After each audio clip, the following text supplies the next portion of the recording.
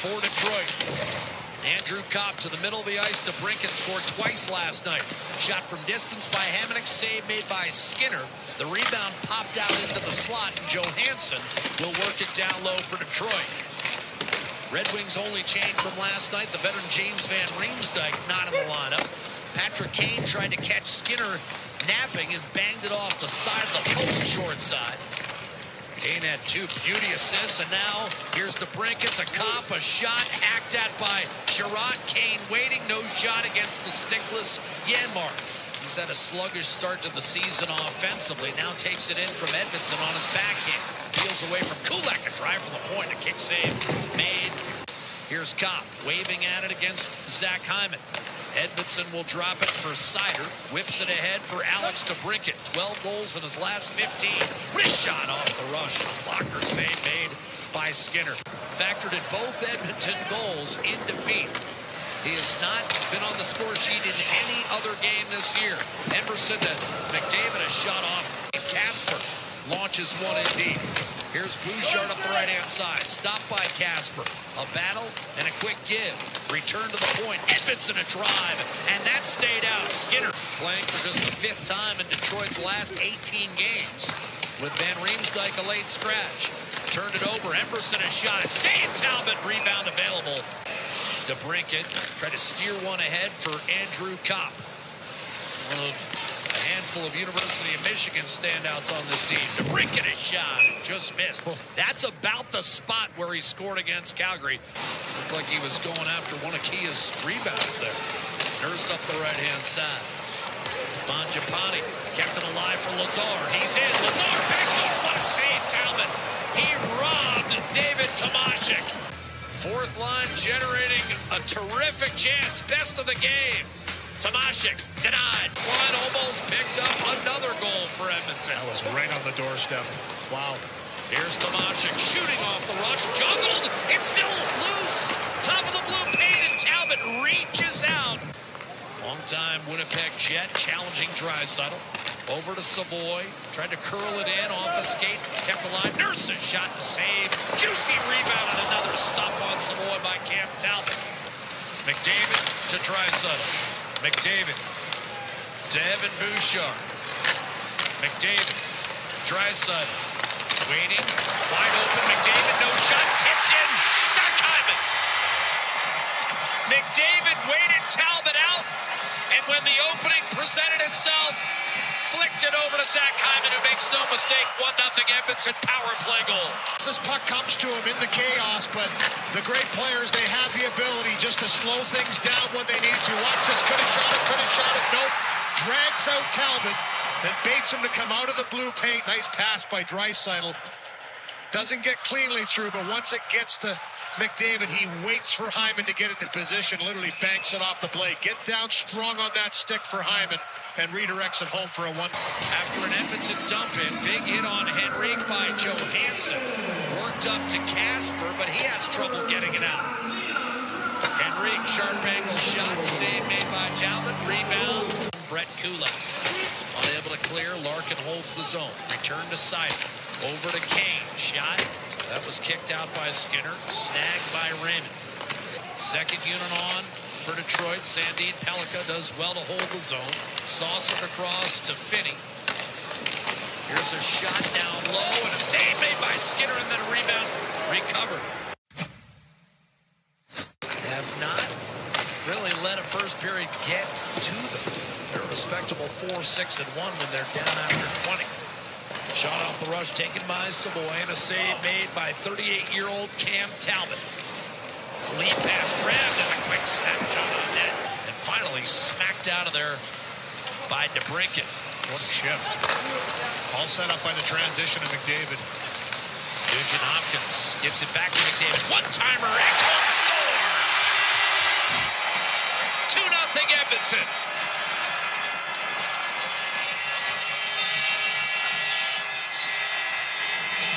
Mattias Ekholm, his third of the year. Was in support of Regula. So he couldn't get a little pass through, and that sent McDavid in. You saw him drive that one right to the net. Hyman had a rebound chance, and they went to work for about 40, 45 seconds. And then again, on this ship, would not allow a clean change. And the blast by Ekholm once the entry into the zone. Zach Hyman getting to the front of the net. This probably, it looks like, goes off to him the way he reacted. Sent in deep from center. Now Henry tried to punch one in front. Jeff Brubaker was my coach there. Oh, what a character. Just a classic. Here's Nate Danielson again with a centering pass. Chipped home, and Detroit gets on the board. The fourth line with Edmondson, the trailer. We weren't even sure he'd play. Got banged up last night. But he bangs in his fourth of the year, and the Red Wings have life. It's 2-1. Right in the slot when this one comes out. So good exit out of the zone. And he's the one that kind of starts it with that one-hand little pop, that shoulder blade. And then the other big man behind him takes this nice little pass in the slot, and he just chunks it towards the net. He's getting pressured by Frederick from behind. But Edmondson gets a good piece of this puck right there. Kind of almost a deflection shot. It was on edge. Raymond. Good hits by Bud Colson. And Sherrod, again active tonight. Here's a lead pass to Raymond, who's drawn a goal against Ekholm, even as his initial shot was stopped by Stuart Skinner. There it is right there, reaching in, body to stick. Waiting, dishing, shot. Sandin Pellica was blocked. Rebound, Finney.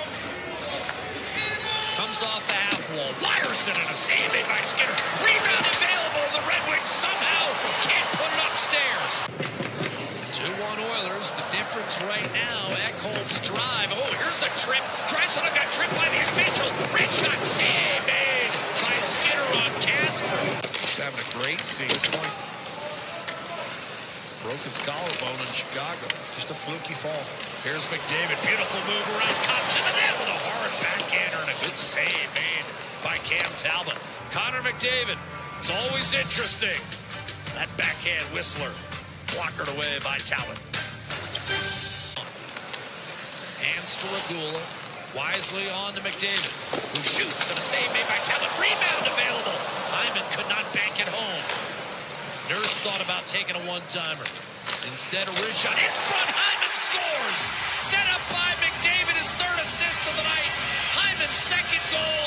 The Oilers extend to a 3-1 lead. You stayed with it, you battled. This is excellent work by this line, and especially Connor McDavid here, as he comes up with this loose puck.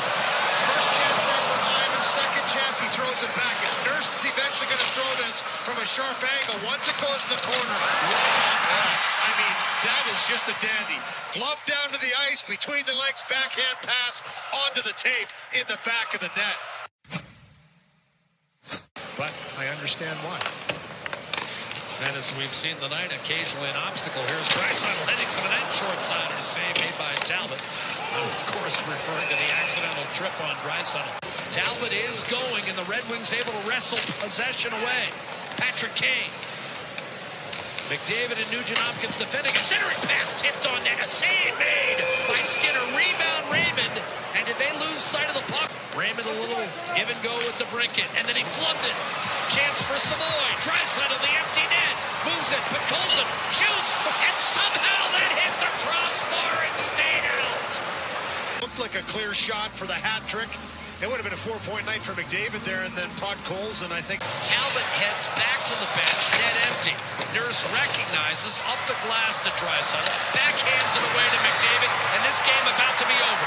Hyman waits, shoots, and scores. Hat trick, Zach Hyman. Victory, Edmonton Oilers. It's creeping up on Nate McKinnon. I think he's 4 back now. There you go.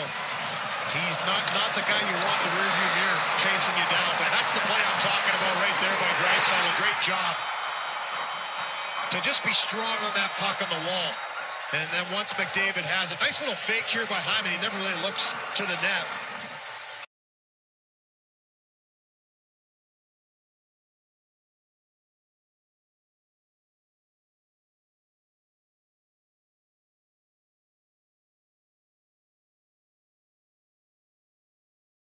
You just take us through the thought process on this trade for Skinner in particular, or for Jarry for Skinner in particular, and why you believe Tristan Jarry could potentially be an answer/upgrade for you here. Yeah, well, we've done a lot of work on this position. Obviously, it gets a lot of attention. Tristan's had a really consistent performance as a pro, really up until last season. So certainly that was something we look into and wanted to see how he started this year. And, we've watched him very closely and we've been impressed with his performance over the course of his career. I think he's shown to be a very solid goaltender. A lot of the metrics that we track, he's been very good on those for many years and a large sample size. So, I just felt it was time for something different. I think it's not so much a comment on the Stuart Skinner. It's just really maybe time for something different here. And, but I think we wanted to make sure that the person we were bringing in, we felt confident, the fact that he's got 2 more years on his contract. So, we have our goalie for the next 3 playoff runs, which I think is important, knowing that he is signed and it's a number that we're going to be able to manage well in our salary cap over the coming couple seasons. So I think those factors did play a role. When you add it all up, it wasn't just about, a couple games here or there. It was about a career sample size and the fact that he's going to be with us for 3 playoff runs. So a bit of a history of injuries and clearly doesn't have the same playoff experience that Stuart Skinner does. What have you seen from him that sort of gives you confidence that when that big moment you want to be in arises, that this is a goaltender that will know how to rise to that moment? Yeah, I think that if sometimes your playoff success or your record is in line with the where your team is and their trajectory. Certainly the Oilers have been, in a good trajectory the last few seasons, probably a little different than where Pittsburgh has been. So that's part of it. And I think really looking at his body of work over a long number of years, like I think if you look at his performance over not just one season or a season and a half, it's that old adage that the sample size, when you look at a goalie and how he's performed over a few hundred or 1,000 shots, that's different than, a couple thousand shots tend to show you what that goalie can be. And you're right. It always comes down to, in the end, 1 or 2 moments for every goalie, not just for the Oilers goalies, but everyone's measured sort of by what they remember in a playoff series. But there's a lot of things that have to get your team to that point. And we think that Tristan has a very solid track record for being a good goaltender. Thank you, Stan. We'll go to Derek Van Diest of NHL.com. Go ahead, Derek. Hey, Stan. Just want to ask you about, I know that Stuart was a free agent coming up. Was there negotiations on another contract, or were you guys always thinking of probably moving on and seeing what else was out there in the market? No, we didn't have any negotiations yet with Stu. It was something we were going to assess as the year went on. And I think that's one of the things that was attractive about this deal was not only that Tristan is signed, but he's signed at in today's marketplace and the way the cap is, a very manageable cap number. You look at some of the recent goaltenders that signed over this past summer, and I think that Tristan's cap hit's very manageable. Now, obviously, do you expect Tristan to join you guys on the road trip in Toronto here? Was that the plan? Yeah, I did. I spoke to him shortly and indicated that we'd be getting him going. And his plan is to join us there in Toronto for the game tomorrow. Thanks. Thank you, Derek. Just a reminder to use the raised hand function for questions. We currently do not have any raised hands at this time. Okay, sorry about that. Got me, Stan? Yes, I do. Brett Kulak, part of this deal, Stan. I just wonder, like, this is a player that's obviously elevated his game in the playoffs, been very good for you. Just a thought on moving on from Kulak as part of this, and what you're bringing in to try and replace those minutes, because I know you've been working on the back end a lot. Yeah. Brett Kulak he's been a great Oiler, and he was excellent in the playoffs last year. There's no doubt about that.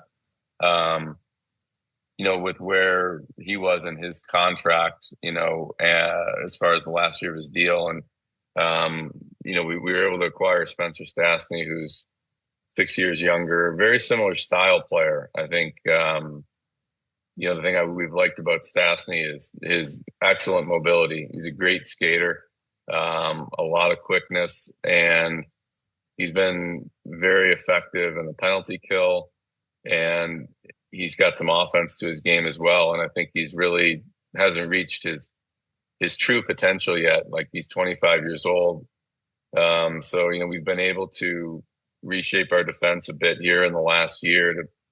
We've now got 3 guys that are 25, and Bush is 26. So we've got 4 younger defensemen that are all in those prime years. And I think Spencer Stastny's not someone probably a lot of people are too familiar with, but I do think he plays a very similar style game to Kulak, and that was important for us as part of this deal. We certainly weren't trying to trade Brett Kulak.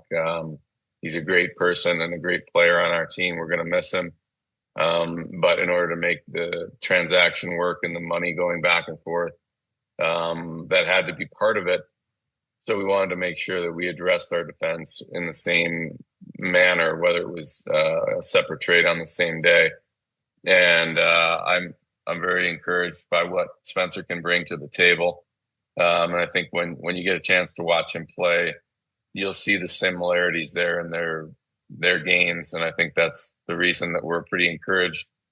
We've got some young defensemen now that, like something I spoke about early in the year, our players are going to improve. And we've seen that with some of our young guys already. They're going to continue to get better as we give them opportunities. And it's different than having, a vet back there.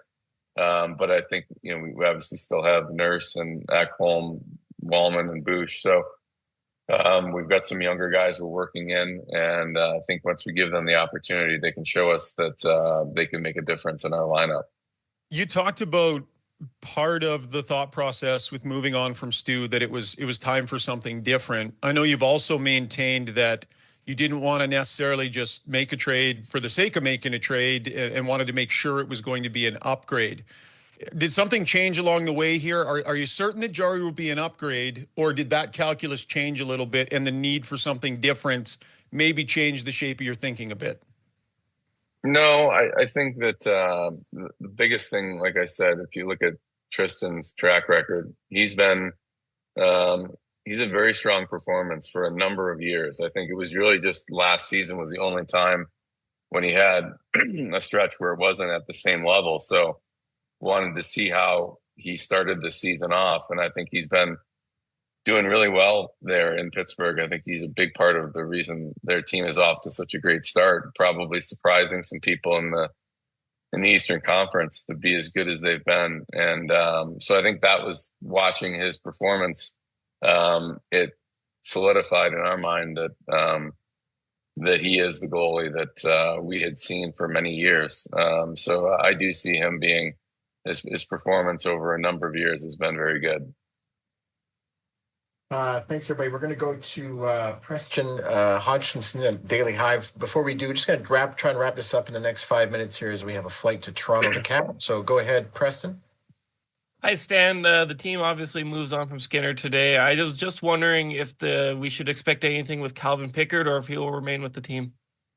He will remain with the team. Yep. Okay, thank you. Mm-hmm. Preston, one last one for Derek Van Diest of NHL.com. Go ahead, Derek.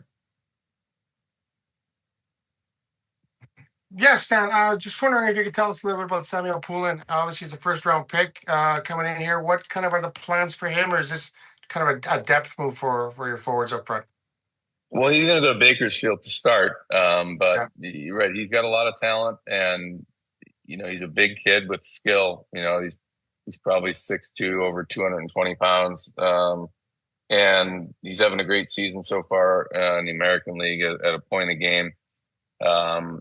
So he's been a highly regarded player for a while. Hasn't quite come together. He's played some games, but he's kind of at that age where guys hopefully can take that next step and become an NHL player. So we do like the overall combination of the size and the skill and the ability to play both ways. Like he's had an excellent start to the season in Wilkes-Barre, and we want to get him in our system here in Bakersfield and then make an assessment if he would be in the mix in Edmonton. But he's got a lot of different parts to his game that are attractive, and we're hopeful that will translate.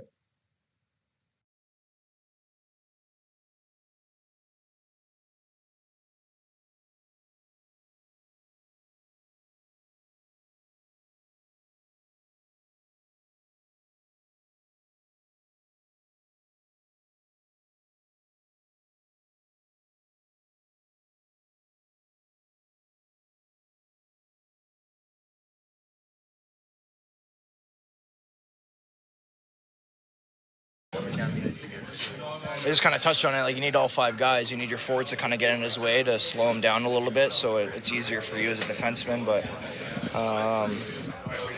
if you're not able to do that, then obviously you want to try to have a tight gap so he doesn't have space to build his speed. It's all situational. I mean, if he does have speed, sometimes you honestly want a bigger gap so he's not going to embarrass you. So it just kind of depends on where he is on the ice, where the puck is, where your support is, and just kind of read and react.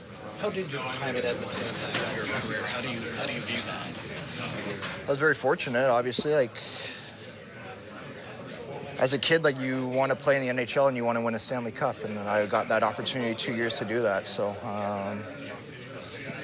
it was unfortunate we never completed the task, but it's everything you wanted as an individual player, is that opportunity to represent your teammates, represent your crest, and try to win. So, just very fond memories over there and a lasting impact. I know when my career is over, I'll be fortunate for them. And the past 2 years, obviously, it was tough to accept, but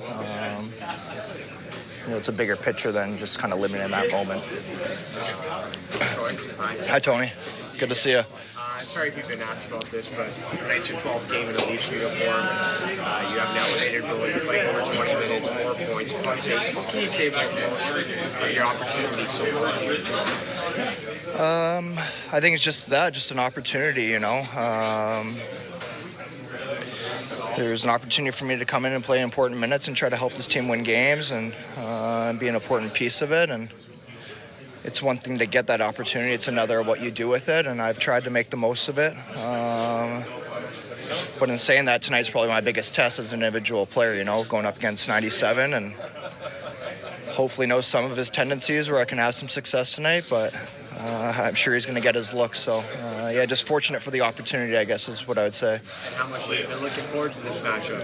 Yeah, quite a bit, obviously. I touched on it earlier before you got here, but just how close I am with all those guys, and not even just the players, but like Harry and Langer and the medical staff. Like, it's just going to be good to see all those guys again, shake their hands, give them a hug, and we'll cross that bridge after the 60 minutes are up, regardless of the result, and go back to being friends afterwards. Troy, when you're going through a stretch like this, is there an element of reinventing your game? Does that exist for a person that's been in the league and been around as long as you? Yes and no. I think for me, no. Like, I've just tried to stay true to who I am. I think people are starting to realize it here. You obviously saw it firsthand, but I kind of pride myself on, having a good attitude and trying to work hard. And I'm a believer in karma. And if you keep your mouth shut and you put your nose down and you go to the grindstone, I feel like odds are most of the time it's going to work out in your favor. And so far I've been fortunate to have the success I've had here playing with Caber, but you're only as good as your last game, So tonight's like another important test. There's no complacency. You always strive to be the best you can. So I think that kind of goes into your question, where just being true to myself and continue to do what I do.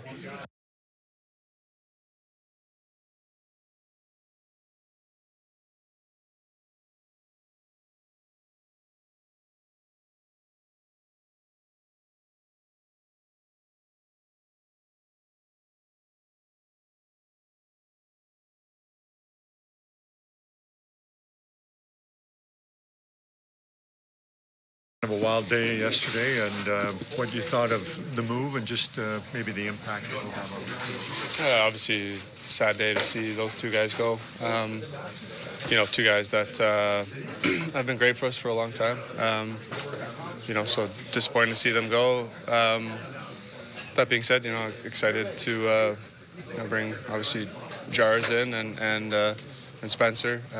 Two guys that played well this year and think they can help. How well do you know Jari? Know him just a little bit. Just spent the summer in Edmonton, so shot on him a couple times, but nothing crazy. How do you think Stu should be remembered as an Oiler? I think he should be remembered for kind of leading the way to two cup finals. Two exciting runs that he backstopped, and he was a good person while he was here. Always treated people well. That's important. Let's switch gears to the Olympics for a second. A lot of talk about the ice surface, the size of it. Is that a big concern for you? Is it more about the size or the quality of the ice? I don't care. No, not a big deal. No. I mean, obviously you want the ice to be good. You'd like the ice quality to be good. The size of it doesn't matter. How much are the Olympics on this season? Yeah, I'm excited. I think everybody is. It's kind of seems to be on the back of everyone's mind that is going or thinks they have a chance to go. You've seen guys get off to great starts. Pushing for spots. All across the league. It's been fun to watch. What have you made of Bedard and Celebrity in particular? Yeah, they've been great. They've been really, really good. Great to see them take steps and they've been really impressive. How much did Four Nations whet your appetite for the? Yeah, of course. Obviously Four Nations was kind of the appetizer to what the Olympics could be. Really excited about it. Has your relationship with Austin evolved over the years? Yeah, definitely a guy that I've gotten to know better and better. Over the course of our careers here. We share the same agent. Spend a little bit of time together. So definitely, gotten to know him better. And if you're watching him, you're not playing against him on TV or whatever. What impresses you the most, or do you find the most entertaining about him? Just his ability to score goals, the way he shoots the puck, the way he gets open, and he doesn't need much room. It's really impressive. A couple of days ago we talked about the importance of that homestand and you guys just to recalibrate, but now you guys open up a 5-game road trip, an important one. How do you guys get that game on the road? How do you guys maintain that consistency on the road the same way you do? Yeah, it's a good question. It starts with a nice simple start. We got to find a way to get out of the gates well here, and I've liked a lot of areas of our game. I think it's gotten better and better over the course of that homestand, as we mentioned, and we got to find a way to carry it into this road trip. And getting off to a good start here tonight is important. Is it as simple as saying it starts on the defensive side of the puck and the game kind of opens up there? Is that true? You say it like that? You always have to defend well. It's important. Especially against a team like Toronto.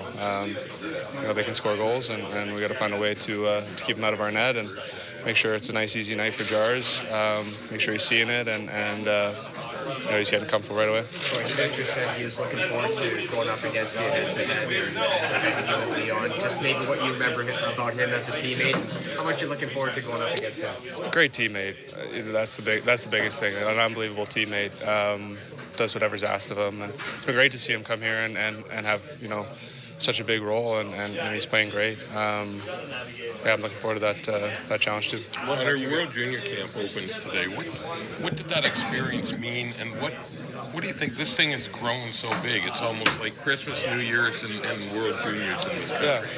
Yeah, the World Juniors has always been important. I remember my year with it being in Montreal and Toronto. The hype was huge. And I remember camp. I think they took us out kind of outside the noise and kind of set up outside of town and just try to quiet the noise a little bit. And it can be a lot for these young guys. It's a lot of expectation. The pressure's on for them, but it's such a great experience. It's so much fun. Great opportunity for them. What have you guys done better as a group at the beginning of the homestand that sort of got things rolling in the last 10 days? Yeah, that's a good question. I think we've just been able to sustain a little bit more offense, create a little bit more offense. I know everyone wants to talk about the defensive side, but offensively, controlling the puck a little bit more, controlling the play, that's important.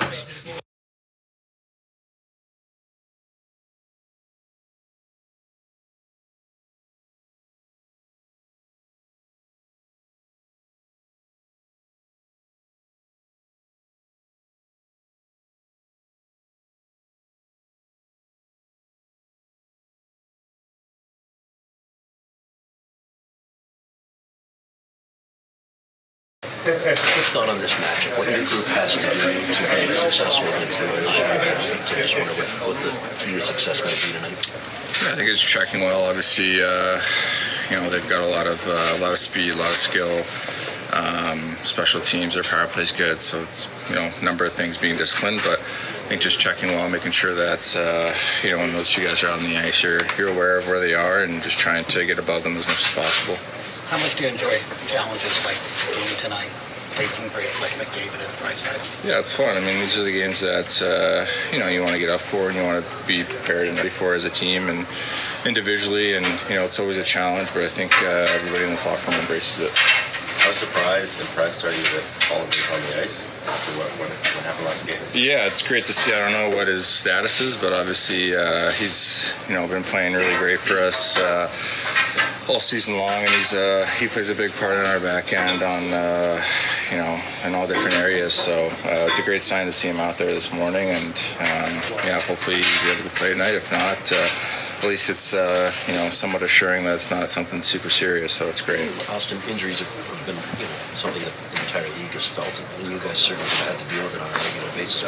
How do you like the way your group sort of showed resolve, or maybe just kind of kept it, compartmentalized it, and rolled forward with it? Yeah, I mean, it's the nature of the game. I think, when guys come in, there's more opportunity for other guys, and that's the great part about it, is guys can step up and have a bigger role and then step into that and do well. So I think everybody that's had to do that so far has done a really good job, whether it's been defensemen, goaltending, forwards, all of the above. Injuries are a part of the game, so to have that depth is really important for us. Troy Stetcher's going to face off against his own team. I know you've spoken about it. Just how important has he been giving everything back there? Yeah, he's been great. I mean, he stepped in right away, like I've said, and he's gotten really comfortable right away. He's a guy that communicates a lot. He's a professional. He goes out there and he handles his business, but he's been great in the locker room, and I think he's really fit in with our group well. And it's not easy, switching teams and coming to a new area situation, but I think he's handled it really well. He's played some hard minutes, some tough matchups, and I think he really embraces that, and he's been really good for us. Austin, can you talk a little bit about how your relationship with Connor has grown over the years, from McDonald's commercials, training together, and just how that's kind of developed? Yeah, I mean, I think it's just happened just kind of organically over the years, and we played together World Cup in 2016, and then just kind of over the number of years gotten to know each other a little bit better, and obviously a ton of respect for him, and the kind of person he is, but the kind of player, the kind of leader that he is. He's obviously a special player, and a guy that, like I said, I have a ton of respect for.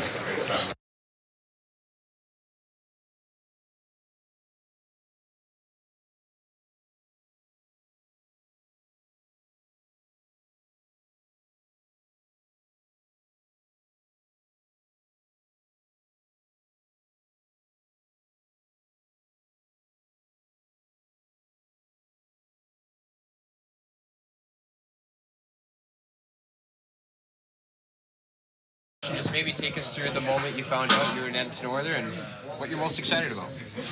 I think Obviously yesterday, I found out yesterday morning, so from there it was just kind of a whirlwind, kind of just a lot of emotions. Playing in Pittsburgh for a long time, I'm very grateful for my time there. It was unbelievable. I couldn't have asked for anything better, but just being able to hear that it was to the Oilers, it's very exciting. They obviously have a very good opportunity here, and to be a part of that, it's going to be special. Throughout the course of your NHL career, and especially in the last couple of years, what would you say you kind of grown the most, and how are you looking to build on that new chapter in your I think just my overall game as a whole has grown over the years. I think just coming in as a young goaltender playing in the NHL, obviously there's some ups and downs and there's some mistakes along the way, and I think learning from those mistakes has made me a better goaltender and a better person for it.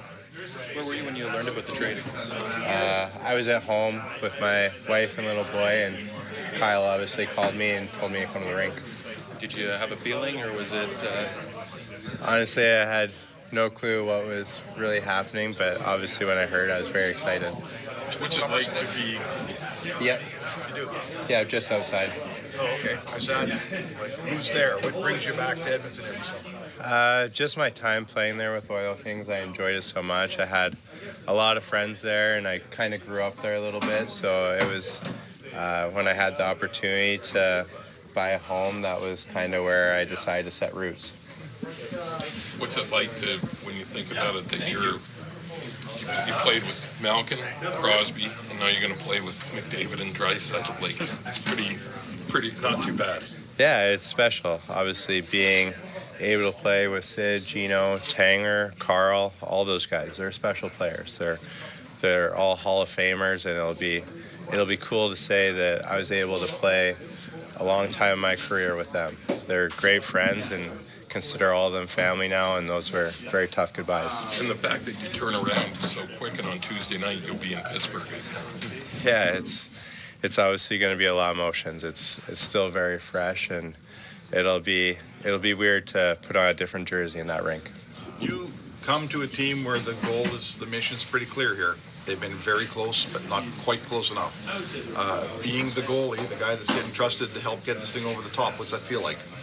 It's cool. It's an opportunity, and I'm fully embracing it. I think it's going to be a fun challenge. I think being able to obviously be at the pinnacle of sports, and that's where you always want to be, to have that opportunity to be on this team and to be able to do that, it's going to be special. What led you to a really good start this year after maybe last year didn't quite go as you would have liked? Just learning from it. I think learning from the mistakes I had last year, whether it was beginning of the year not playing very well, to kind of finding my game at the end. Obviously, there was some bumps along the way, going down on conditioning stint, going down on waivers, and I think there was a choice to be made there, just whether I wanted to pack it in and call it, or if I want to learn from that experience. And obviously learning from that experience has made me a stronger person and a better goalie, and I think just having those experiences will be better for me down the road.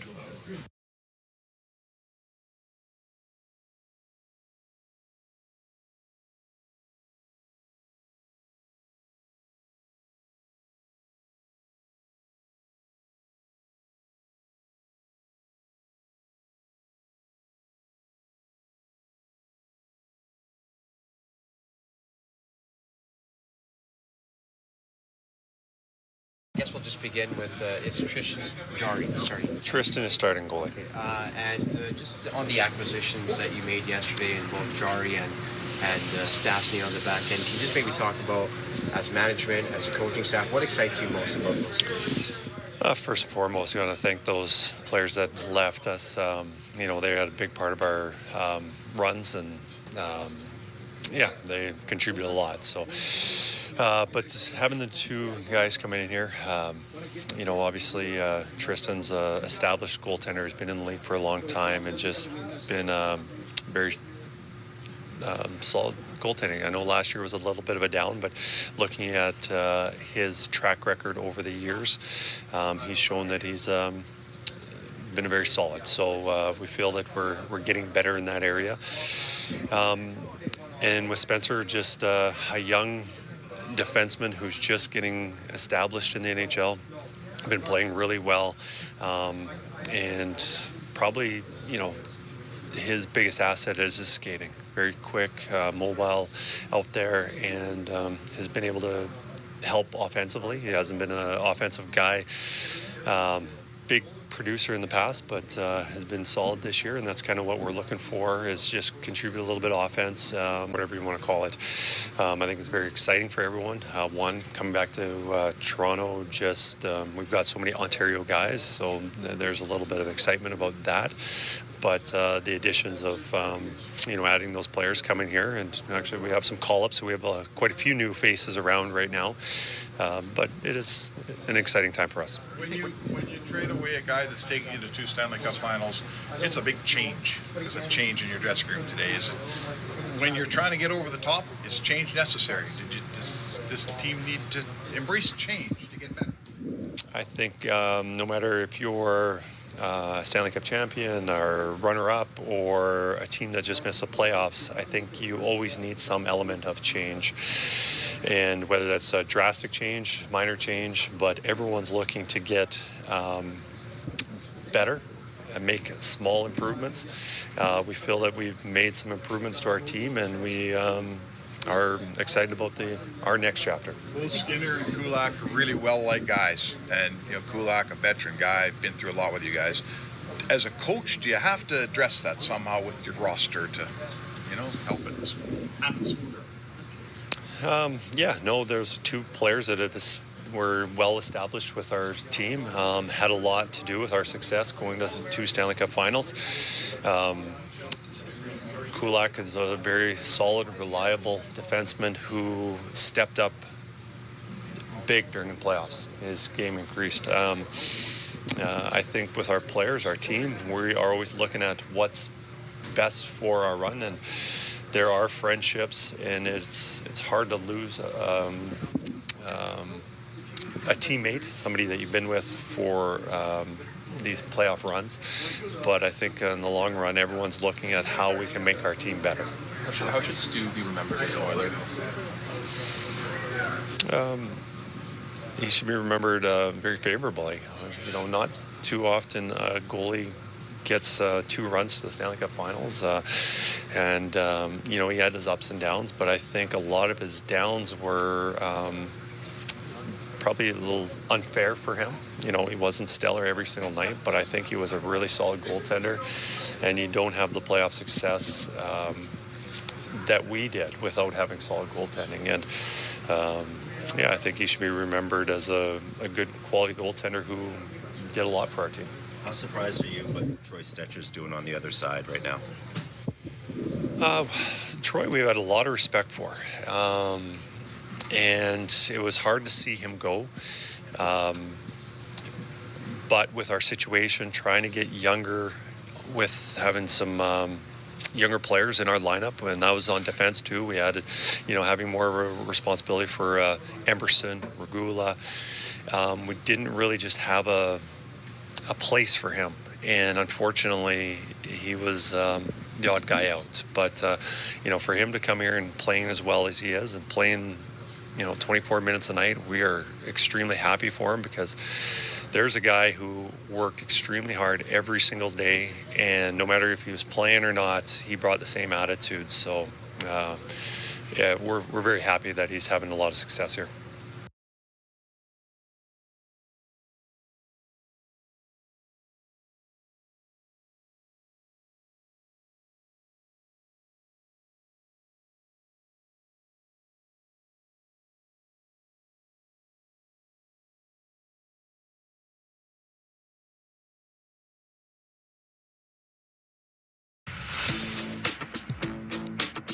The Edmonton Oilers are set to kick off a 5-game road trip here in Toronto, and they kicked off their weekend with a pair of deals which opens a new chapter in the crease. And to break it all down, we bring in Jack Michaels and Bob Stauffer to the panel, presented by Sportsnet. And we'll start with the big one. Tristan Jarry, Bob, is an Edmonton Oiler, and he's also the Edmonton Oilers starter here in Toronto. Your thoughts on the deal?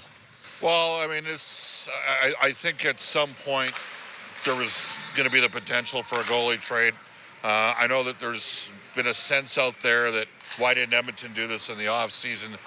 It's easier said than done when your team's playing until the 3rd week of June. and your goaltending tandem played part of the factor in the Oilers getting to the 6th and 7th games of the Stanley Cup the last 2 years. So Stan Bowman gave a little runway for the start of this season. The fact of the matter is the Oilers 32nd in the league in save percentage going into the game the other night against Detroit, and the end result is, he was working on. I think the decision was probably made a week to 10 days earlier to maybe look at maybe going for a change, and I think it might just be as simple as a change. Yeah. Okay. Well, that's what Stan said yesterday in his media availability. It's really kind of just a change. So now we can get into specifics on Jarry, and we'll do that. But I kind of just think we were headed down an inevitable path here because of how the first 30 games of the year transpired. And how about the timing of this, Jack, with Tristan Jarry having a couple more years left on this contract? We know when McDavid's contract expires, just the timing of this acquisition as well. Well, there's a certain business aspect of the deal to this, and you talked about it, and I think, based on Skinner's start this season and the team's start, again, I think the goaltender is always going to be to some degree a reflection of how the team is playing, and their inability to take care of the slot in the first 20, 25 games, I think directly impacted both Skinner and Pickard's numbers. But what Stan Bowman had to decide is what kind of appetite are we going to have for, say, a 6 times 6.5 deal for Stuart Skinner in the offseason? I mean, that's what a guy who's been to 2 Stanley Cup finals is going to command as an unrestricted free agent in the market. I mean, when you look at goalie trades, you have to rule out, in this day and age, the top 5, because there's not 20 elite goalies in the league anymore. There's 5. There's 2 in the Western Conference and Connor Hellebuck and Jake Ottinger, and there's 3 in the Eastern Conference and Andrei Vasilevsky, Shesterkin, and Sorokin. Outside of those top 5, if you're going to make a deal, and you're not going to make a deal, no one's handing you Andrei Vasilevsky. So what Stan Bowman has to decide is, do I like the cost certainty at 5.3 for 3 playoff runs as compared to playing it out with 1 and then seeing what happens? And if it goes sideways, now you're starting from scratch. So there is a business aspect to this deal, and there's also, as Bob suggested, a change aspect. We're talking about 2 guys with lifetime identical goals against averages, and the save percentages are .909 career for Jarry and .904 for Skinner. You balance that out with Skinner's postseason success relative to Jarry's, and you've basically got a dead even trade. So change and the noise being quieted is part of the reason you make this deal, because similar to the Quinn Hughes deal, at some point it starts to become a distraction. So, there are things, there's strengths in Jarry's game. He handles the puck pretty well. He's really athletic. It's probably a little bit better side to side than maybe what we saw to Stewart the last couple of years. And he's got a good glove hand, right? Stu was a consummate professional, and Stu did have that playoff experience and durability, and that would be his advantage. His advantages. Now there was another player involved in the deal, in Brett Kulak. Paul Coffey last year played Brett Kulak 23 minutes a game in the playoffs, and there again, a business decision, because the Oilers had no hope of re-signing Brett Kulak. Brett Kulak also wanted to play more than 18 minutes a game. So he's going to go someplace in the offseason. Right now, Brett Kulak might be the best free agent defenseman on the market. Right? He's probably looking at $5 million. He's got to get at least what Cody Ceci got, because unlike Ceci, he's played better in the playoffs than Ceci has. And he's never missed a game as an Oiler. He was here for 4 years and never missed a regular season or postseason game. I mean, I sensed yesterday that there was a little bit of a surprise. Just like, wow. And I'm going to be really intrigued to see how the team responds tonight. But that trade had a lot of different things going on to it, and I'm going to be. We'll see. I don't think it's something that you can sit there and necessarily judge in the first couple of weeks. But I can tell you, the guys that I trust that do a lot of work on sort of the advanced analytics in goal, they do think that it's an upgrade for Edmonton. So we'll see what ends up happening. Because I don't want I don't want to disparage Stu because I think he played pretty well for stretches, but I do think that there's some technical advantages that Jerry Well, something to go back to what Jack mentioned is the slot, right? The Edmonton Oilers, they've been prone to giving up the slot chances far too often this season for their liking, and Tristan Jarry's numbers are superior to Stuart Skinner's in that form of the game as well on the defensive side of the puck. So the full trade was Tristan Jarry and Sam Poulin, who will be reporting to Bakersfield in exchange for Stuart Skinner, Brett Kulak, and a second-round pick in 2029. So with the omission of the former number 27, in comes the new number 24, Spencer Stastny. Jack, it looks like he's going to be fulfilling Brett Kulak's role on the back end. Well, I expect him to play against Toronto as well. And he's on that third pair tonight. Yeah, with Ty Emberson, whom he played with for 3 years in the U.S. development program. I mean, there's a real familiarity there. And, you know, similar to Brett Kulak, he can skate. His strength is skating. And again, similar to the goaltending deal we just talked about, there's the fact that Brett Kulak was going to be an unrestricted free agent. So you bring in a guy who's 6 years younger, who can skate the puck, you know, with a lot of speed and make plays offensively.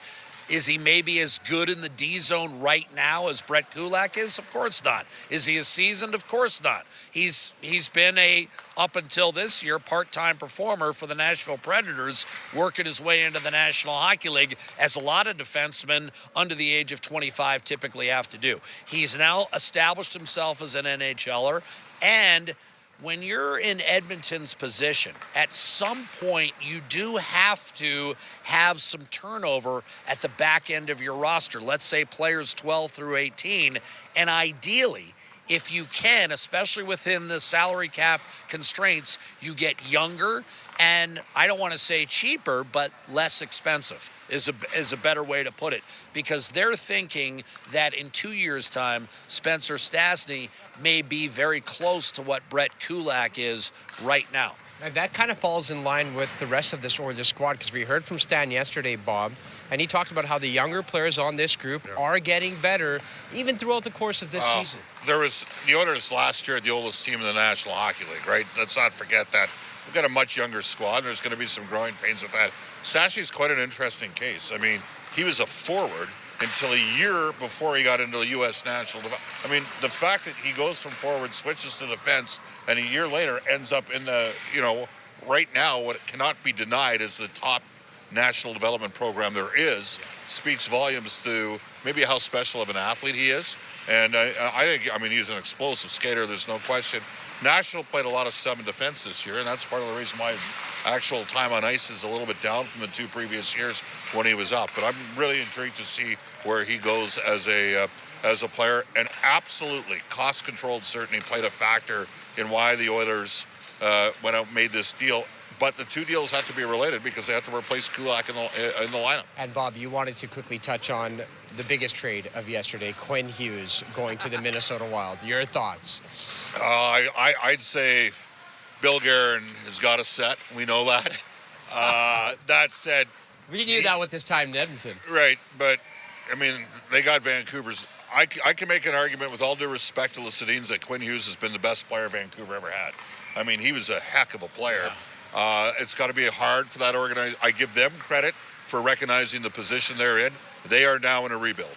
I do think that Boyum in particular has a chance to be all day at minimum a number 3 defenseman and possibly a top 2 NHLD. They're going to hope he's a top 2 NHLD. I actually think the trade totally makes sense for both organizations. Well, Minnesota's pushed its chips in once before. Oh, yeah. And went all in with Suter and Parise 10 years ago. And the fact of the matter is, Minnesota has not been out of the first round since 2015. It's been a decade. It didn't pan out for them. Bill Guerin understands this is his shot. He's got some goaltending. He's got an elite forward in Kirill Kaprizov, which they didn't have back in 2015. And he feels that in order to put Minnesota in the same category as Colorado, Dallas, and Edmonton, he's got to step up, and he certainly has. The return, is good. As Bob mentions, they've got, a young D-man, Marco Rossi, does play center, but he's a bit undersized. I'm not sure they've really solved that. Excuse me, Tony. So I always look to default best player in the deal. On the other hand, for Minnesota, if a year and a half goes by and they haven't been out of the first round, it will be deemed a failure. It was quite the trade. There's a risk. Yeah, right? There's definitely a risk indeed, but quite the haul for the Vancouver Canucks yesterday as well. But, Bob, you had an incident with the defenseman on the Leafs this morning. It looked like Troy Stecher was trying to hit you with the puck during morning skate. Are you all right? Well, okay, you're in one piece? You know, I never blocked a shot ever in my life as a forward, so I'm not surprised that one. It'd be hard to miss me, but he found a way to miss me. So. Well, Bob is always more popular with ex-Oilers than current Oilers. Well, it's Edmonton, Toronto, hockey night in Canada. Doesn't get much better than this. Jack, Bob, we always appreciate your time on the panel. Presented by Sports.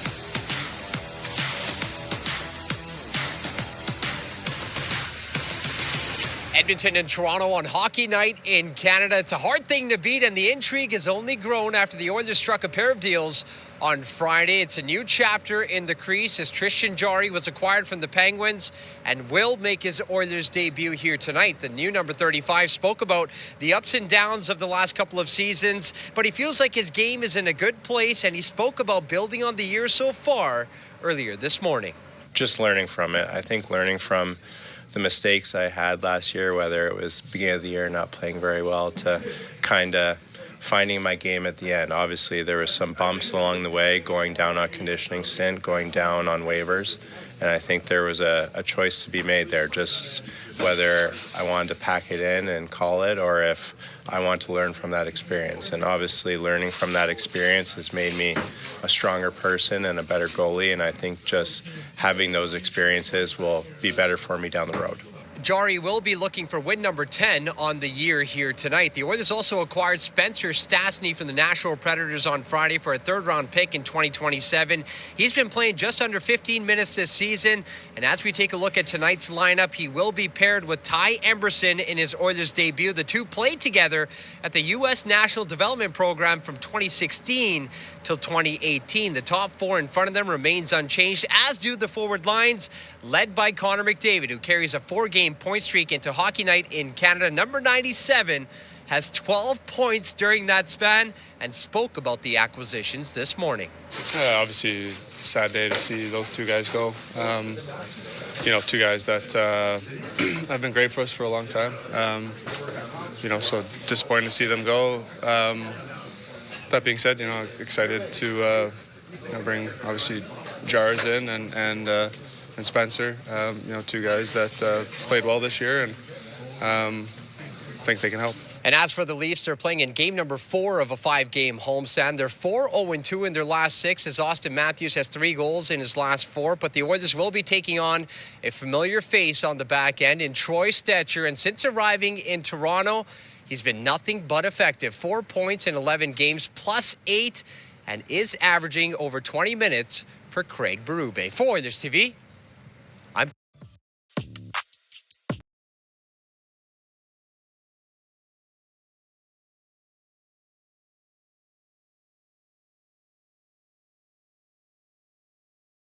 in Vancouver. It is the only other team that we've seen have that sort of precipitous of a fall-off was the Calgary Flames, who Edmonton beat in 22, and then Vancouver in 24. But Vancouver's fall-off, I think, has been more rapid in their decline. It's been wild to watch what's gone on in these recent couple of years.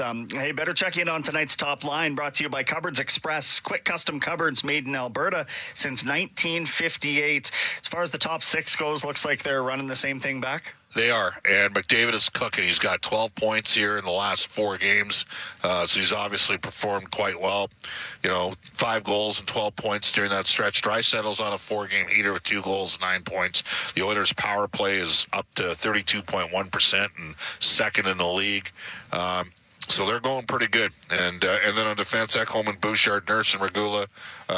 Stastny will play with Emberson, and we'll see Henrique, Frederick, and Janmark, and Lazar, who's quietly moved up to 60% on faceoffs. I know people think I talk too much about face-offs. The Oilers are playing the best face-off team in the NHL, but the Oilers are pretty good at it too. They're 5th, so that'll be one of the intriguing matchups for tonight's game. And we'll leave with the injury report here for our friends at Leading Edge Physiotherapy. Visit any of their Edmonton or Calgary clinics and online at leadingedgephysio.com. So Roslovic is slowly starting to work his way back. We know that he's back in Edmonton. Undisclosed injury for him, lower body injury for Wallman. And Kapanen, re-aggravated a lower body injury. So those 3 guys, we do not expect them on this road trip. Noah Philp is skating out with the upper body challenge after getting drilled by Josh Dunn. And Clattenburg, after getting a stick in the eye, I don't know if he's quite returned yet. I think he had to stay off the ice for 10 days. It's a bit of a scary one for him. All right, Bob, we'll let you go get ready. Thank you so much, and have a great call tonight. Thank you. All right. Bob Stauffer checking in from Scotiabank Arena in Toronto. Maple Leafs playing host to a new-look Edmonton Oilers side tonight. We'll throw a bookmark down in the City Ford Face-Off show. We'll come right back and listen to what Stan Bowman had to say on the Jari trade. We'll go by the numbers as well for our friends at the Colin Bruce Mortgage Team. Lots still coming up before a 5 o'clock puck drop tonight on 888 Shed. Dry basements and stable foundations. That's what Avalon Construction has meant to Western Canada for over 50 years. Let Avalon's experienced team repair your clogged weeping tile, cracked foundation, or leaking basement. Protect your investment. Call 780-468-4400. Remember, that's Avalon with a B, home of the lifetime warranty. Do it right. Call on the pros. Karen Transportation Systems is hiring. One of Canada's best managed companies and top fleet employers, Karen Transportation is looking for Class 1 professional drivers based in Alberta for short and long-haul work. Drivers enjoy competitive pay, assigned units, well-maintained equipment, and benefits an RRSP match from day one. If you're an experienced Class 1 driver with a clean safety record and scheduling flexibility, we want you on the Karen team. Apply today at karentransport.ca/careers. That's karentransport.ca/careers. When you're creating opportunities that shape our community's future, you need support you can count on. That's why Reagan Weeks chose Equus. Without the community support of an organization like Equus, the Agricultural Discovery Center wouldn't be possible. So what it allows us to do is take everything to the next level and make these experiences that much more impactful for our students. Equus, powering local initiatives and building a stronger Alberta. Choose community. Choose Equus. Become a member today at equs.ca. Your home for live music and great performances is the River Cree Resort and Casino. Ring in the new year, December 31st at the River Cree Resort and Casino with Material Girls, a tribute to Lady Gaga, Adele, Shania Twain, Madonna, Pink, Blondie, and Cher. Tickets at rivercreeresort.com. River Cree Resort and Casino. Excitement, bet on it. Building a Champion, brought to you by Landrex. For more information on their best neighborhoods, visit Landrex.com.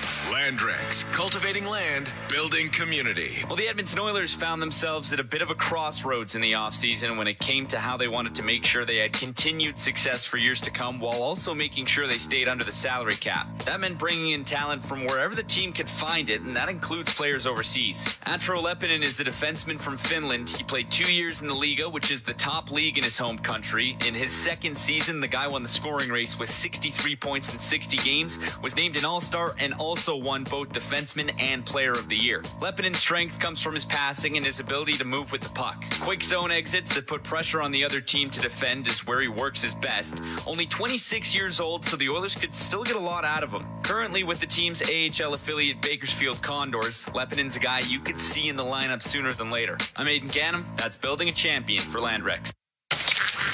Oilers hockey is brought to you by the Butcher Shop at Friesen Brothers. This is the City Ford Face-Off Show on the voice of your Edmonton Oilers. 880 CHED. Yes, there's a new man in the mix between the pipes, and we aren't waiting long to see what he can do with the Edmonton Oilers. Tristan Jarry in the fold after a blockbuster trade yesterday morning, and now he debuts against the Toronto Maple Leafs just after 5 o'clock tonight on 880 CHED. We go by the numbers for the Colin Bruce mortgage team. From purchases to refinances and renewals, they do it all. Find Colin at colinbruce.ca today. That's 2 L's in Colin. Tristan Jarry with a career .909 save percentage over 307 career games. Coming off a year, as Bob mentioned, in which his stats were down. He was on waivers last year as well. But where he is a big statistical improvement over Skinner is the high danger scoring chances. Of goaltenders who have faced more than 100 high danger scoring chances, Jarry ranked 8th in save percentage. Out of 38 goalies, ranked 8th at 84%. Skinner, meanwhile, ranked 33rd at just 76% save. So you start parsing through some of the fancy stats and you understand that there is reason to believe that this is actually an upgrade and not a strictly lateral move.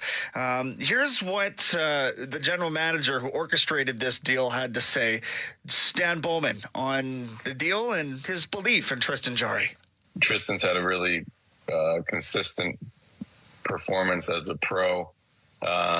Really up until last season. So certainly that was something we look into and wanted to see how he started this year. And, you know, we've watched him very closely and we've been impressed with his performance over the course of his career. I think he's shown to be a very solid goaltender. You know, a lot of the metrics that we track, he's been very good on those for many years at a large sample size. So, you know, I just felt it was time for something different.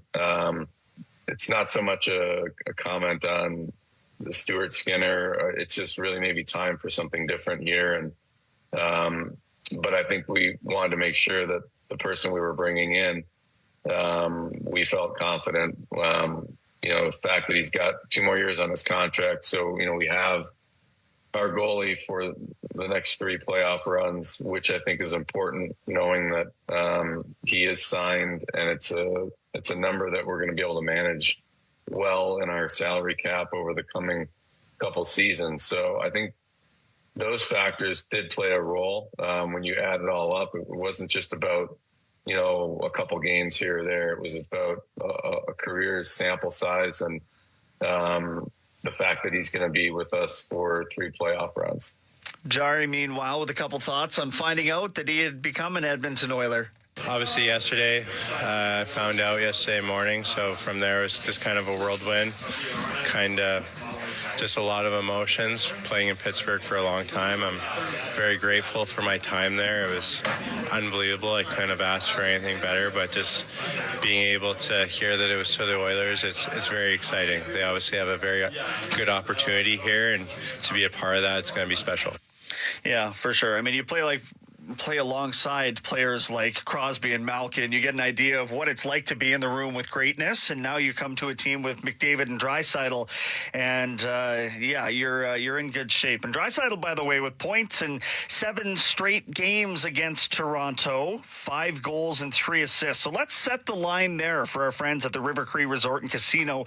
Excitement, bet on it. You text us River Cree over or River Cree under with your first and last name and your email address to 451-8800.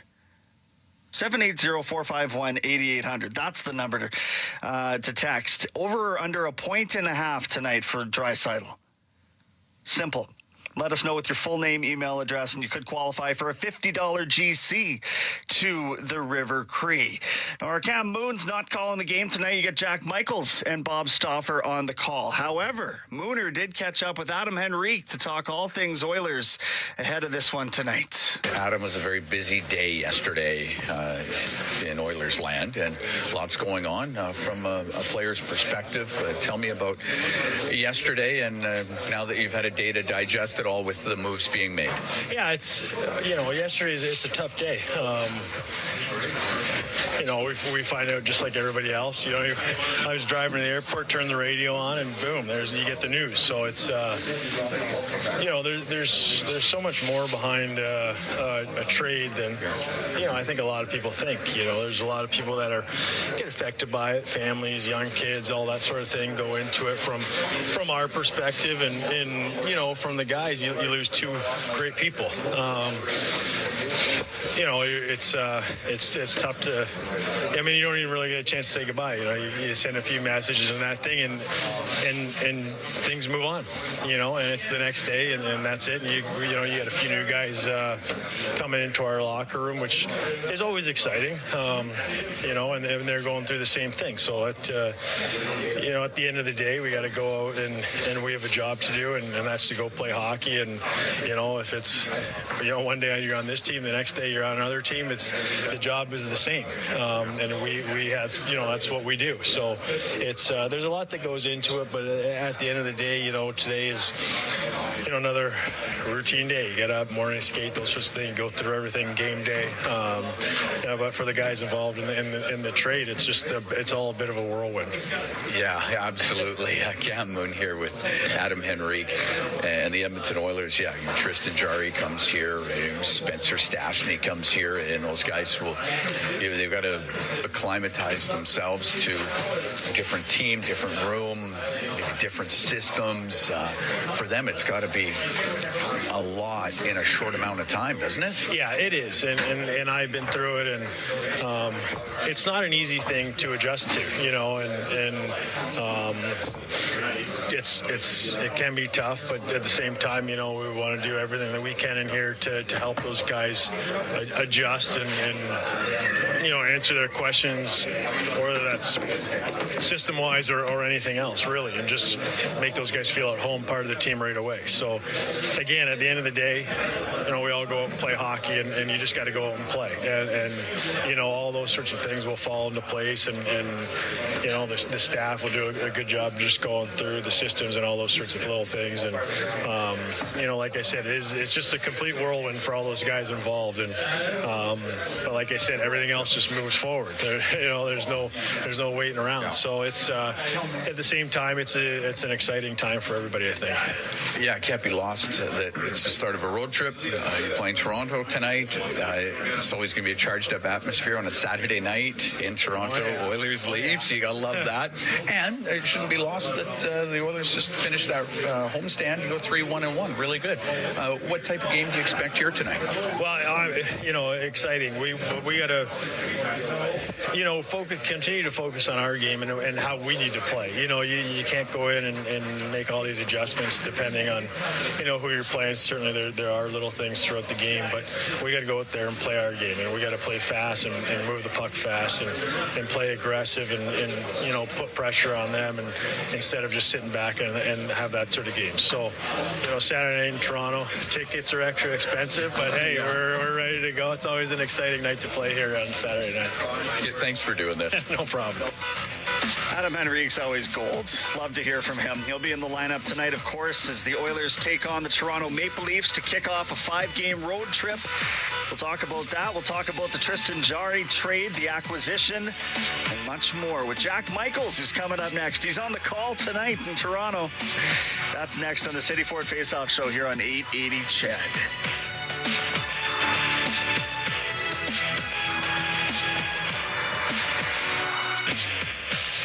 Don't let your retirement dreams get cold. At Touchmark at Wedgwood, you'll find everything you need for a winning season of life. From independent and assisted living to memory care and long-term care. Trade in chores for championship moments with restaurant-style dining, fitness classes, and social events that keep you active and connected. Edmonton's leading retirement community is ready for you to make your move. Visit touchmarkedmonton.com to schedule your tour today. It's game on at City Ford. With an all-star lineup of 2025 Ford favorites, save up to $7,000 on Escapes, up to $8,000 on Bronco Sports, and up to $18,000 on F-150s. Plus, find 0% financing options available on all all 3 vehicles. Score an all-star deal today and spin and win an iPad, Oilers merch, Costco card, even a trip to Mexico. Visit City Ford on the St. Albert Trail. From the National Newsroom of the Canadian Press, I'm Naira Ahmed. 2 U.S. service members and 1 American civilian were killed in an attack in Syria, and Donald Trump says there will be very serious retaliation. There's an ISIS attack on us and Syria. The U.S. and Syrian government blame the Islamic State group, while the Syrian Observatory for Human Rights says the attacker was a member of the Syrian Security Force. The Syrian government says it is looking into whether the gunman was an IS member or carried extreme ideology. It is denying reports of it being a government security member. The U.S. has hundreds of troops deployed in eastern Syria as part of an ongoing counterterrorism operation. Back at home, the Quebec government is warning a draft energy deal with Newfoundland and Labrador could be at risk if it's not settled before next year's provincial election. Quebec's economy minister told the Canadian Press a defeat for the current governing party could jeopardize the almost $34 billion energy supply agreement. The 2 provinces announced a preliminary deal in December of 2024 that would raise the rates Hydro-Quebec pays for electricity from the Churchill Falls plant in Labrador. The Quebec government says it's in Newfoundland and Labrador's best interest to reach an agreement as soon as possible. In British Columbia, the city of Abbotsford says floodwaters are receding, with some areas seeing significant improvement. But the Trans-Canada Highway is still closed, and drivers are being warned against trying to get around flooded areas. Environment Canada says more rain is expected across the already saturated Fraser Valley. In the prairies, temperatures are forecast to reach frostbite risk levels. Cold warnings cover all of northern Alberta, much of central and southern Saskatchewan, and southern Manitoba, where residents can expect to see wind chill temperatures near minus 40 degrees Celsius. Officials are reminding those heading out to bundle up. Today marks Acadian Remembrance Day, with the Prince Edward Island government reminding residents to take a moment and reflect. The day commemorates the Great Deportation, which began in 1755 when thousands of Acadians were forcibly displaced from their homes. They suffered great loss but eventually returned to the island. The island's Acadian and Francophone Affairs Minister says today is also a chance to celebrate Acadian culture in both the province and around Canada. The Toronto Zoo has euthanized one of its lions. The zoo says in an online post that the 13-year-old male lion nicknamed Fintan was put down after getting months of advanced care for nausea, vomiting, and decreased appetite. Fintan came to the zoo in 2012 alongside 2 female lions and was described as having a larger-than-life personality. The zoo says he was the true king of the African savanna at the facility, and his presence will be deeply missed. Brenda Molina Navidad, The Canadian Press, Toronto. And Hockey Canada has announced 14 recommendations to grow women and girls in hockey. More women and girls are playing hockey in Canada every year, but the country's governing body of the sport says it still isn't enough. This is the Canadian Press. In sports, British Columbia's Tristan Jarry is set to make his first start in the net for the Edmonton Oilers tonight when they visit the Toronto Maple Leafs after being traded yesterday from Pittsburgh. Being able to hear that it was for the Oilers, it's very exciting. They obviously have a very good opportunity here, and to be a part of that, it's going to be special. Also tonight, the Winnipeg Jets welcome Washington, the Montreal Canadiens visit the New York Rangers, and the Calgary Flames will be in Los Angeles. Already, the Minnesota Wild beat the Ottawa Senators 3-1 this afternoon. Also, 4-time Stanley Cup champion and former Montreal Canadian Robert Rousseau has died at age 85. Rousseau spent 10 of his 15 NHL seasons with his hometown team. Canada's women's hockey team will look to grab their first win of their rivalry series against the United States as the sides meet for the 4th and final time of the series in Edmonton tonight. Canada has lost the previous 3 games. And the NBA Cup semifinals are on tonight in Las Vegas. From the Canadian Press, I'm Naira Ahmed. This report brought to you by Touchmark at Wedgwood, a full-service retirement community. Experience a full life at Touchmark. Book a tour at touchmarkedmonton.com. Hi, I'm Scott Reeve of Cupboards Express with a holiday poem. 'Twas the night before Christmas when in our fine house there was need of a kitchen, or so said my spouse. It went on my list just a few weeks ago, and now it's here on a sleigh, wrapped in a bow. Santa Claus boasts, "It was light on my wallet," while helping the reindeer fully install it. Then I heard him exclaim, ere they swept up their mess, "Happy Christmas to all!" From Good Cupboards Express. I'm Bob Stauffer, and with my busy schedule following the team around, the last thing I want to do is holiday shopping. This year, I don't have to when I purchase gift cards to Modern Measure. Help that special someone look good and feel great this holiday season, and receive a bonus 10% extra for yourself. Talk about a winning combination. If they can make me look good, imagine what they can do for you. Visit Modern Measure in the heart of Ice District and online at mdrnmeasure.com. Oilers hockey is brought to you by the Butcher Shop at Friesen Brothers. This is the City Ford Face-Off Show on the voice of your Edmonton Oilers. 880 CHED.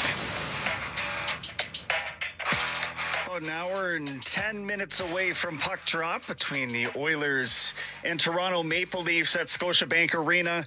They've got a new goaltender in the folds, the Oilers do, as Tristan Jarry has made his way over from Pittsburgh, gets set to start tonight. So no rest for the Wicked, as we are joined by the play-by-play voice of the Edmonton Oilers on Sportsnet typically, but he's ours here tonight. It's Jack Michaels live in Toronto.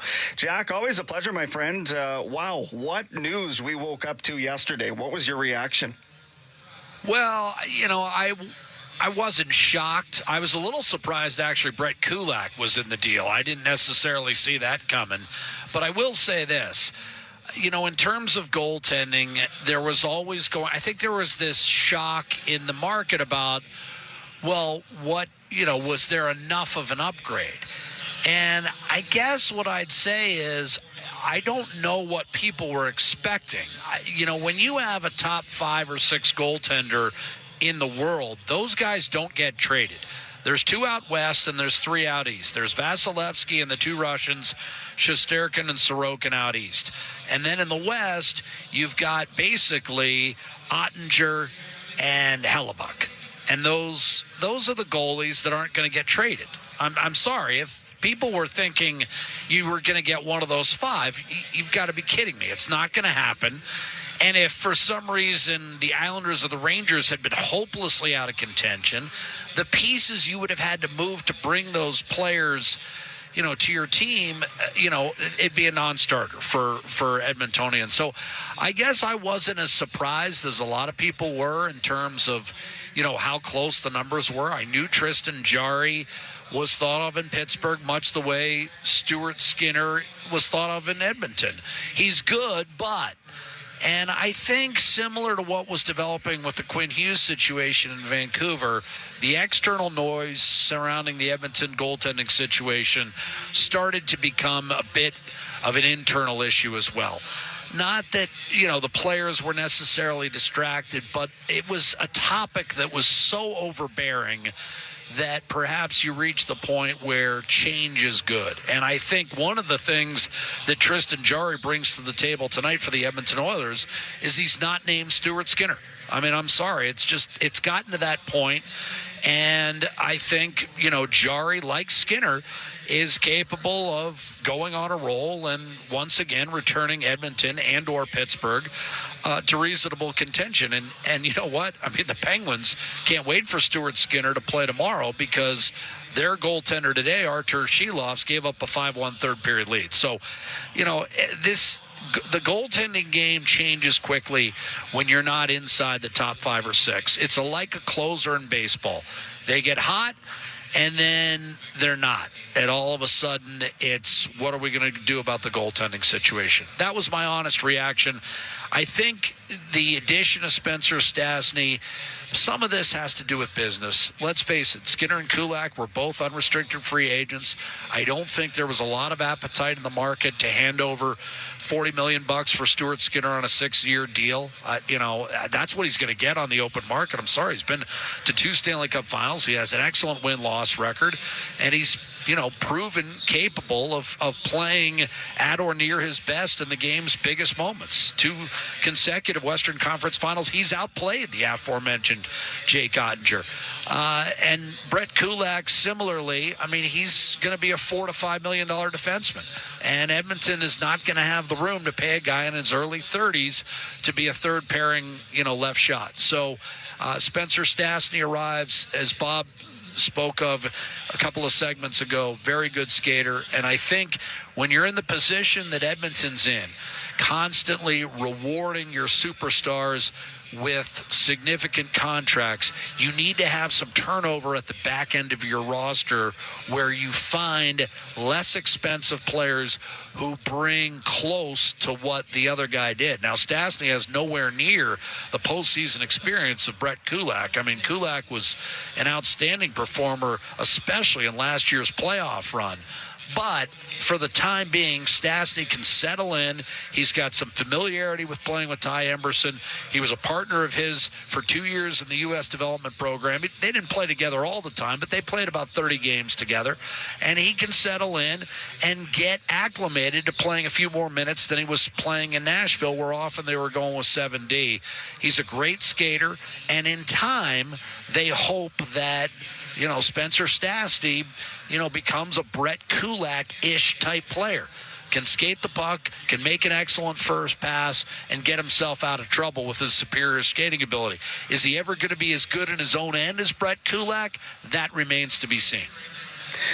So how should Stuart Skinner be remembered in Oilers colors, in your opinion, Jack? He's a guy who took a team that hadn't been to the Stanley Cup final in 8 years to back-to-back finals. I mean, he outplayed the guy that's going to be on the U.S. Olympic team in back-to-back Western Conference finals convincingly. And, I think that outside of Grant Fuhrer and Andy Moog,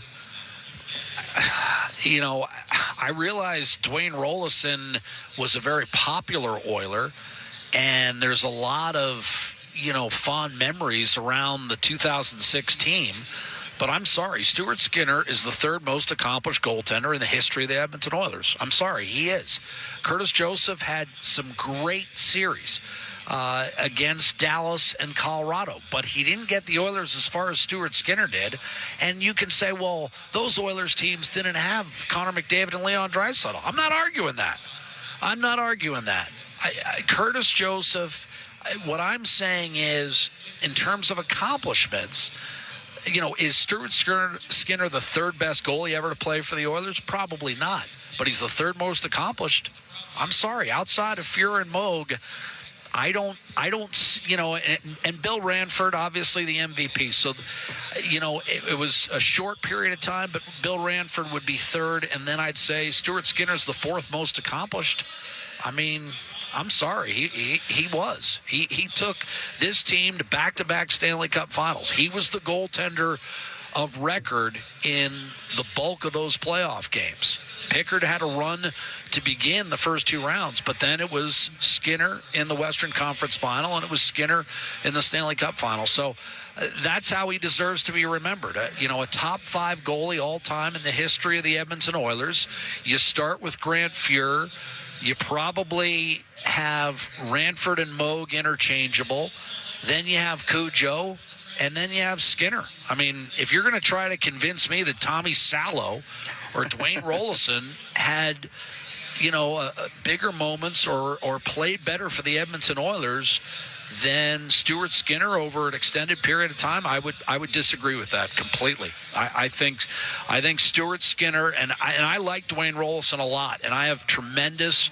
You can't live in Edmonton and not understand how much that 06 team meant to the city.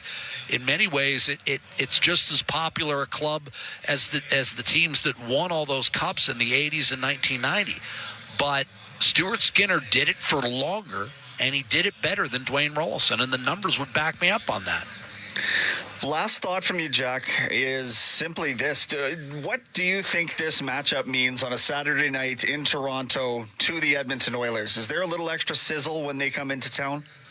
Well, I think the biggest thing is they'd like to get a win against Toronto. Mm-hmm. I mean, the Leafs have actually dominated this series the way few other series have been dominated over the last decade. I mean, Toronto has won 19 of the last 25 meetings between these two clubs and 13 of the last 16 here in Toronto. So this has been a series where they've been exciting games, but Toronto's won 80% of them.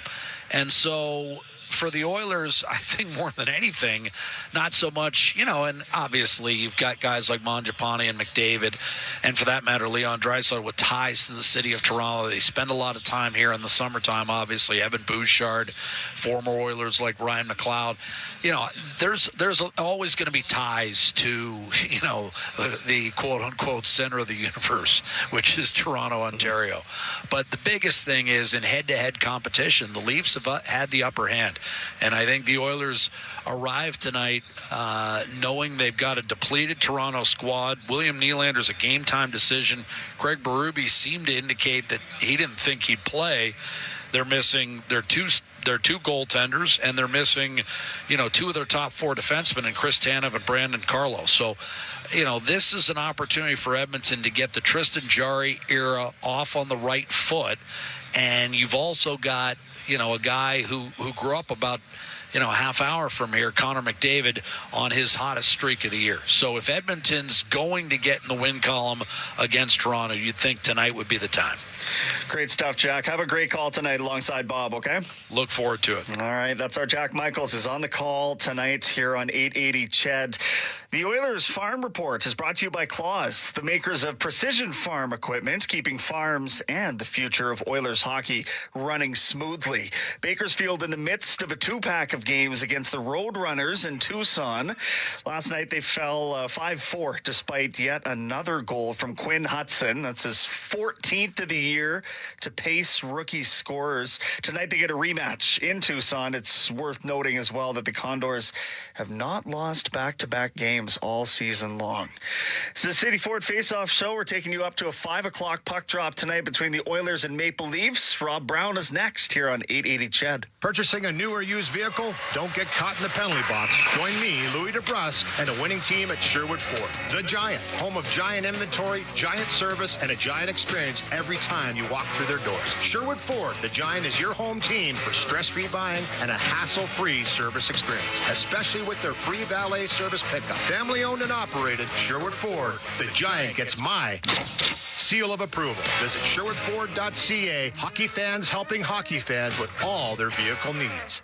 The plan was to replace our old and drafty windows this summer. But summer in Alberta is just too short. We tried to relax, take a trip, catch our breath, and just like that, it's fall. And once again, it didn't get done. But what's actually stopping us now? Our neighbor replaced hers with Window Mart, and she's thrilled. So this year, we're doing it. No more putting it off. Window Mart is your trusted partner for window and door replacement projects. Book your free in-home estimate today at windowmart.ca. Jandel Homes is proud to be celebrating over 50 years of helping Albertans find their dream homes. Visit our show homes located in Edmonton and Grand Prairie, or explore our award-winning community in Morinville. Step inside our sales and decor centers, tour a wide selection of show homes, and discover the quality and style that sets Jandel apart. Jandel Homes, celebrating over 50 years of building dreams. Visit us online at jandelhomes.com. You didn't make it where you are today by simply making do. Status quo, not on your farm. You work harder and smarter because numbers mean everything. You demand more from your equipment. Greater throughput, leading efficiency, intuitive intelligence. Because when your bottom line is the top priority, these letters make perfect sense. Brighter solutions built by Claws.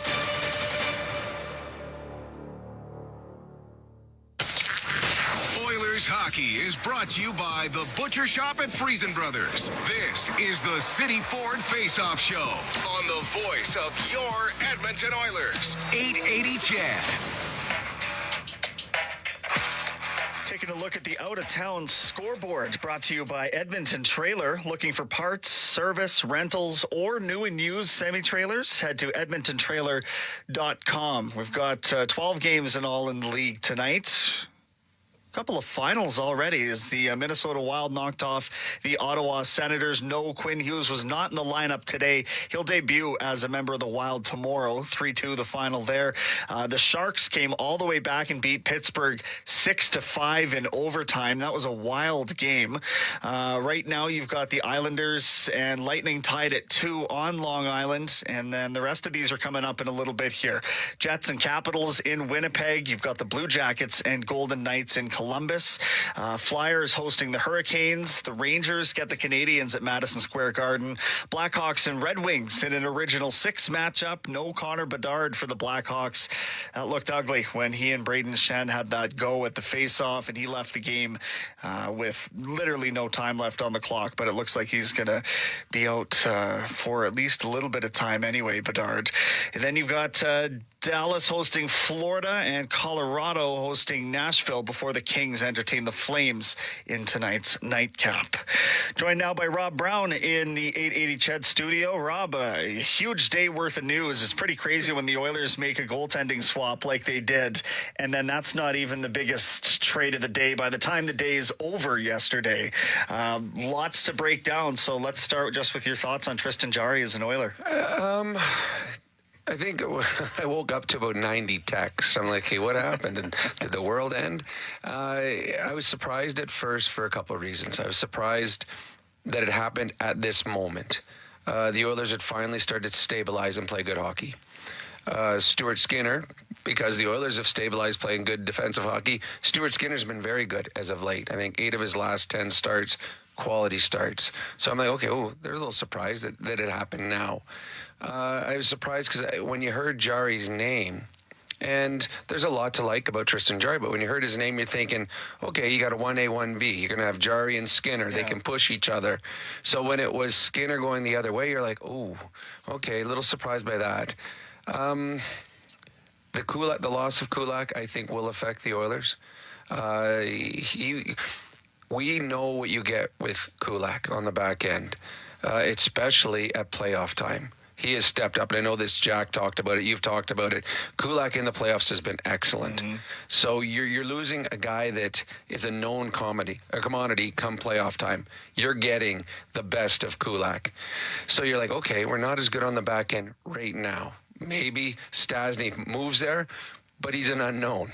Regula, what's he going to be in the playoffs? He's an unknown. Emerson last year didn't play most of the playoff games.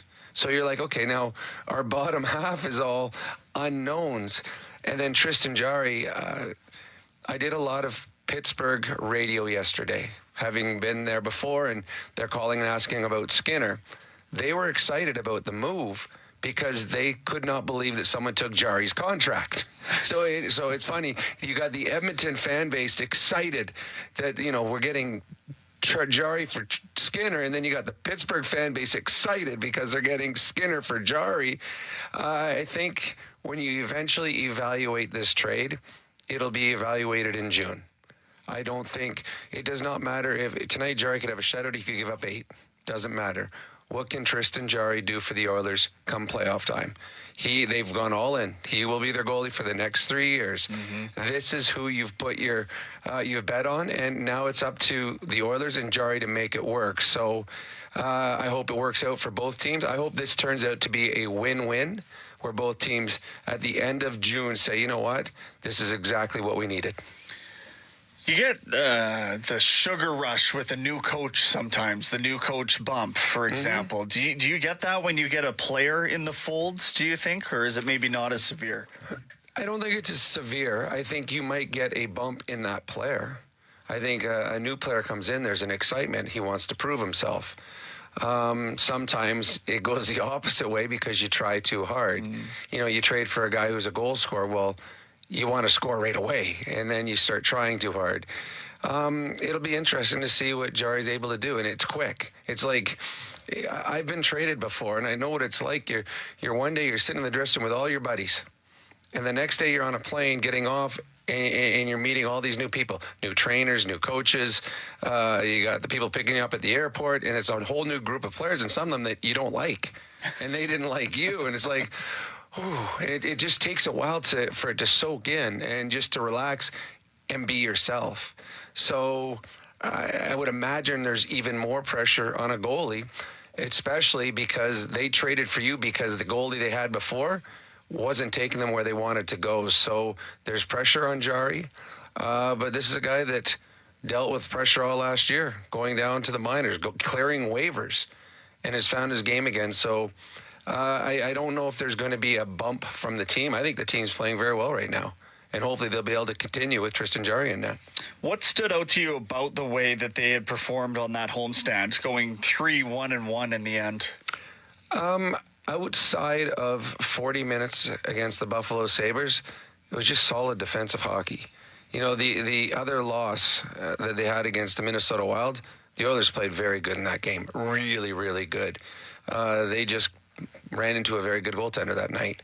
So to me, they're playing better defensive hockey, which is they're not spending as much time in their own zone. They're getting the puck out quicker. They had more jump, more energy, more emotion. All the things that were missing through the first 20 games of the season, they've now found. And it makes it much easier for a goaltender to play when there's predictability with the players playing in front of them. That's why Skinner had really starting to play a lot better. So if the Oilers play like they have been playing with Tristan Jarry behind them, you should find the same sort of success when it comes to wins and losses. Head to Head is brought to you by Crew, property maintenance simplified in Edmonton. Visit mycrew.ca to learn more, and that's mykru.ca.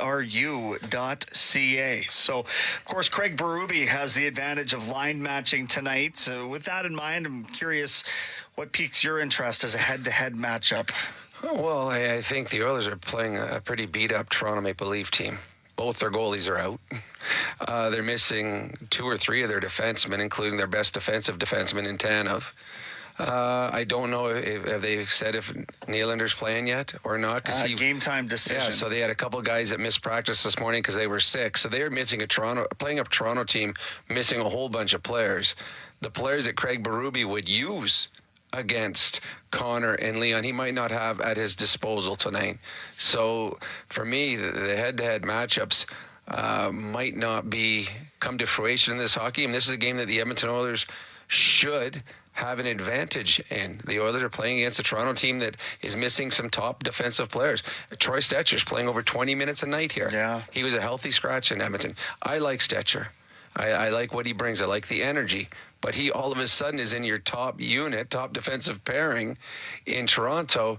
That should be an advantage for the Edmonton Oilers. Yeah, it's hard to believe not that he's floated, because he's been thrown into the deep end here. Mm-hmm. And he's had success. So, good on Troy Stetcher for sure. I know he's missed in Edmonton right now. We've got John Shannon coming right up around the corner. Got to discuss the Quinn Hughes to Minnesota trade. That is a landscape changer in the Pacific Division. Crazy stuff. This is the City Ford Face-Off Show. We're taking you right up to a 5 o'clock puck drop between Edmonton and Toronto in Toronto as the Oilers begin a 5-game road swing through the East. Had a few of these already this season. Hasn't been the easiest sledding, but they'll try and get it going on the road once more. Tristan Jarry starts tonight. We'll talk about it with John Shannon when we get back to the City Ford Face-Off Show on 880 CHED.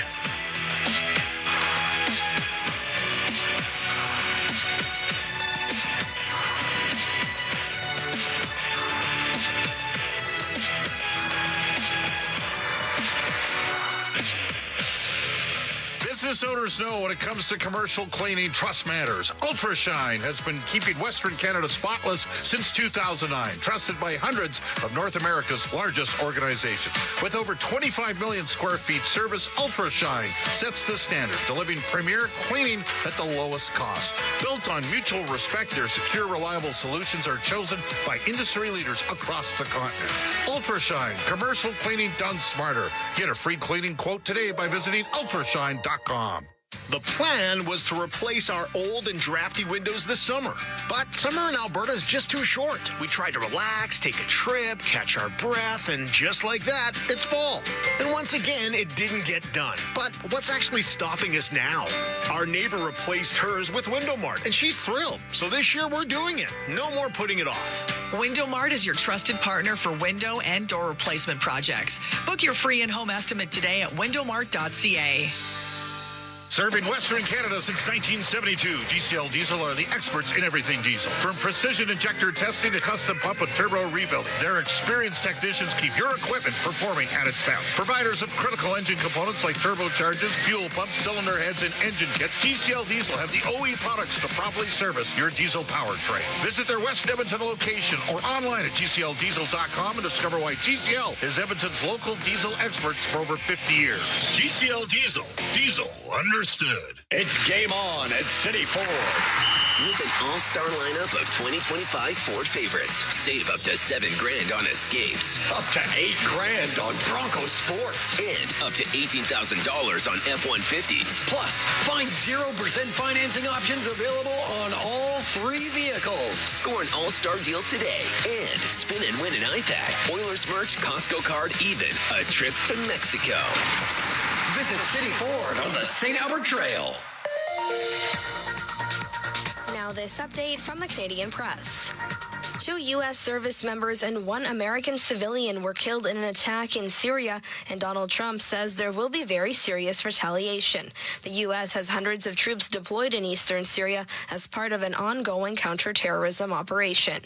Today marks Acadian Remembrance Day, with the Prince Edward Island government reminding residents to take a moment and reflect. The day commemorates the Great Deportation, which began in 1755 when thousands of Acadians were forcibly displaced from their homes. Environment Canada has issued cold warnings for all of northern Alberta, much of central and southern Saskatchewan, and southern Manitoba. In British Columbia, the city of Abbotsford says floodwaters are receding, with some areas seeing significant improvement. And the Toronto Zoo says Fintan, a 13-year-old majestic male white lion, was put down yesterday after receiving months of advanced care for nausea, vomiting, and decreased appetite. From the Canadian Press, I'm Naira Ahmed. This report brought to you by Avalon Foundation Repairs, Western Canada's leading foundation repair and waterproofing company for 55 years. Home of the lifetime warranty. Oilers hockey is brought to you by the Butcher Shop at Friesen Brothers. This is the City Ford Face-Off Show on the voice of your Edmonton Oilers. 880 CHED. Tristan Jarry makes his Oilers debut tonight in Toronto against the Maple Leafs after being acquired for Stuart Skinner yesterday. Brett Kulak going to Pittsburgh along with a 2029 second-round pick. They have also acquired defenseman Spencer Stastny from Nashville, who admittedly I don't really know a whole heck of a lot about, but the scouting report indicates that he's a converted forward. He skates very well and might be able to kill some penalties as well. So eventually in time, could that be a Brett Kulak replacement? Maybe not 1-for-1. I don't know. We'll see. We'll find out together. But we've got John Shannon on the line as well as our Rob Brown here in studio. John, let's start with your reaction to what was the first of 2 blockbuster trades yesterday. Well, I must admit I was a little surprised. The pressure that was on Stuart Skinner for the first 30 games of the season was, in my opinion, a little undue. I thought he was much better of late. And then, in many ways, you have to ask the question, Stuart Skinner for Tristan Jarry, is this a level trade, an equal trade? Right now, I think there's lots of people that would believe that Tristan Jarry is a better goaltender, but let's just wait 2 weeks to understand that one. I do think what happened inside the organization, though, is a lot of people ask the question, can Stuart Skinner get us to a 3rd consecutive Stanley Cup final and win? And I think that there's enough people within the organization that said no, and so they felt that there was a need to try to make a change at the position. I think that's it, John. I think the bottom line is the Oilers don't feel or didn't feel that Stuart Skinner could win them a Stanley Cup as their goalie. Because if they did, they wouldn't have traded him. So to me, and I said it before you came on, this is not a trade that you evaluate tonight after the game. You don't evaluate it 3 weeks or 3 months from now. This is a trade that we will evaluate at season's end and see if Tristan Jarry was able to get them over the hump come playoff time. Well, and the other thing I think, Rob, you look at is, and Stan talked about this yesterday, in a world of salary caps. This is cost certainty for the same period of time that Connor McDavid is an Edmonton Oiler. You have cost certainty with Tristan Jarry for the next 2.5 years. And so that's a positive in all of this. Who knows how much money Stuart Skinner was going to make you pay for in the summertime? Was he going to be more than $5.275 million? Was he? That becomes a question. And I also think that, you know, and I said this last night with Bryn, Stan has no loyalty to Stuart Skinner. He didn't draft him, so he looks at them with a fresh set of eyes, and so does Peter Aubry. And so Peter Aubry's the new goalie coach there, and I think that, you know, you have to wonder what kind of influence he would have on what type of goaltender Skinner is. We know what person Skinner is. He's a great person. We know that, but that doesn't necessarily win you championships.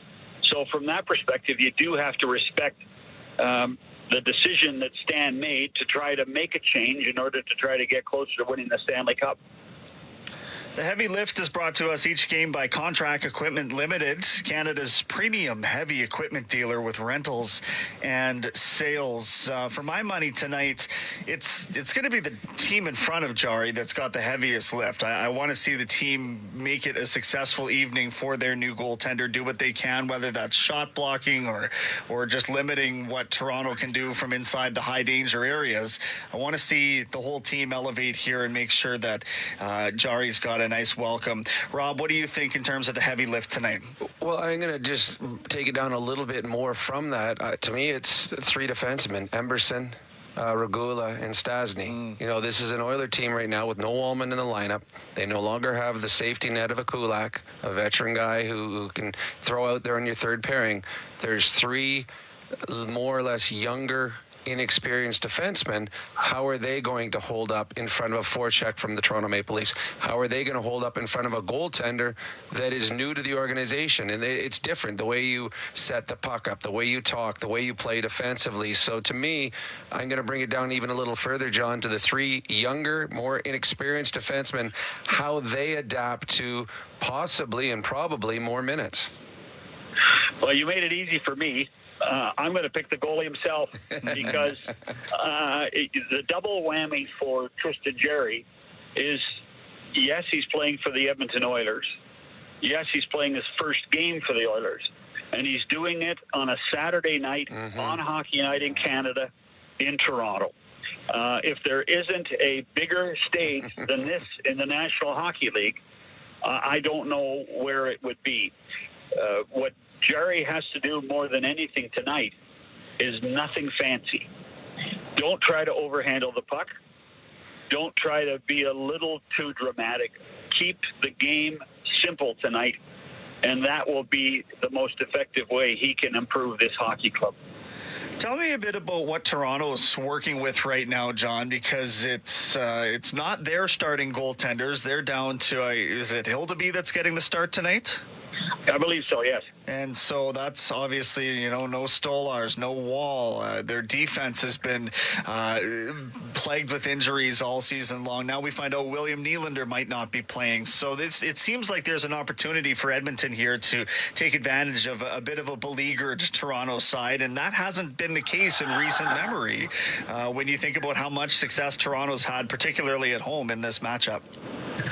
Well, you know, the Maple Leafs are a funny bunch to analyze right now. You're right. No Wall, no Stars. Hildeby has been very good. You know, he's a 6'7" goaltender, so he covers a lot of space, and I think he's impressed a lot of people. The other one was Oliver Ekman-Larsson took a pretty bad hit on their last game and was going to try tonight. It looks like he's going to play. So you have to wonder how effective he will be. This is a team that has not played enough north-south hockey for Craig Berube all season long. They're searching, I think, for their own identity right now. Austin Matthews probably doesn't get the puck as much as he wants because the guy who used to give it to him now plays in Vegas. And so that's an issue. John Tavares has been the best player on the hockey club all season long, no question about it. But at the same time, he's not getting near the ice time that he used to because Matthews is ahead of him. Their bottom 6 forwards are, quite frankly, in parallel with what's happened with the bottom 6 forwards in Edmonton. Are they getting enough production out of those guys? And that has been a challenge. They've had a third line that has probably found a little bit of its own streak right now. Nick Waugh with Bobby McMahon as one of the wingers, and that's probably been as effective as anyone. But this is, and Dakota Josh was on the other side. So that's probably been their most effective line as their third line. And if they are effective, just as with the Oilers, if the third line is effective with Adam Henrique, then they have a better chance to win.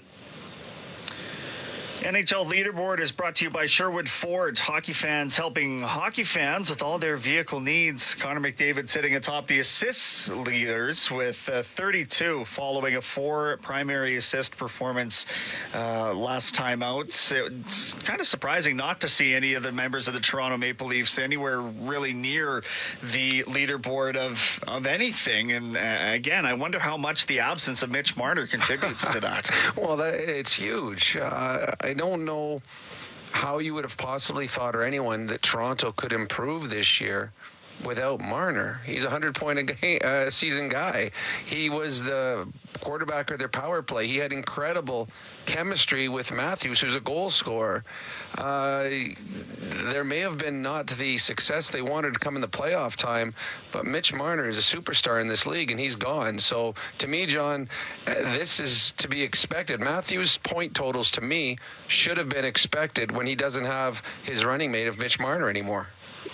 And, it's funny, the parallels, Rob, between Matthews and McDavid, between Toronto and Edmonton have been going since both of them have been drafted. Who's a better player, Matthews or McDavid? The one thing I would say is that Austin Matthews has played much more injured games, and I don't think he's the same player anymore. Whether it's his back, whether it's his wrist, Austin Matthews has played hurt. And you have to wonder now if those are chronic injuries and injuries that will haunt him for the rest of his career. He's certainly not as prolific as Connor McDavid has ever been, but has played a different style of game because Marner has allowed him to play a different style of game. So that to me is a big part of it. The other thing you talk about, he hasn't made helped Matthews get the puck as much. Matthew Nyes hasn't been the same. When those 3 guys played together, they were one of the best lines in hockey. And Nyes hasn't had as good a season this year after signing a huge deal in the offseason as well. So there's a lot of things that Marner affected, whether it be the power play, whether it be the penalty kill, and 5-on-5. So you're right. It's a huge factor. The other guy they miss on this team right now, too, and he's been out for a while now, and there's still a question mark when he's coming back, is Chris Tanev. Yeah. We all know how good Chris Tanev was in Calgary, and before that in Vancouver. Chris Tanev has become the cornerstone defensively for the Maple Leafs, and they really miss him. On the subject of another former Canucks defenseman, Quinn Hughes, in a blockbuster trade, goes from the West Coast to Minnesota. That was a gutsy move by Bill Guerin to go out and acquire somebody like that, and certainly paid a price for it, but he gets the best player in the deal. John, what was your reaction to that late yesterday? Well, I think, the rumors of Quinn Hughes being moved, we shouldn't be surprised. The fact that it was somebody in the Western Conference and the fact that it was the Minnesota Wild, I think, shocked everyone. Jim Rutherford and Patrick Allvin probably did as well as they could, getting a first-round pick and then 3 former first-round picks of the Wild. Marco Rossi, in theory, could be a top 6 forward. I think that, he's been demoted enough times for the Wild to know that they grew impatient with him, even though they took to a new contract. The key from a Canuck perspective is Yves Bouillon. Whether he will blossom in the next 3 or 4 years as a solid defenseman will be the measure of this trade for the Canucks. And Ogren, Ogren's he's a prospect right now. Bounces back and forth between Iowa and the Minnesota team. So we'll have to see exactly what he will be in the long run, too. This to me, the world of the team that gets the best player wins the trade, and that right now is the Minnesota Wild, and it also speaks to where the Canucks are going and what I don't know what to expect out of Vancouver for the rest of the season. Also, if there's ever incentive in the Pacific Division to be in one of the top 3 spots, and not as a wild card team, I think the addition to Hughes to the division of death now. I mean, if you were a wild card team and have to flip-flop and go in with Dallas, Colorado, and now a good Minnesota team that just picked up probably the second best defenseman in the world, I mean, you do not want to have to go through 2 of those teams to move to the 3rd round. So there is incentive for everyone in the Pacific Division to secure one of the top 3 spots. Can you imagine by the end of the season that positions 1, 2, and 3, not necessarily in the Central Division, not necessarily in the Western Conference, but in the whole National Hockey League, positions 1, 2, 3 might be Colorado, Dallas, and Minnesota? And deservedly so. They're that good. Those 3 teams are 3 teams that, they would be tough out come playoff time, and they'd be outs that you would feel it at the end of each series. No doubt that Bill Guerin thinks that he's going to be able to get Quinn Hughes to re-sign there. John, just quickly, how confident are you that that can be a long-term home for Quinn and not just a pit stop on his way somewhere else? The amazing thing about the Twin Cities is that people fall in love with living there and playing there. It is a great place to live. When you look at Marc-Andre Fleury, who, when he got traded from Chicago to Minnesota to play for his friend Bill Guerin, elected to stay and now lives in the Twin Cities because his family likes living there. It is one of the most livable areas of the United States, despite the winters. And yet, I think there's still going to be that, New Jersey effect for Quinn Hughes. The bottom line is the Minnesota Wild have Quinn Hughes guaranteed, I think, for 2 playoff runs. Mm-hmm. And if the Minnesota Wild are able to have 2 playoff runs to get to that 3rd round, as Rob talked about, then I think there's a good chance that Hughes will sign with the Wild long term. Good stuff. I mean, wow.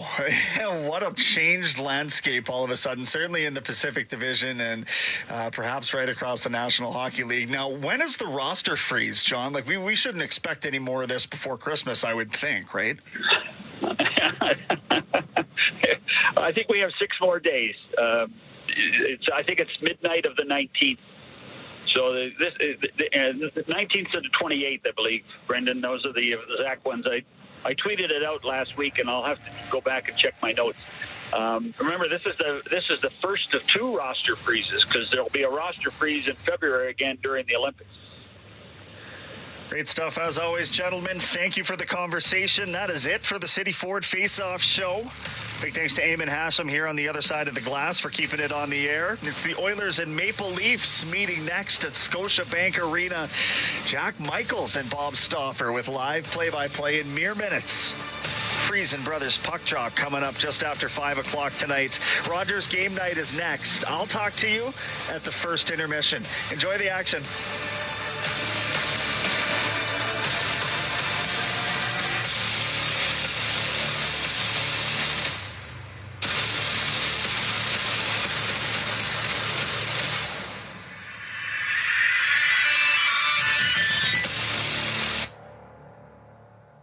Business owners know when it comes to commercial cleaning, trust matters. UltraShine has been keeping Western Canada spotless since 2009, trusted by hundreds of North America's largest organizations. With over 25 million square feet service, UltraShine sets the standard, delivering premier cleaning at the lowest cost. Built on mutual respect, their secure, reliable solutions are chosen by industry leaders across the continent. UltraShine, commercial cleaning done smarter. Get a free cleaning quote today by visiting ultrashine.com. CHED Edmonton. News, sports, authentic talk, all in one trusted place. 880 CHED is Edmonton's go-to source. 880 CHED, Edmonton's news, today's talk. A Chorus Entertainment radio station. You didn't make it where you are today by simply making do. Status quo, not on your farm. You work harder and smarter because numbers mean everything. You demand more from your equipment. Greater throughput, leading efficiency, intuitive intelligence. Because when your bottom line is the top priority, these letters make perfect sense. Brighter solutions built by Claws.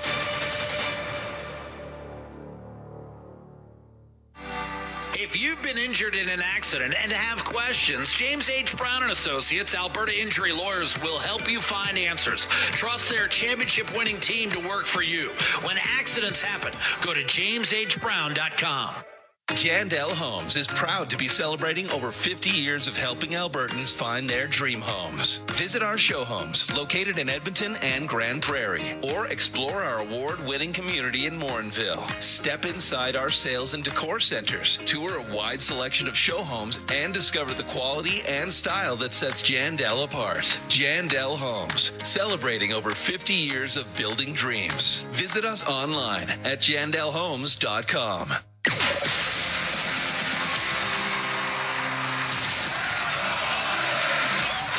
This is Oil Country. Here comes McDavid. This town explodes! And this is Rogers Game Night. Portions of this exclusive NHL broadcast are brought to you by Ford, official partner of the Edmonton Oilers. Ready, set, Ford. Molson, official beer of the Edmonton Oilers. Whether it's Canadian, Ultra, Export, or Excel, there's a Molson with your name on it. Must be legal drinking age. And Rogers, this is our game. Now your host for Rogers Game Night, Bob Stauffer, on the Oilers Radio Network. Edmonton Oilers open up a 5-game road trip, their third 5 or more game road trip this season tonight at Scotiabank Arena, and they'll have a new goaltender and a new defenseman both make their Oiler debuts. Yesterday, the Edmonton Oilers traded Stuart Skinner and Brett Kulak to the Pittsburgh Penguins along with a 2029 second-round pick. They get back former Edmonton Oil King Tristan Jarry along with Samuel Poulin, who was assigned to Bakersfield.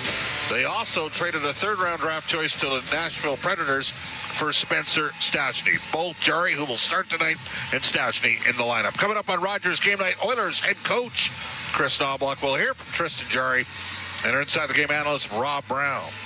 There is a total of 24 minutes to face off, and this is Rogers Game Night on the Oilers Radio Network. This hockey season, let the fun extend beyond the ice with Play Alberta. With casino winners every hour, jackpots worth millions, and revenue that stays in the province, there's never been a better time to sign up. Right now, listeners can score a $50 free bet when they make a minimum $50 deposit with code OIL50. That's code OIL50 for a $50 free bet. Start playing with your game sense today and find out if you're Alberta's next winner. Must be 18 plus to play. Celebrating 70 years in the signage industry, William Huff Advertising is the most recognized name in the game. An in-house, one-stop shop for all of your design, print, and installation needs. William Huff provides quality graphic solutions for everyone. Here in our City of Champions and throughout the nation, they are the preferred signage partner entrusted by many of the biggest corporations, pro sports teams, and organizations to bring their identity to life. Recognize the name, get in the game. WilliamHuff.com. This is the Game File on the Oilers Radio Network. It's Tristan is starting goalie. And just on the acquisitions that you made yesterday in both Jarry and Stastny on the back end, can you just maybe talk about, as management, as a coaching staff, what excites you most about this? First and foremost, I want to thank those players that left us. They had a big part of our runs, and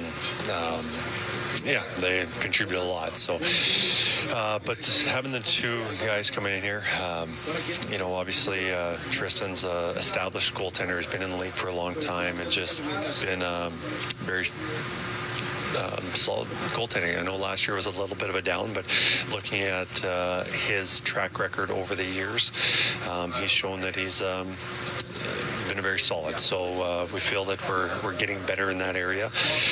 And with Spencer, just a young defenseman who's just getting established in the NHL, been playing really well, and probably, his biggest asset is his skating. Very quick, mobile out there, and has been able to help offensively. He hasn't been an offensive guy, big producer in the past, but has been solid this year, and that's kind of what we're looking for, is just contribute a little bit of offense, good defender, and just more young puck-moving defenseman is a good asset to have. I know the approach to tonight's game is the same, but does it feel like a new chapter with the new management?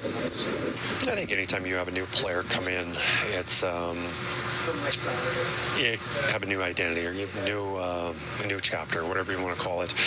I think it's very exciting for everyone. One, coming back to Toronto, just we've got so many Ontario guys, so there's a little bit of excitement about that. But the additions of adding those players coming here, and actually we have some call-ups. We have quite a few new faces around right now, but it is an exciting time for us. That is Edmonton Oilers head coach Chris Knobloch with the game file. And this is Rogers Game Night.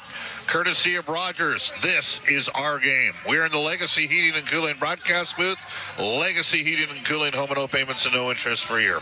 Jack Michaels with the call of tonight's game. Cam Moon, Rob Brown, Brendan Escott, Aidan Gannon, myself, Bob Stauffer, all part of the Oilers Radio Network. Our studio producers this season, Eamon Hashem at the helm tonight, and Kellen Kennedy, and our engineer here in Toronto is Curtis Papetti. All right, let's do this while we have the opportunity. Right here, right now. The Oilers Holiday in OilCountry 50/50 presented by Rogers is now live. Play now for a chance to win early bird prizes, including 20 pairs of Oilers tickets and an Adam Henrique signed game-worn set of gloves. Get your tickets at edmontonoilers.com/50/50 for more chances to win. So, recapping the trades, the Oilers trade Stuart Skinner, a $2.6 million cap hit. Brett Kulak, a $2.75 million cap hit, both pending UFAs, and they get back Tristan Jarry, who was at $5.375 billion. The exact, so money in, money out. Oilers get prospect Samuel Poulin, former first-round pick of Pittsburgh, hasn't really panned out to date. Bigger body that can skate. He's got real good numbers in the minors. And Edmonton gives up a 2029 draft pick in that second-round draft pick in that trade. They also give up a third-rounder to the Nashville Predators for Spencer Stastny. So those are the combinations of the two events. We go to the injury report brought to you by MIC, proud partner, official medical imaging provider to the Edmonton Oilers. We will tell you that Jack Roslovic has started to skate. Probably looking at around Christmas time, maybe coming out on Christmas break. Roslovic was the Oilers' Molson Cup winner in the month of November. That's how well he played. He's got 10 goals, 18 points in 23 games. Kasperi Kapanen sometime in the new year after the former Leaf re-aggravated a lower body injury. Jake Wallman sometime between Christmas and the new year. 20-minute a game right shot D that signed a 7-year extension for $7 million at the start of the year. Noah Philp is back skating and could potentially return even as early as the conclusion of this road trip. Connor Clattenburg is out with an upper body injury. Chris Knobloch mentioned there's a couple extra bodies around. Max Jones recalled from the minors along with Riley Stillman. Jones a forward and Stillman a defenseman. So that's a rundown. Now, Toronto do not have either of their top two goaltenders, Anthony Stolarz or Joseph Wall, though Dennis Hildeby's been outstanding for them. Fourth-round pick out of 2022. He's 2-2-3 at 2.25 goals against average, but a .933 save percentage. They also don't have their shutdown defenseman, Chris Tanev. He skated today in a non-contact colored jersey, nor do they have Brandon Carlo. Dakota Joshua is sick. He will not play. William Nylander missed the morning skate today. He was ill, but he is going to be in the lineup for the Maple Leafs. To the lines of the game, presented by PlayAlberta.ca, the official gaming partner of the Edmonton Oilers. It'll be Connor McDavid with Ryan Nugent-Hopkins and Zach Hyman. McDavid on a heater. 5 goals, 12 points in his last 4 games. Leon Draisaitl with Vasily Podkolzin And Matt Savoy. Draisaitl on a 4-game point streak, 2 goals and 9 points during that stretch. Adam Henrique with Trent Frederick and Matthias Janmark. By the way, this is the first time that Trent Frederick has played against Nicola Waugh since Waugh cross-checked him in the face and got suspended in last year's Stanley Cup playoffs.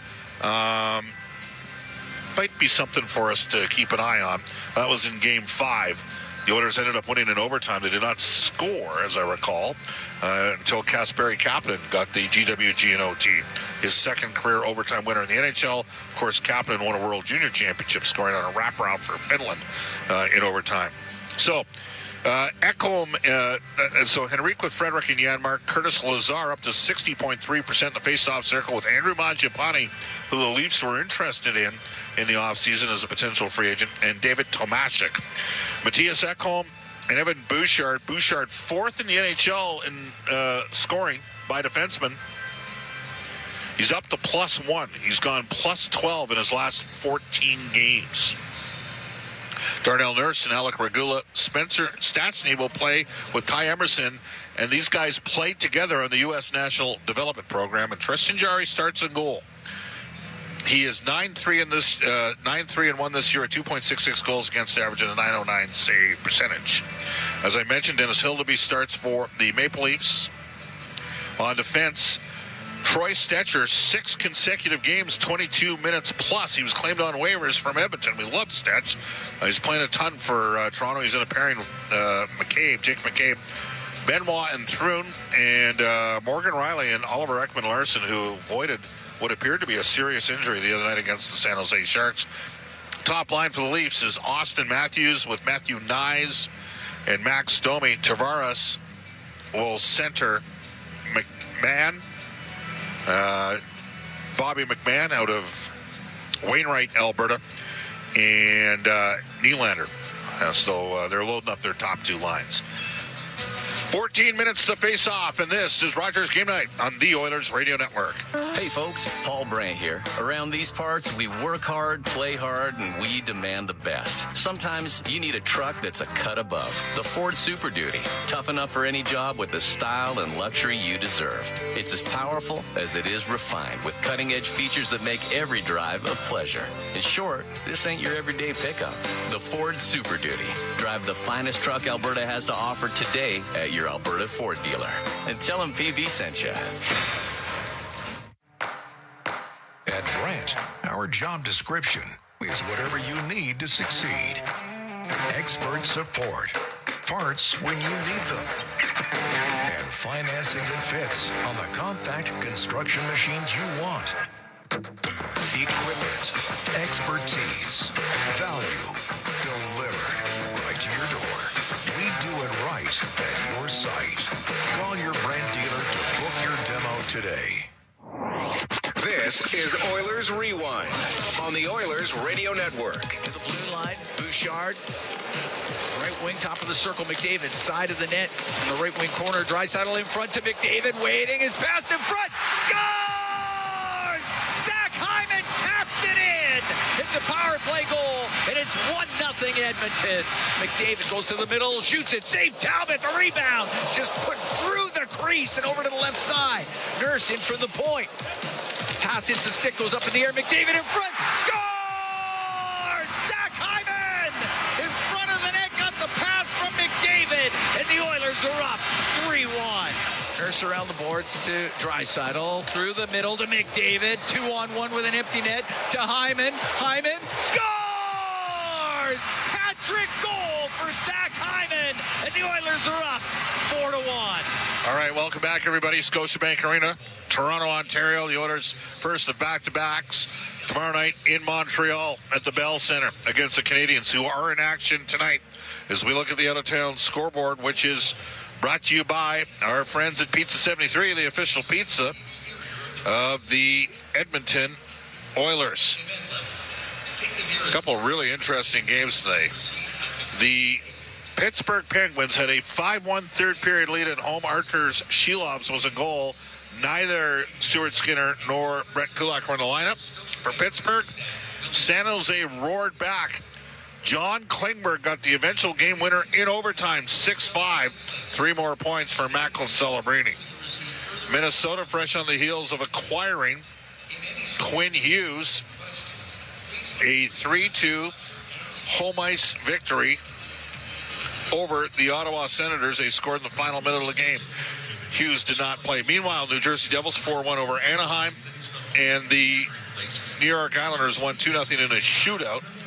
3-2 after having a 2-0 lead, a shootout victory over the Tampa Bay Lightning. Washington and Winnipeg, Connor Hellebuck is back. He will get the start for the Jets tonight. Vegas Golden Knights are in Columbus. Carolina visits Philadelphia. We mentioned the Canadiens and the Rangers. Jacob Fowler is the confirmed starter in the Montreal goal. He won in Pittsburgh the other night against Tristan Jarry. Chicago Blackhawks will not have Connor Bedard. Appeared to suffer a shoulder injury last night off a face-off at the end of the game. The Blackhawks host the Detroit Red Wings. The Florida Panthers are in Dallas. That should be an interesting hockey game. Thomas Harley now back for the Stars. Nashville in Colorado, and a late one, Calgary at the LA Kings. Meanwhile, the Bakersfield Condors last night ended up 2 men down in overtime and lost 5-4 in Tucson. Quinn Hudson scored again. He's leading all rookie goal scorers with 14 in the American Hockey League, and they'll play in Tucson again tonight. And tomorrow, on Sunday, tomorrow, the Edmonton Oil Kings 21-6-3, ranked 3rd in all of Canadian Major Junior Hockey. They host Brandon. There you go. That's our out-of-town scoreboard for Pizza 73. You can hear Jack in the background here. Alberta Blue Cross Travel Insurance, goal of the game. Whatever life brings, we've got the coverage you need. Visit ab.bluecross.ca. And we're going to go to Legacy Heating and Cooling. Who's hot, who's not? Legacy Heating and Cooling, home and no interest, no payments for a year. We already alluded to it. Connor McDavid, 5 goals, 12 points in his last 4 games, 37 points in 25 career games against the Maple Leafs. There is 10 minutes to face off, and this is Rogers Game Night on the Oilers Radio Network. Hey, Edmonton. Big moves need big talent, and AMJ is your go-to partner. For all local residential and commercial relocations, AMJ delivers a smooth, stress-free experience. AMJ, your team for every move. Contact your local branch today. Don't look now, but I think we're being followed. Oh, that's just my Fountain Tire sidecar. Well, they're driving pretty close. Because they're attached. Save up to 15% on select tires until December 13th. Cool. Plus, get up to $125 off a set of 4 Goodyear tires. Anything else? Get $50 off $150 service when you buy those tires. Well, that's handy. Yep. And weird. Well, I love my Fountain Tire sidecar. Book your appointment online today. Restrictions apply. Fountain Tire. We're on this road together, Canada. Hey, Edmonton. Big moves need big talent, and AMJ is your go-to partner. For all local residential and commercial relocations, AMJ delivers a smooth, stress-free experience. AMJ, your team for every move. Contact your local branch today. This is Rogers Game Night on the Oilers Radio Network. It's cool. It's an opportunity, and I'm fully embracing it. I think it's going to be a fun challenge. I think being able to obviously be at the pinnacle of sports, and that's where you always want to be, to have that opportunity to be on this team and to be able to do that, it's going to be special.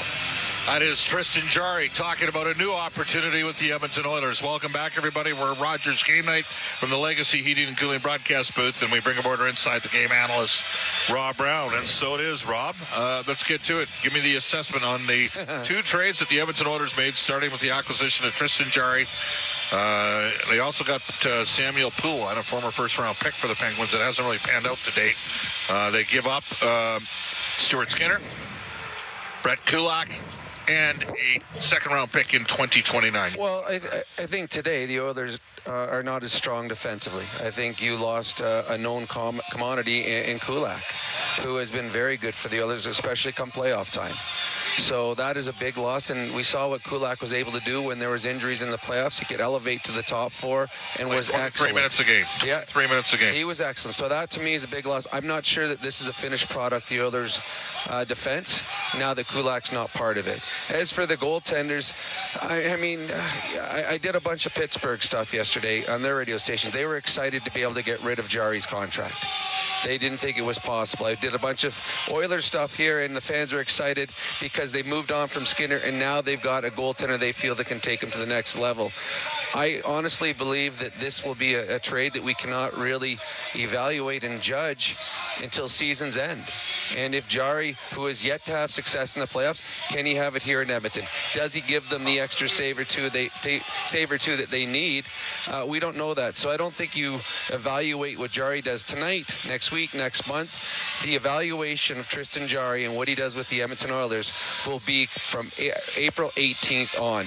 That's when you get to see where this trade takes you. So, Rob, here's where I jump in and say, all right, to get the Edmonton Oilers to the next level. They played in the 7th and 6th game of the Stanley Cup Finals. Like, there was only one goalie. Based on that philosophy, only Bobrovsky was better. I agree. Even though we don't have Stuart Skinner in the top 5 goalies in the world, he outdueled a guy we do think is one of the top 5 goalies in the world in back-to-back playoffs, to Jake Odger. I have Odger's top 5. So I'll cover Skinner there. Yep. And conversely, in the case of Jari, yeah, the body of work in the playoffs, he's at 8 starts. It's a pretty small sample size. It is. No, it is on both those fronts. I agree. I'm a fan of Skinner, and I felt the Oilers could win the Stanley Cup with Stuart Skinner. So did I. And because they were one game, they were a shot away 2 years ago. If McDavid buries that one at the end of the game when he had Bobrovsky, we're going overtime. 100%, and the Oilers were the better team in that series, and I thought Skinner played well. So, yes, I believe Skinner, and I'm happy for Skinner. I think Skinner is going to have success now that he's moved on. It will be easier for him to play. As for Jari, I've watched the Penguins. I always watch him in the playoffs. He has struggled in some of the games. But he's only played 8 games. Well, true. But that goes to you got rid of the guy that played 50. So, again, the evaluation of Tristan Jari doesn't start until the playoffs begin. That's why he's not brought here to have a good regular season. He's brought here to get the Oilers a Stanley Cup championship. So, to me, it's good for Skinner. It's good for Jari. Hopefully, at the end of the day, this is a trade where both teams win. All right, let's go to the Ford Keys to the Game, brought to you by Ford, the official partner of the Edmonton Oilers. Ready, set, Ford. I'll give you one right away. Jari has given up a lot of first shots against, which we saw a bit with Skinner. He's got to get through the nerves of coming to a new team. Give me another key for tonight. Well, I think there's a couple. One, the Oilers got to take advantage of the fact that there's no Carlo, there's no Tanev on the back end for Toronto. Those are their two defensive defensemen. The Oilers got to take advantage of that. And on the other side, you've got a new goalie coming in. You want to be good defensively. So to me, there's more pressure on a Regula, on an Emberson, and also on Stastny. They're going to be getting more ice time than they're usually getting. So there's going to be more pressure on those players to step up. So those tonight are the keys for me. All right, that's our Inside the Game analyst, Rob Brown. More with Rob and Brendan Escott during the first and second intermission. Cam Moon has got the night off. He's going to do tomorrow's game. Jack Michaels, who's going to call about 70 games this year for NHL Hockey and Rogers, I'm pleased to say, is in the booth with me tonight, and we are looking forward to it. It's always a beauty coming here to Scotiabank Arena. Jack Michaels up next. The Edmonton Oilers at the Toronto Maple Leafs, live from Scotiabank Arena on Ford Dealers NHL Hockey and the Oilers Radio Network. Over the last decade, the world of work has changed dramatically. It's a change that can cause a disconnect between a company and its employees. But a partnership with Aon can help by making decisions that create a more flexible, engaged, and resilient workforce. Aon's experience and expertise, global understanding, and advanced analytics ensure that every client is better informed and better advised so that they can make better decisions.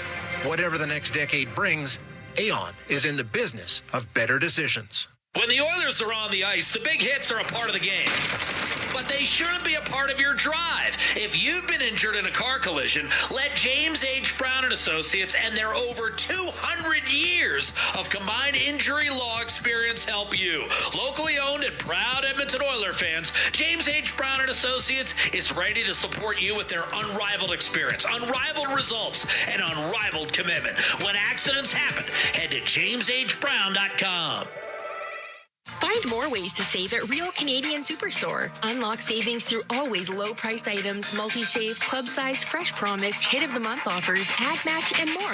Find everything you need from grocery staples, fresh produce, prepared meals, and multicultural assortments to clothing, home, entertainment, health, and beauty. Plus, PC Optimum members save more. Open the PC Optimum app to load exclusive super coupons and weekly points offers. Real Canadian Superstore. Proudly Canadian. See weekly flyer for details. 40 years strong in Western Canada, Pizza 73 has been serving up the pizza you crave. From their famous pan pizzas and golden crispy wings to bold new creations like stuffed crust and the all-new Volcano Pizza. They keep bringing the flavor. Born in OilCountry, made in OilCountry. They're proud to be serving Edmonton since 1985. Pizza 73, the official pizza of the Edmonton Oilers. Order now at pizza73.com.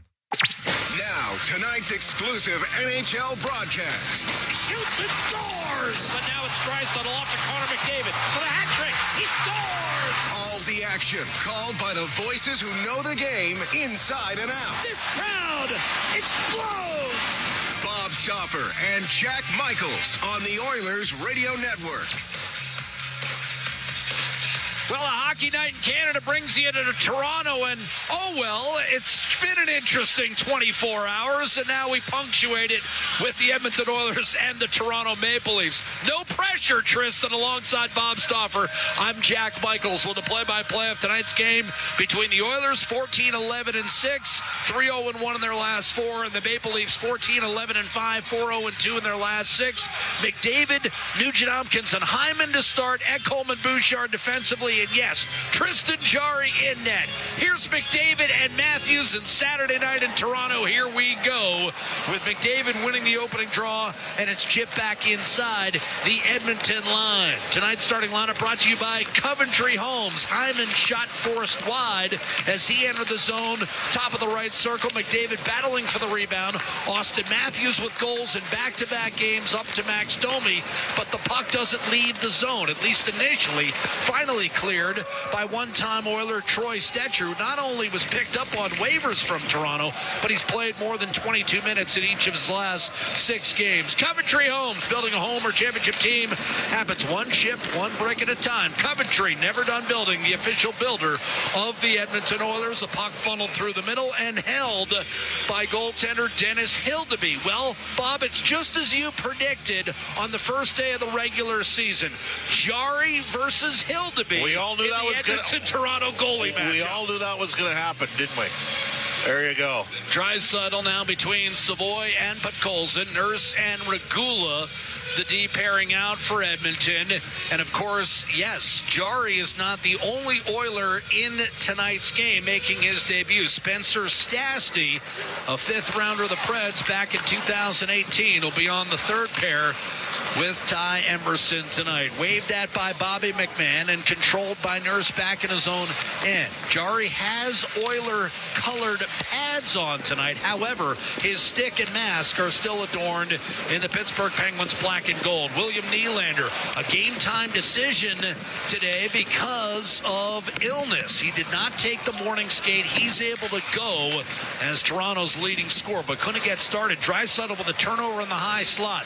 Nylander the steal, 11 goals, 34 points this year to Tavares into the slot, grabbed by McMahon, who's coming off a one-game suspension. A redirect by Tavares on net, and a save made by Jarry, who started Thursday for Pittsburgh in a 4-2 loss to Montreal, where he made 25 saves. Puck exits the zone, blasted back in by Benoit. Jarry, 9-3-1 on the year, and a .909 save percentage. And yes, in case you're wondering, the Penguins started Shelovs today because it was a day game and coughed up a 5-1 third period lead in a loss to San Jose. So presumably, Stuart Skinner will make his Penguins debut tomorrow when the Penguins play on the second of a back-to-back. Front end of a back-to-back for Edmonton, and they go to work with Janmark centering in tight, and Frederick was denied by Hildeby, a 6'7" goaltender out of Sweden. Driving in from the right-hand side is Stephen Lawrence. He's cut off, however, by Emberson, played up the left-hand boards by Stastny. Was a regular in the Nashville lineup. A puck comes through to the slot, and Jari directs ahead for Janmark and now Frederick. This line struggled the other night when Edmonton beat Detroit 4-1 on Thursday. A one-timer and a save on Bouchard, set up by Frederick, by Hildeby. The rebound grabbed by Tomashik, and now Curtis Lazar going to work, but he got flattened by Jake McCabe, and out of the zone comes Easton Cowan, whistled in by the aforementioned Stetcher, who again was picked up on waivers earlier this year from Edmonton. Tomashik off the rush with a right wing wrist shot that's fended off by Hildeby. Bouchard pinches down low. We've played 3 minutes. The Leafs able to clear up the left-hand side. A rolling puck gathered by Ekholm. Referees Furman South and Brian Pochmara. Linesman Bob's favorite, Chandler Alfonso, along with David Brisebois. Looking to clear and eventually funneling it back through the middle and taken by Morgan Riley of Toronto. Stolen by Bouchard, and here's McDavid through Riley and scores! Drags it to his forehand and beats Hildeby. Morgan Riley never picked him up, and Connor McDavid took advantage, busting down the slot and dragging to the forehand for the 1-0 lead for Edmonton. That's his 6th goal in his last 5 games, and he ties Draisaitl for the team lead with 17. Shot out of a cannon. Great little 3-foot pass from Evan Bouchard. Recognized that McDavid was on his horse and he was going, and he was gone. And Riley has had his tough moments defending Connor McDavid in this building. Famously undressed in a 6-4 Edmonton win about 8 years ago. That one, Riley was just slow to rotate over, didn't recognize the danger at hand, and McDavid just busting down the seam, and Morgan Riley, and we got a high stick. But Colson took one right in the chops, and Edmonton, having grabbed a 1-0 lead, will go to the power play as Max Domi got his stick up high on Connor McDavid. This Oiler power play brought to you by Atco Energy, your trusted Alberta retailer. Learn more at atcoenergy.com. Domi to the box, and the Oilers with an opportunity to take complete control here. Domi high sticking at .338. The reason I say that emphatically is that Edmonton has an excellent record when they get the first goal. 11-1-3 on the season. And this power play, Bob, as you know, extremely hot with 8 goals in its last 6. And it's up to 32.1%, second in the NHL. Leafs penalty killing's good. It's 11th in the league at 82.1%. McDavid from Bouchard, his 17th, came in as the league's second leading scorer behind only Nate McKinnon. Belted up the left-hand side off the draw, but McCabe did not get it out. Draisaitl moves it over to McDavid. Drag move to the left half boards, and then feeding Bouchard up top high slot. Now McDavid down low, handled by Nugent Hopkins. It's McDavid, little spin move in the high slot. He battles, he beats a man, drops it off. Draisaitl to the net, kick save made Hildeby. And again, he goes 6'7", eats up a lot of space, but Lawrence didn't clear. Bouchard, however, tried to force it through traffic, and it was deflected away by Scott Lott. Now Bouchard on to McDavid again with blinding speed, cuts around McCabe and gives it up for Nugent Hopkins, who gets it back from Bouchard. Left circle, in front, Hyman denied. What a save, Hildeby. Rebound, Draisaitl, and a blocked shot by McCabe. The net was wide open, and Draisaitl fired it right into McCabe. Draisaitl, second in the league with 8 power play goals. Here a giveaway. Yarncroke is able to hack it out of the zone. He was limited to 19 games last year, an injury-plagued year, and scored only 1 time. Nearly 5 minutes gone in this first period. Riley the steal off to Yarncroke. A blast off the glove of Tristan Jarry, and then a big hop over the crossbar and back into the slot.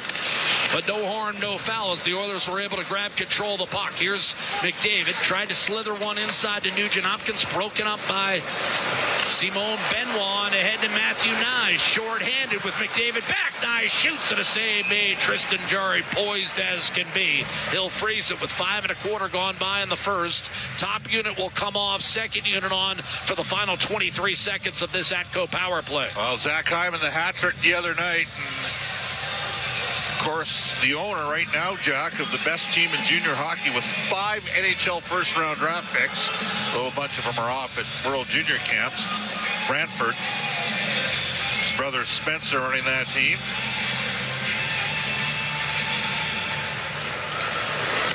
Off the draw, McCabe wisely back to Stetcher, and Bob, it looks like Toronto's just going to milk some clock here and wipe out the remaining power play time, but still an outstanding start for Edmonton. And McDavid, playing about a half hour from his hometown of Newmarket, is flying. McCabe, no surprise, that's his 19th career point in 12 games in this building. But the Oilers, Toronto's had Edmonton's number, as you know. 19-4-2 in the last 25 games between these two clubs, and we told you again earlier, 13-2-1 the last 16 here in Toronto, and a cover by Hildeby on a dump-in. Hildeby's playing because both Joseph Woll and Anthony Stolars are out due to injury. Little scrum in the corner, but nothing major, Bob. Yeah, Stolars he had a great year last year. Just been okay so far this year at 884. Wall has been very good.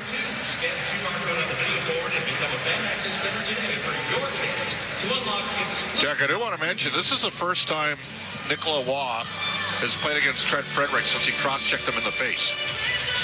You recall Game 5, Vegas, a game that was ended by Kasperi Kapanen's overtime winner.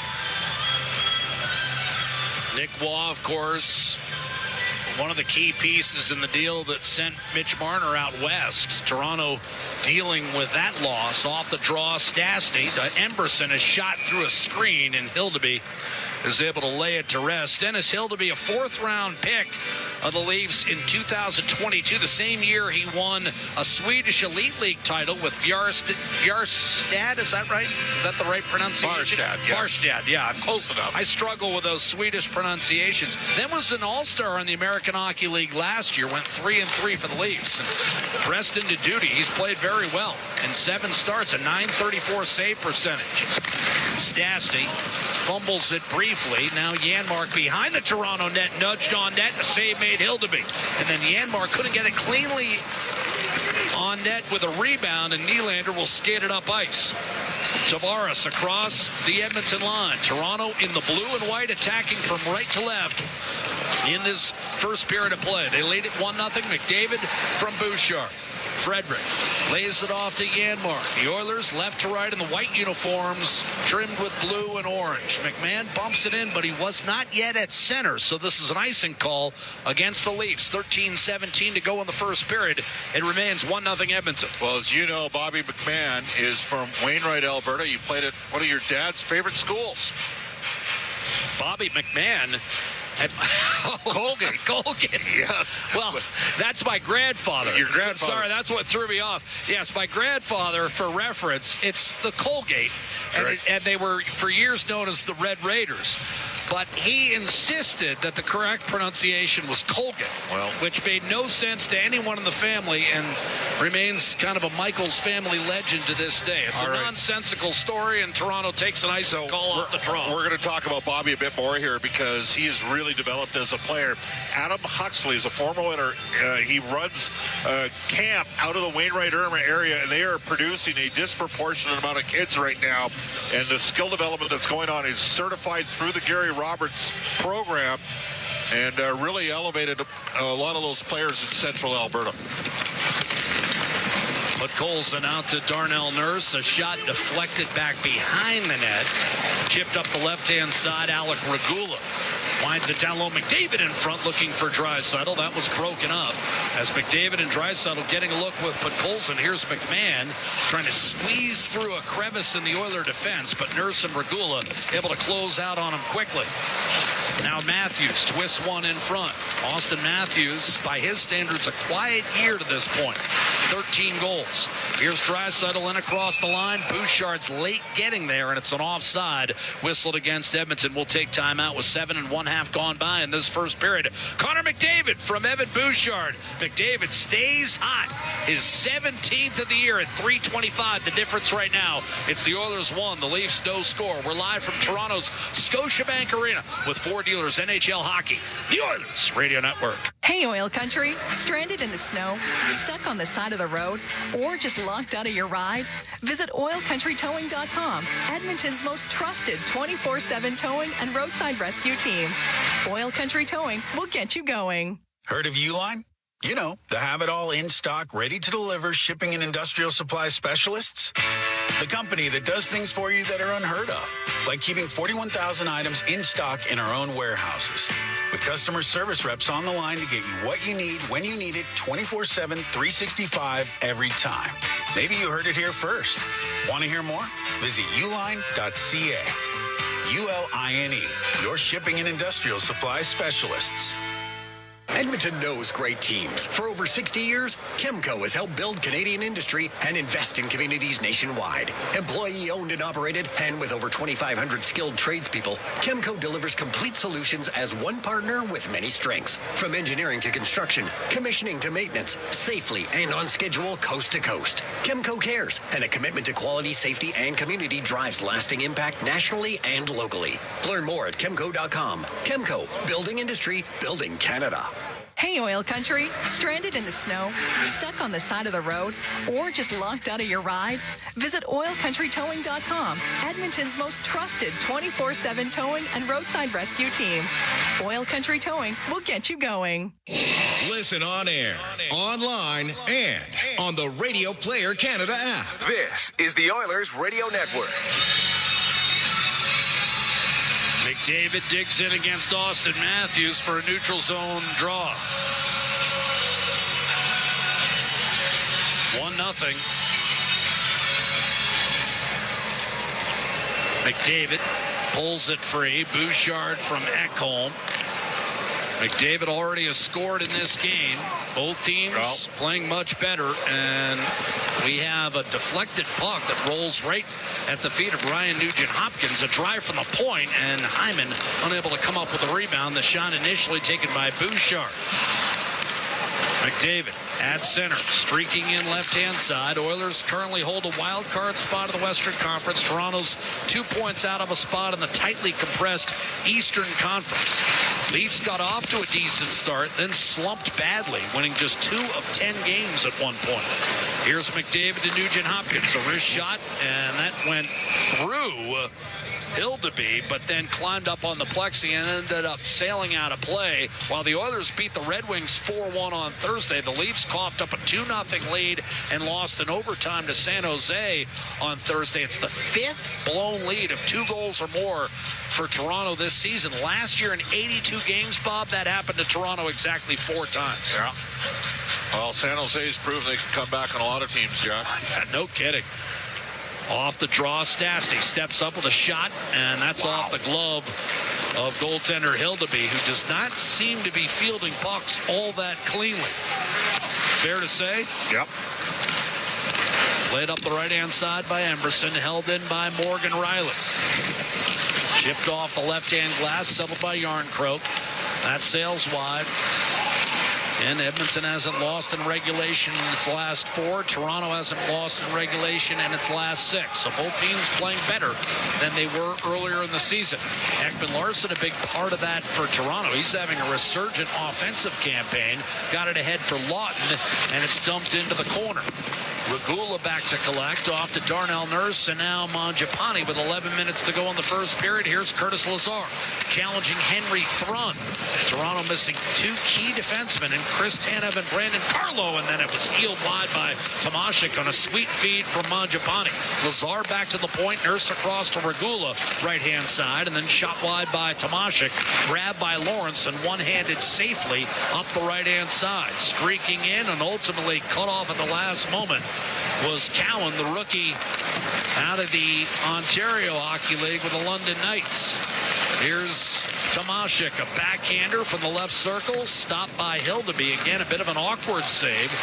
Rebound, Cowan did not get it out. Draisaitl had it poked away, but Mangiapane will keep it alive. Draisaitl across, drag move, Bouchard loading up. Backdoor play, and then one extra pass. I'm surprised at the last moment Mangiapane. Shoot the puck. I was going to say, tried to feather that one through to Matt Savoy when the play there was shot. McMahon won a battle. Tavares in the offensive zone for Toronto. Pulls it behind the net up to Morgan Riley. A redirect by Tavares sails wide. Ekman Larson creates for William Nylander. Right side, Bobby McMahon. Checked by Draisaitl. McMahon tries to fight him off and does so. Nylander, a centering pass. One-timer. Ekman Larson and a kick save by Jari. Here's Draisaitl up the left-hand side. Held in by Morgan Riley. And now Nylander on top of the puck for Toronto. We've been told Jari has quick feet, and he showed it on that particular stop. Ekman Larson able to reel in an Oiler clear as both teams make wholesale changes in personnel. 9 1/4 remaining in the first period. Here's Nyes backhanding it along the boards for Domi. Matthews out of the reach. Now Matthew Nyes taken off the puck, and once again McDavid has a little extra juice tonight. Gets it back from Hyman across the line. One-timer, Nurse just wide. Rebound, swing and a miss. Hyman had the whole right side of the net, but did not make contact with the puck. McDavid waits for contact from McCabe, then gives it up for Nurse. High slot, you've got Hyman coming off a hat trick, the 6th of his Oiler career, turned it over. 2-on-1. It's Benoit, shot by Nyes, a rebound, grabbed by Regula as Jari made the initial save, and the puck eventually exits the zone. Riley will force it back in. Zach Hyman a bit high in the offensive zone. He's usually the low support guy, and he turned the puck over there, and the Oilers evaded disaster. 8:15 to go in the first. Oilers cough it up as they hit the Toronto line. Riley, left side, and spilled in by Nick Waugh. Slow going for Waugh offensively. He's usually about a 15-goal man. He only has 2 for Toronto. Riley across, Ekman Larson a shot, and that was pushed wide. Rebound Riley. Again fires wide of the net. Platters off the boards. Ekman Larson up top for Calle Jarnkrok. Down low, no one really in vicinity there, as it was Spencer Stastny off to Trent Frederick, who will advance up through center. Checked by Ekman Larson off the puck. Jarnkrok across to Riley. 7:40 to go. A good pace to this first period. And Edmonton with a 1-0 lead. McDavid from Bouchard. Spilled in by Lawton. Directing traffic will be Jari.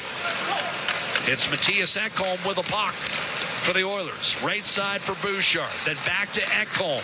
Fed along by Mangiapane. And what do we have? Offside. Mangiapane in prematurely. 7:20 to go first period. A timeout from Toronto. The Oilers have grabbed a 1-0 lead on the road against the Leafs. Connor McDavid is 17th of the year. This is Ford Dealers NHL Hockey. The Oilers Radio Network. At Sobeys and Safeway Liquor, they recommend pairing locally distilled spirits and their ice-cold beer selection with... And Oilers win! Sobeys and Safeway Liquor, proud partners and fans of the Edmonton Oilers. Please enjoy responsibly. Hey, Paul Brandt here. Big skies, rugged landscapes. Now that's Alberta in a nutshell. And if you're looking for an SUV that can keep up with this place, check out the Ford Bronco.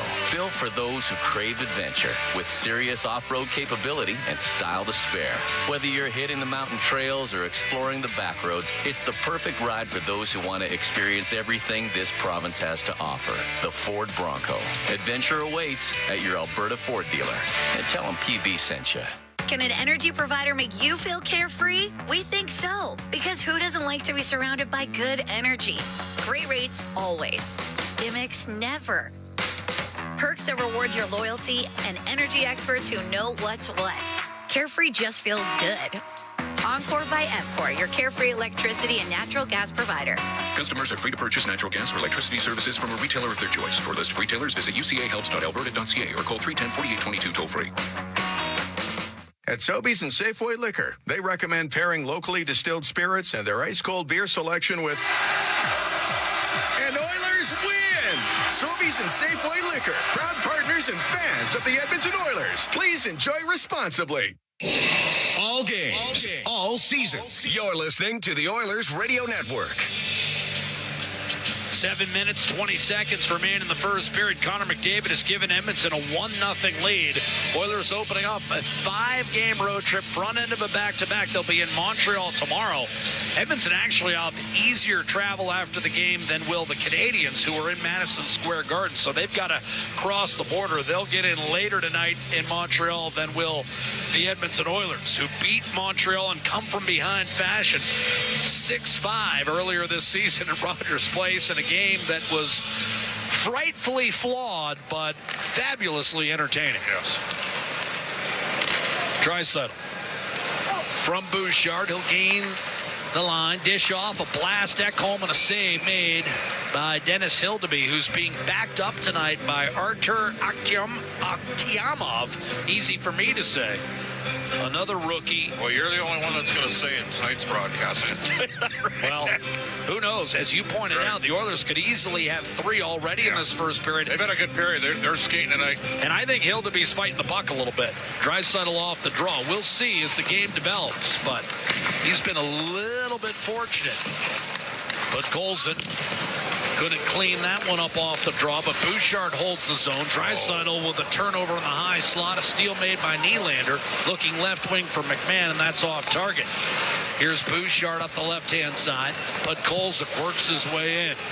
Played a great game against the Detroit Red Wings the other night as Edmonton won 4-1 to punctuate a 3-1-1 homestand. Here's Ekholm behind the net for Draisaitl. Lost the puck again. Cleared by McCabe, but not out. Held in by Regula. Slide step to his left. Beautiful move around McCabe, and then shot it wide. He was looking for his first goal since April of 2022. Nurse will wire it back in for the Oilers, and it's settled by Hildeby. McCabe to Troy Stetcher. And now McCabe, right-hand side. Max Domi right in front of the Toronto bench. He'll just pop it back. The Leafs are 9-4-5 at home. They've had a number of wild games in this building. Lots of lead changes. Most in the league by venue. Here's Nyes, a shot from the point that drifted wide. And if you're wondering how could that be a statistic, I wondered too until I read it. Here's Hyman clearing back to center. Austin Matthews creating for Nyes. He momentarily stumbled with that puck and then fed it back down low for Matthews, who took his eye off it, and then allowed Alec Regula to play it without any trouble up through center. Ryan Nugent-Hopkins, a point-per-game player this season for the Oilers, hoisted in deep. Around the boards, Benoit. Left side, big hit on Nyes by Ty Emberson, who also was strong against Detroit on Thursday night. Oilers salvaged a split of the season series with the Red Wings. They'll see Toronto on home ice in February, right before the Olympic break. Here's Nyes. Chipping it back to Ekman-Larsson. Benoit flipped it behind Emberson and grabbed by Stastny up the right-hand side. Turned over and then across and blasted high and wide off a feed by Nick Waugh. Nick Robertson unable to make the connection. Here's Frederick in deep for Adam Henrique. And a long dry spell for Henrique without a goal in his last 23 games. Stastny, he scored once for Nashville this season before being acquired for a third-round pick yesterday. He had no idea. I talked to him, and he said he hadn't a clue. He was totally shocked by the deal. Janmark up the right-hand side. Easton Cowan on him, threw it across, and that was broken up. Ekholm, chip back through the middle. Jake McCabe at the blue line, up to Cowan, too far, and now Bouchard on it. Tomashik in across the line, hacked away by Morgan Riley. Bouncing puck corralled by Stephen Lawrence, and now Cowan looking for Lawton on his backhand. A St. Jarry rebound score. Easton Cowan ties the game for Toronto with his 4th of the season. And the Oilers give up a goal off the rush.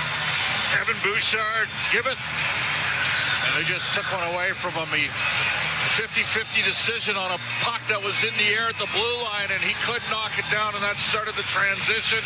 Tomashik was there at backside support, but they got the shot on the net. And then Bouchard couldn't quite get back on Cowan. Tie game. And that was a twisting backhander from Lawton, and it had some English on it, and I think that's what gave Jari trouble controlling the rebound as far as that was concerned. But it was a transition. It starts back at the Toronto blue line. Bouchard went for it, couldn't negotiate contact, and away they went. Off the center ice face-off, Regula to Matthew Savoy. Cowan is fourth of the year from Scott Lawton at 16:03. Cowan, in his last 100 games for the London Knights, scored 63 goals. It's unreal in their back-to-back OHL championship wins. Late first-round pick of the Leafs, 28th overall in 2023. And he has tied this game as Toronto looks to continue its mastery of Edmonton. Here's Draisaitl shaking off a check from Nylander around the boards for Alec Regula. Now you've got Draisaitl hovering in the high slot. Edmonton looking to get it right back here. Darnell Nurse to the net with a backhander, and that's tipped off the side of the net. Rebound available. Draisaitl hooked by Nylander. I'm surprised there was no call there. Draisaitl served it up for Regula. Lawrence will get an assist, and now Tavares took it away from Regula, and he might have a breakaway. Tavares is in. Denied! Tristan Jarry with the save on John Tavares, who came in with 13 goals on the season. Draisaitl, beautiful feed, backhander. Oh, what a save by Hildeby as he stopped put Colson. Back-to-back point-blank denials from the two goaltenders, Jarry at one end and then Hildeby at the other. The score remains tied at 1. Chances aplenty, Bob. Yep. Great save by Hildeby after a terrific stop from Jarry. Here's McDavid. Button hooking and dropping it off for Ekholm as we approach 2 minutes to play in the first. Bouchard had it poked away by Nyes. Kept it alive for McDavid against Max Domi. A shot, and that was swallowed up by Nyes. They'll roll this one up the right-hand side, and they're going to wave it off. Shandor Alfonso, that's your guy, Bobby. Can't get too down on him. The old Lakehead Thunderwolf. Here's Ekholm, a strike to Hyman. He couldn't split the defense. Reeled in at the last second by Riley, and now Nick Robertson the other way. Stastny is back and played it well. Just forced him right off the puck. He was physical that time. We've heard more about Stastny skating, but that time he played Nick Robertson exceptionally well. Frees the puck up for McDavid. 90 seconds to go in the period. The game tied at 1. Janmark takes an outlet pass at center. And now Frederick with Emberson joining the rush, but the pass to Emberson never reached him. Frederick, though, plows into Morgan Riley, and he looks to control. Took 14 stitches on a puck that hit him in the face at practice the other day. Cowan, who just tied the game, emerges from the fray with puck possession for Toronto. Ekman-Larsson, they're going to wave off icing again. Darnell Nurse back to collect for Edmonton with under a minute to play in this first period. The Oilers and Leafs, a lot of pace to this one, and we're tied at 1. It's been a good hockey game to this point. Here's Adam Henrique, left to right for the Oilers. Staggers his way through the middle. Alec Regula. And that puck disappears out of play as it got up on the heel of Regula's stick. 39 seconds remaining. In fact, I think that initial move, McDavid on Riley, is the last time, well, the Oilers won an overtime game in here, did they not? Because Toronto was 6-0-1 in the last 7 in this building. So I think there's an overtime or a shootout victory somewhere scattered in those 7 years. They played some extra games, you know, that one year. Yes, the 1 year that you and I kind of, it's all fuzzy. Speaking of fuzzy, they've decided to take a break here. With 39 seconds to go, we'll take one as well. This is Ford Dealers NHL Hockey with a game tied at 1. The Oilers Radio Network. OilCountry, the ultimate Oilers watch party happens all season long. Attend Molson Canadian Oilers Game Day live throughout the season for your chance to win 2026-27 Edmonton Oilers season seats. For the next Game Day Live Flight Night for your chance to win a trip for 2 to watch the Oilers play in Vancouver. Join us on December 14th at JT's Bar and Grill. For the full event schedule and to RSVP to the ultimate Oilers watch party, visit OilersGameDayLive.com. Every year, Janet hosts a dinner. Some of her friends have lost their partners. Some can't make the drive to see their families for the holidays. So they come to her. In 2021, Janet's home was one of many in Western BC that flooded. It looked like her dinner wasn't going to happen that year. until the Canadian Red Cross helped get her back in her home in time to host. Help keep traditions like Janet's alive this holiday season. Donate at redcross.ca and have your donation triple matched. Do you have tickets to an upcoming event at Rogers Place that you can't attend? Donate your tickets to the Edmonton Oilers Community Foundation Seats for Kids program, presented by Eagle Builders. Seats for Kids provides unused game tickets for charities, allowing children and families to enjoy hockey at Rogers Place. And for many, a once-in-a-lifetime opportunity. To be a part of the Seats for Kids program presented by Eagle Builders, please email edmonton@kidsupfront.com. That's edmonton@kidsupfront.com. Listen on air, online, and on the Radio Player Canada app. This is the Oilers Radio Network. Tavares winning a draw against Connor McDavid, but Ekholm was able to snatch the puck away, and now the Oilers loading up for the final minute.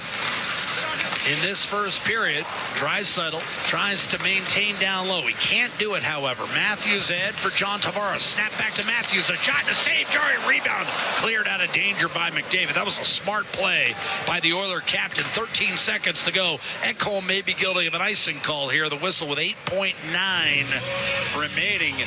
Toronto did the same thing. They put Matthews and Tavares together, and Jarry had to make a difficult save. Yeah, it was a good stop from him, and I think Leon Draisaitl a little frustrated.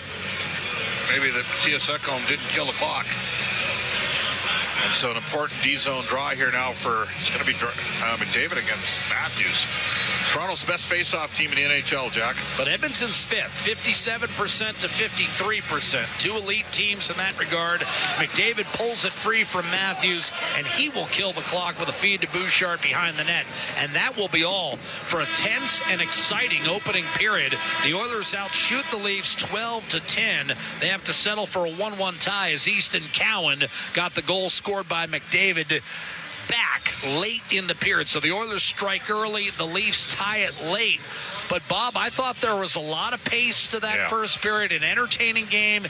You and I have said it before, these Oilers-Leafs matchups are typically quite exciting. But at the end of the day, it's usually the Toronto fans that are happy. They dominated the series. What do you make of the first period? What do you make of both Jarry and Stastny? Jarry was good. Stastny was rock solid. But the Oilers, I think, probably could have scored 3 goals. They might rue the day. They missed a couple opportunities, some real good chances. And then there we go. So we have Spencer Stastny available. Do. So he's making his Oiler debut. And Spencer, I guess I'd ask you right off the hop, the Oilers and Leafs typically play these high-pace, high-energy type of games. How did you find your first 20 minutes in Oiler colors? Yeah, it was good. Yeah, it was high-paced, especially seeing some guys out there just going end-to-end. But, no, I think it's good. MB's making it easy for me, just making some predictable reads in the back end. But, yeah, I'm definitely moving after a big travel day yesterday. Yeah, you mentioned Ty Emerson. Maybe educate our listeners. You know, how much did you guys obviously you know each other from your days of the U.S. National Development Program. How much did you play together? We were together off and on for those 2 years, so somewhere between probably 20, 40 games. But, you know, I was on his team, watched his game, and have kept up with his career since until now. So, no, I'm familiar with him, and we're close, and it's just it's awesome to play with him again. Welcome to OilCountry, Spencer. Thanks for the time. Thanks, Spencer. Thank you. Spencer, you know, it's funny for both Spencer Stastny, less so for Tristan Jarry. I mean, Spencer Stastny, what is he looking at? A total of 81. This is his 82nd game. He's completing basically a full NHL campaign tonight.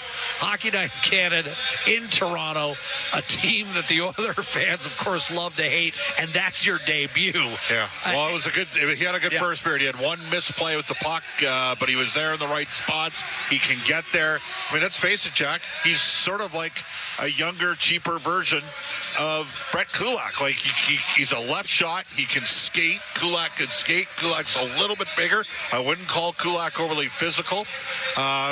But he does have that playoff pedigree. Well, and he played great. That's what you can't replace.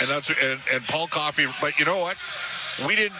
When Kulak was with the Canadians, he wasn't like they had that top 3, and then they really reduced minutes. And the reality is, Kulak wants to play 22 minutes a game, and he's going to be a free agent this summer, and Jerry Johansson's got him, and he's going to be one of the top 3 UFA free agent defensemen out there. And the Oilers made when they went and signed Jake Wallman to a 7-year deal at $7 million. That was the tell for Brett Kulak. So, anyways, you got to give to get. Kulak will probably command 4.5 on the open market. So at least going to get CC money, right? I think you would agree on that, right? That's why I threw out 4.5. Yeah, so there you go, times 4. So but from an Edmonton perspective, good first period for Jarry. He'll tell you maybe he could have done a little bit better on the rebound control on that goal. I'm with you. It was sort of an awkward, tough shot to read. I'm more upset about there were 2 bad giveaways in that period that fueled Toronto's transition game. One by Bouchard and one by Leon Draisaitl. That can't happen. Not if you're going to play, not if you're going to go have any length in terms of playing. But the one that I did like is Edmonton created a lot off the rush, and Connor McDavid is just flying tonight. And I didn't mind Edmonton's power play, but in retrospect, that was a chance for kind of an early stranglehold on the game, and now you're dead even through 20 minutes. So, with that being said, we've got Rob Brown and Brendan Escott anxiously awaiting their take on the opening 20 minutes in Toronto. The Oilers, the Leafs, tied at 1 after 1. The Oilers Radio Network. Rogers is Canada's most reliable 5G Plus network, so you can stream Edmonton Oilers games and see Leon scoring in Leduc. Watch Ty tie things up in Tofield. Or check out Connor doing Connor things in Kalmar. And even watch Stu steal the show while you're in Sedalia. Try saying that 3 times fast. Rogers, this is our game. It's our YEG with 880 Chad. Wound up like a lariat for country's biggest event of the year? Big Valley Jamboree returns July 30th through August 2nd with Old Dominion, Riley Green, Keith Urban, and more. Tickets on sale now. Then support survivors seeking safety from domestic violence this holiday season. Your gift helps Alberta families in crisis. Please donate online today at globalnews.ca/givemeshelter. For details on these and more events, visit 880chad.com. This is At the Intermission on the Oilers Radio Network. Taken by Morgan Riley of Toronto, stolen by Bouchard, and here's McDavid through O'Reilly and scores! Drags it to his forehand and beats Hildeby. Morgan Riley never picked him up, and Connor McDavid took advantage, busting down the slot and dragging to the forehand for the 1-0 lead for Edmonton. That's our highlight zone, brought to you by Century Casinos. All in, all games, all season. Century Casinos with 3 great locations in Edmonton, St. Albert, and next to Edmonton International Airport. Welcome to the winner's zone. Well, that was a hot start for the Edmonton Oilers, who ultimately now are tied with Toronto. 1-1 the score after 20 minutes of play at Scotiabank Arena. The opening 20 minutes of Tristan Jarry's chapter in orange and blue. It's Brendan Escott here, Rob Brown alongside. And Rob, I'm curious your thoughts on what was a fast-paced first. I thought it was a pretty good period to watch. It was 1-1, but both goaltenders faced breakaways. Both goaltenders faced high-skilled opportunities and made saves. Both teams at times made fantastic offensive plays and also at times made big blunders, which makes for more exciting hockey for us. I think, and Bob mentioned it at the end there, that the Oilers probably missed a couple glorious opportunities to have an extended lead after the first. Zach Hyman has a wide open net. Now, this one was a tougher one. It bounced. It was still in the air, and he didn't hit it in, but he had the wide open net. Leon Draisaitl, again, wide open net, and hits both the feet of Troy Stetcher and stays out. They had a breakaway that they weren't able to capitalize on, so they could have easily had 2 more goals and have a lead going into the second period. Instead, the start of the period, I thought, was all Edmonton. They were all over the Toronto Maple Leafs. Had the goal. They had a power play. But as the period moved on, the Leafs started getting more and more chances. They scored the goal. Tavares had a breakaway. Matthews had a good look. And that's where you saw Jarry make a couple big saves. I agree that it wasn't great rebound control on the goal that Toronto scored, but he then stopped Tavares on a breakaway and he stopped Matthews wide open on a wonderful opportunity. So I thought entertaining. I thought both teams had moments where they were the better of the two, and just sets up for a good Final 40. Yeah, it sure does. And, I'll take it back to McDavid's opening goal there, just in terms of, the explosiveness and what this game means to him. To be able to go back to Toronto and play there in front of, I'm not sure how many friends and family, but a lot, no doubt about it. You could tell that he's brought some extra juice. And frankly, if Troy Stetcher didn't hook him coming through the middle of the ice a second time, he may well have been off the races again. So nice to see that he's brought a certain sizzle tonight. Well, they showed what his stats are in playing in Toronto. He's averaging like 2 points a game. When you are, it's funny, as a 5 and 6 year old or an 8 or 9 year old playing minor hockey, you look up in the stands and see your parents, and you're excited that mom and dad are sitting in the stands cheering for you. It doesn't go away. I played pro until I was in my 30s. When mom and dad were in the stands, I had better games. I was excited. When you go home to your hometown, when I would come to Edmonton, I had better games in Edmonton because mom and dad were in the stands, family and friends are in the stands. And that's why you see a lot of players when they go back to Toronto, they have big nights because they want to impress. They want to. This is a big stage. Stars, superstars want to excel on the big stage. Hockey night in Canada, in Toronto on a Saturday night, and you're from Ontario, you're going to have moments. And Connor McDavid had jump. And on that goal, when Connor McDavid's on the ice, everyone knows we're supposed to know where he is. And you're supposed to cut off the ice. Don't allow him to pick up speed. McDavid came off the bench. So everyone that's already on the ice hasn't realized McDavid's out there. All of a sudden, Connor McDavid has speed, and he just goes to the neutral. No one's on him. And I don't care who's back defensively. It was Morgan Riley, I believe. He's standing there. There's zero chance.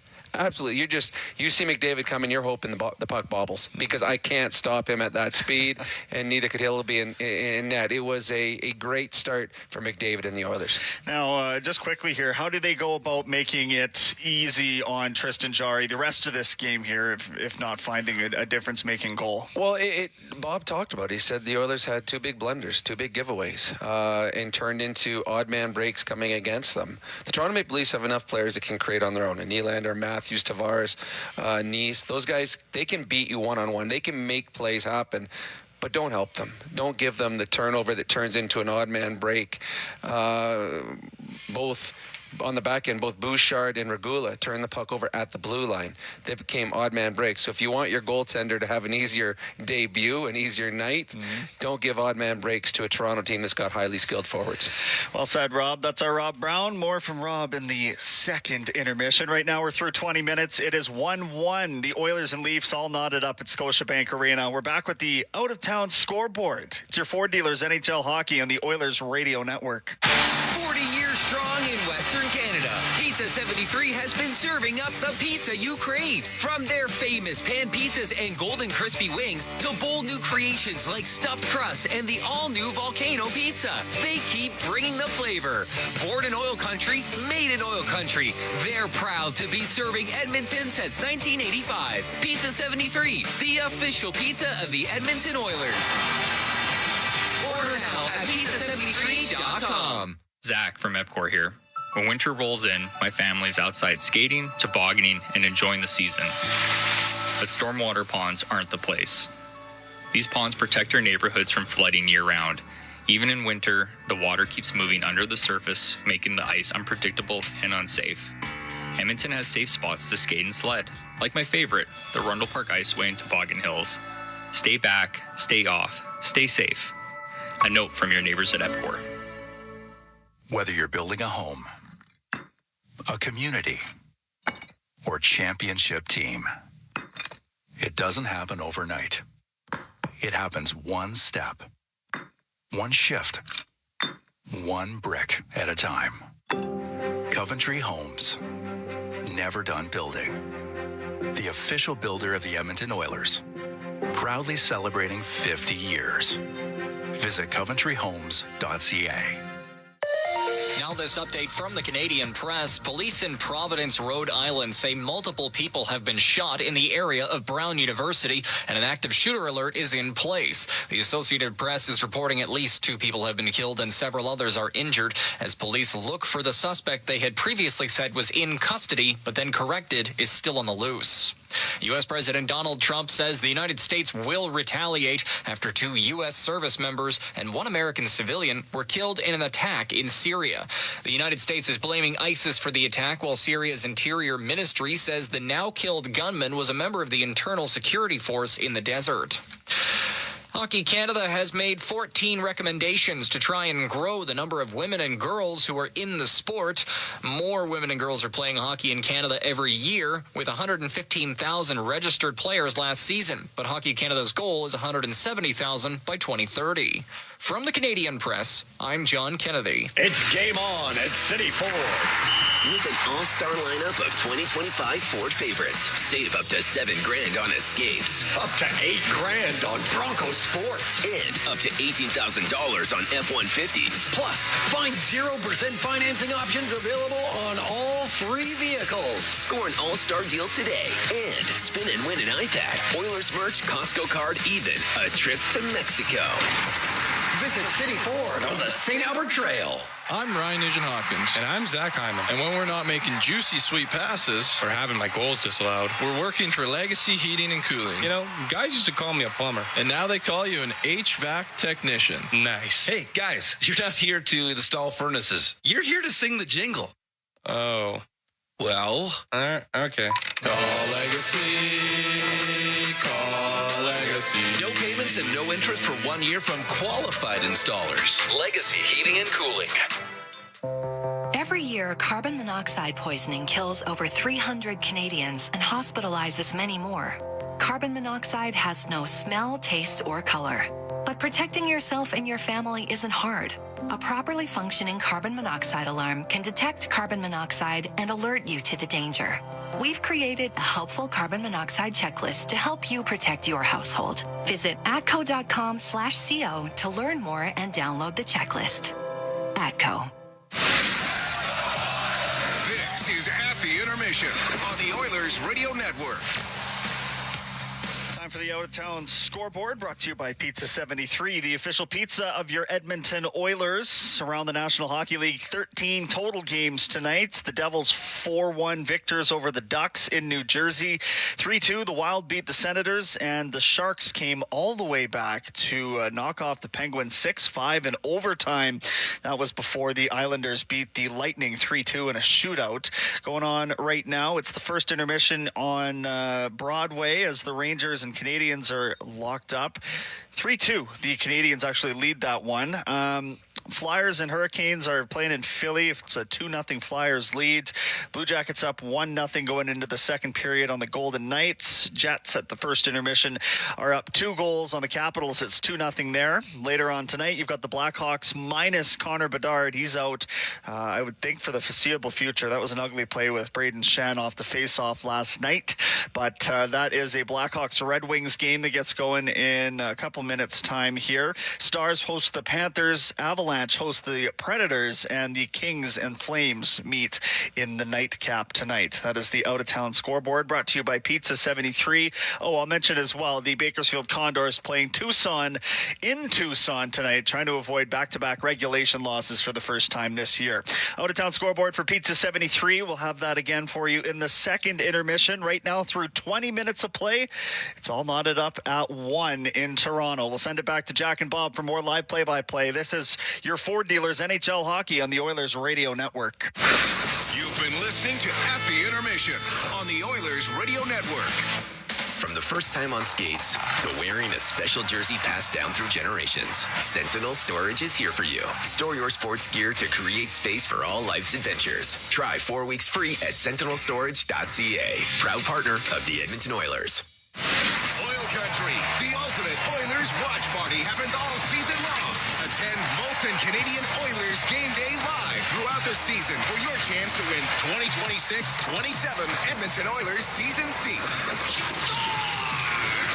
Be there for the next Game Day live flight night for your chance to win a trip for 2 to watch the Oilers play in Vancouver. Join us on December 14th at JT's Bar and Grill. For the full event schedule and to RSVP to the ultimate Oilers watch party, visit OilersGameDayLive.com. As the official medical imaging provider to the Edmonton Oilers, MIC ensures precision in every shot. And if you need medical imaging attention, you can count on MIC to get you back in the game.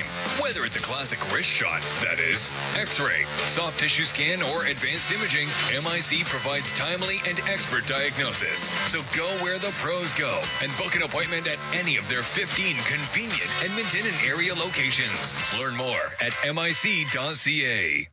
From the first time on skates to wearing a special jersey passed down through generations, Sentinel Storage is here for you. Store your sports gear to create space for all life's adventures. Try 4 weeks free at sentinelStorage.ca. Proud partner of the Edmonton Oilers. All games, all season. You're listening to the Oilers Radio Network. Oiler Holidays and Oiler Country 50-50 presented by Rogers, now live. 20 pairs of Oilers tickets and Adam Henrique's signed game-worn gloves are among your early bird prizes. Right now, your grand jackpot is in excess of $415,000. We are tied at 1. McDavid, who scored in the first period against Austin Matthews, on the draw, and here we go. Oilers right to left in the second period in a place and against a team that has dominated them for the better part of a decade and a half. Here's Hyman battling Matthew Nyes, trying to shake it free is Ryan Nugent-Hopkins, joined by McDavid, who pulls it back for Bouchard, who set him up for the first goal of the game about 3.5 minutes in. But late in the first period, the equalizer, Easton Cowan scoring on a rebound off the rush of a shot from Scott Luck. Matthews forces it down low for Nyes, taken away by Evan Bouchard, and a beautiful dart to Connor McDavid. Back defensively is Troy Stetcher, and McDavid tried to thread one through his former teammate, and that was broken up. Stetcher played 79 games in all for the Oilers. He was banged up at times, and 8 more in the playoffs. Very popular teammate. Nylander, 3 consecutive 40-goal seasons for William Nylander. Game time decision, he was sick this morning. Tavares, and a shot sent wide by Morgan Riley. A rebound snagged by Draisaitl. It was Riley who was victimized by McDavid on Edmonton's first goal. His outlet to Nylander, a snapshot high and wide against Tristan Jarry, making his Oiler debut. 9-3-1 on the year. And he made his 300th start in the National Hockey League in this building earlier this season. Toronto's Tavares with a turnover at center. Nurse bumped it ahead for Draisaitl. Across to Podkolzin, shadowed by Tavares. Got it back from Alec Regula, feeds him again. Regula right point. He'll move it for Leon Draisaitl, now sharing the team lead with 17 goals. McDavid's tied him. Savoy watches as Draisaitl tries to work his way through Simon Benoit, who played him well. Give Benoit credit. Draisaitl near the end of his shift. He wants a change, but Colson had his stick lifted by Tavares. And finally, Toronto will control. At times, and I talked to Scott Laughton about this morning, he was saying, like Edmonton, Leafs spent a lot of time in their own zone in the first 25 games of the year. Frederick up the right-hand side, dances through Robertson. Worked his way past Ekman Larsson, threw it around the boards, cut off for a moment by Benoit, and then Frederick, with help from Henrique, able to regain possession on the left half wall, then flicked dangerously into the slot, but Ekman Larsson was on it, and Robertson funnels it back through center. Ekman Larsson kind of redefining himself in the second half of his career. Offensive resurgence this year. Janmark steps up, a shot redirected. Tough save made by Hildeby on Henrique. That was a great chance. Nick Waugh to Robertson. Ekman Larsson won a cup with Florida in 24.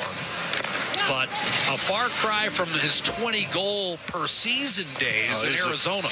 Buyout by Vancouver. He's on the hook for a couple more years. They're on the hook for a couple more years there still. Lawrence, well, they've just traded their best player. I mean, they're in a world of hurt. Maybe their best player ever. Here's Thrun. Shot Morgan Riley, and that sailed wide of Tristan Jarry. Flicked back down low by Lawrence. And now you've got Ekholm getting worked over by Cowan. Bustling his way through was Evan Bouchard. And yes, we have seen, as you can hear Bob's anguished cries, a couple of stick infractions that have not been called on either side tonight. In on the forecheck and trying to create space for Mangiapane is Curtis Lazar, but the puck ultimately grabbed by Stetcher, who hustles it through the neutral zone. Drops it off, shot from distance, and a kick save made on Lawrence by Tristan Jarry. Rebound McDavid on to Mangiapane. And he'll kick it back for Darnell Nurse. You often see the second shot called. It wasn't that time. Regula, center ice. Hyman, back toward Nurse. Well, they're letting him play. I mean, we've had one power play in the game, and it was Edmonton right after the Oilers had scored. Couldn't cash in, and the Leafs tied it late in the period, back 5-on-5. Nurse shoots it in. McCabe calmly. Matthews lead pass through everyone, and Jarry's going to freeze it with Nyes bearing down on him. 4.5 gone by in the second period, and the game tied at 1. Front end of a back-to-back for Edmonton. Bob will be joined by Cam Moon in the booth tomorrow. That's a 5 Mountain Time start against the Canadiens. Should be a good one, and Montreal's putting the boots to New York tonight. 3-0 at last report. Yeah, Rangers are no good at home, though, Jack. You know that. They're real good on the road, but they're not that good at home. Face-off win for Matthews. Riley hits Matthews. Right circle wrist shot, and that went up over top. Came off the glass. Nyes. And to Matthews. Tried to center. McDavid broke that one up. Max Domi held the puck in. Showing one-timer. Matthews in front, and a save on Domi. Rebound score. Ekman Larson. Toronto zipped it around, and Ekman Larson has given the Maple Leafs a 2-point lead. Across the D-zone draw for Edmonton. And then Nurse and Regula. Regula went to play the puck in the corner, got tied up. Strong stick, and the Leafs hit Ekman Larson, and you said it. He has reinvented himself here. They had 2 cracks at it from distance and beaten Jarry to the glove side. It's 2-1 Toronto. Bottom line is, Bob, you can't let the Leafs just snap it around in your own zone like that. No. That's exactly what happened. Well, Domi and Nyes will get the assists. But Matthews set it up with the initial feed to Domi, where Jarry made an excellent save. Yeah. But then the Oilers give away 2 more slot passes, Bob. I mean, that was not a great sequence. That pairing at times has had some problems, Jack. The Nurse-Regula pairing. Shoved up by Podkolzin. Well, we saw Regula with a turnover that led to a breakaway in the first period. Here's Bouchard to Ekholm.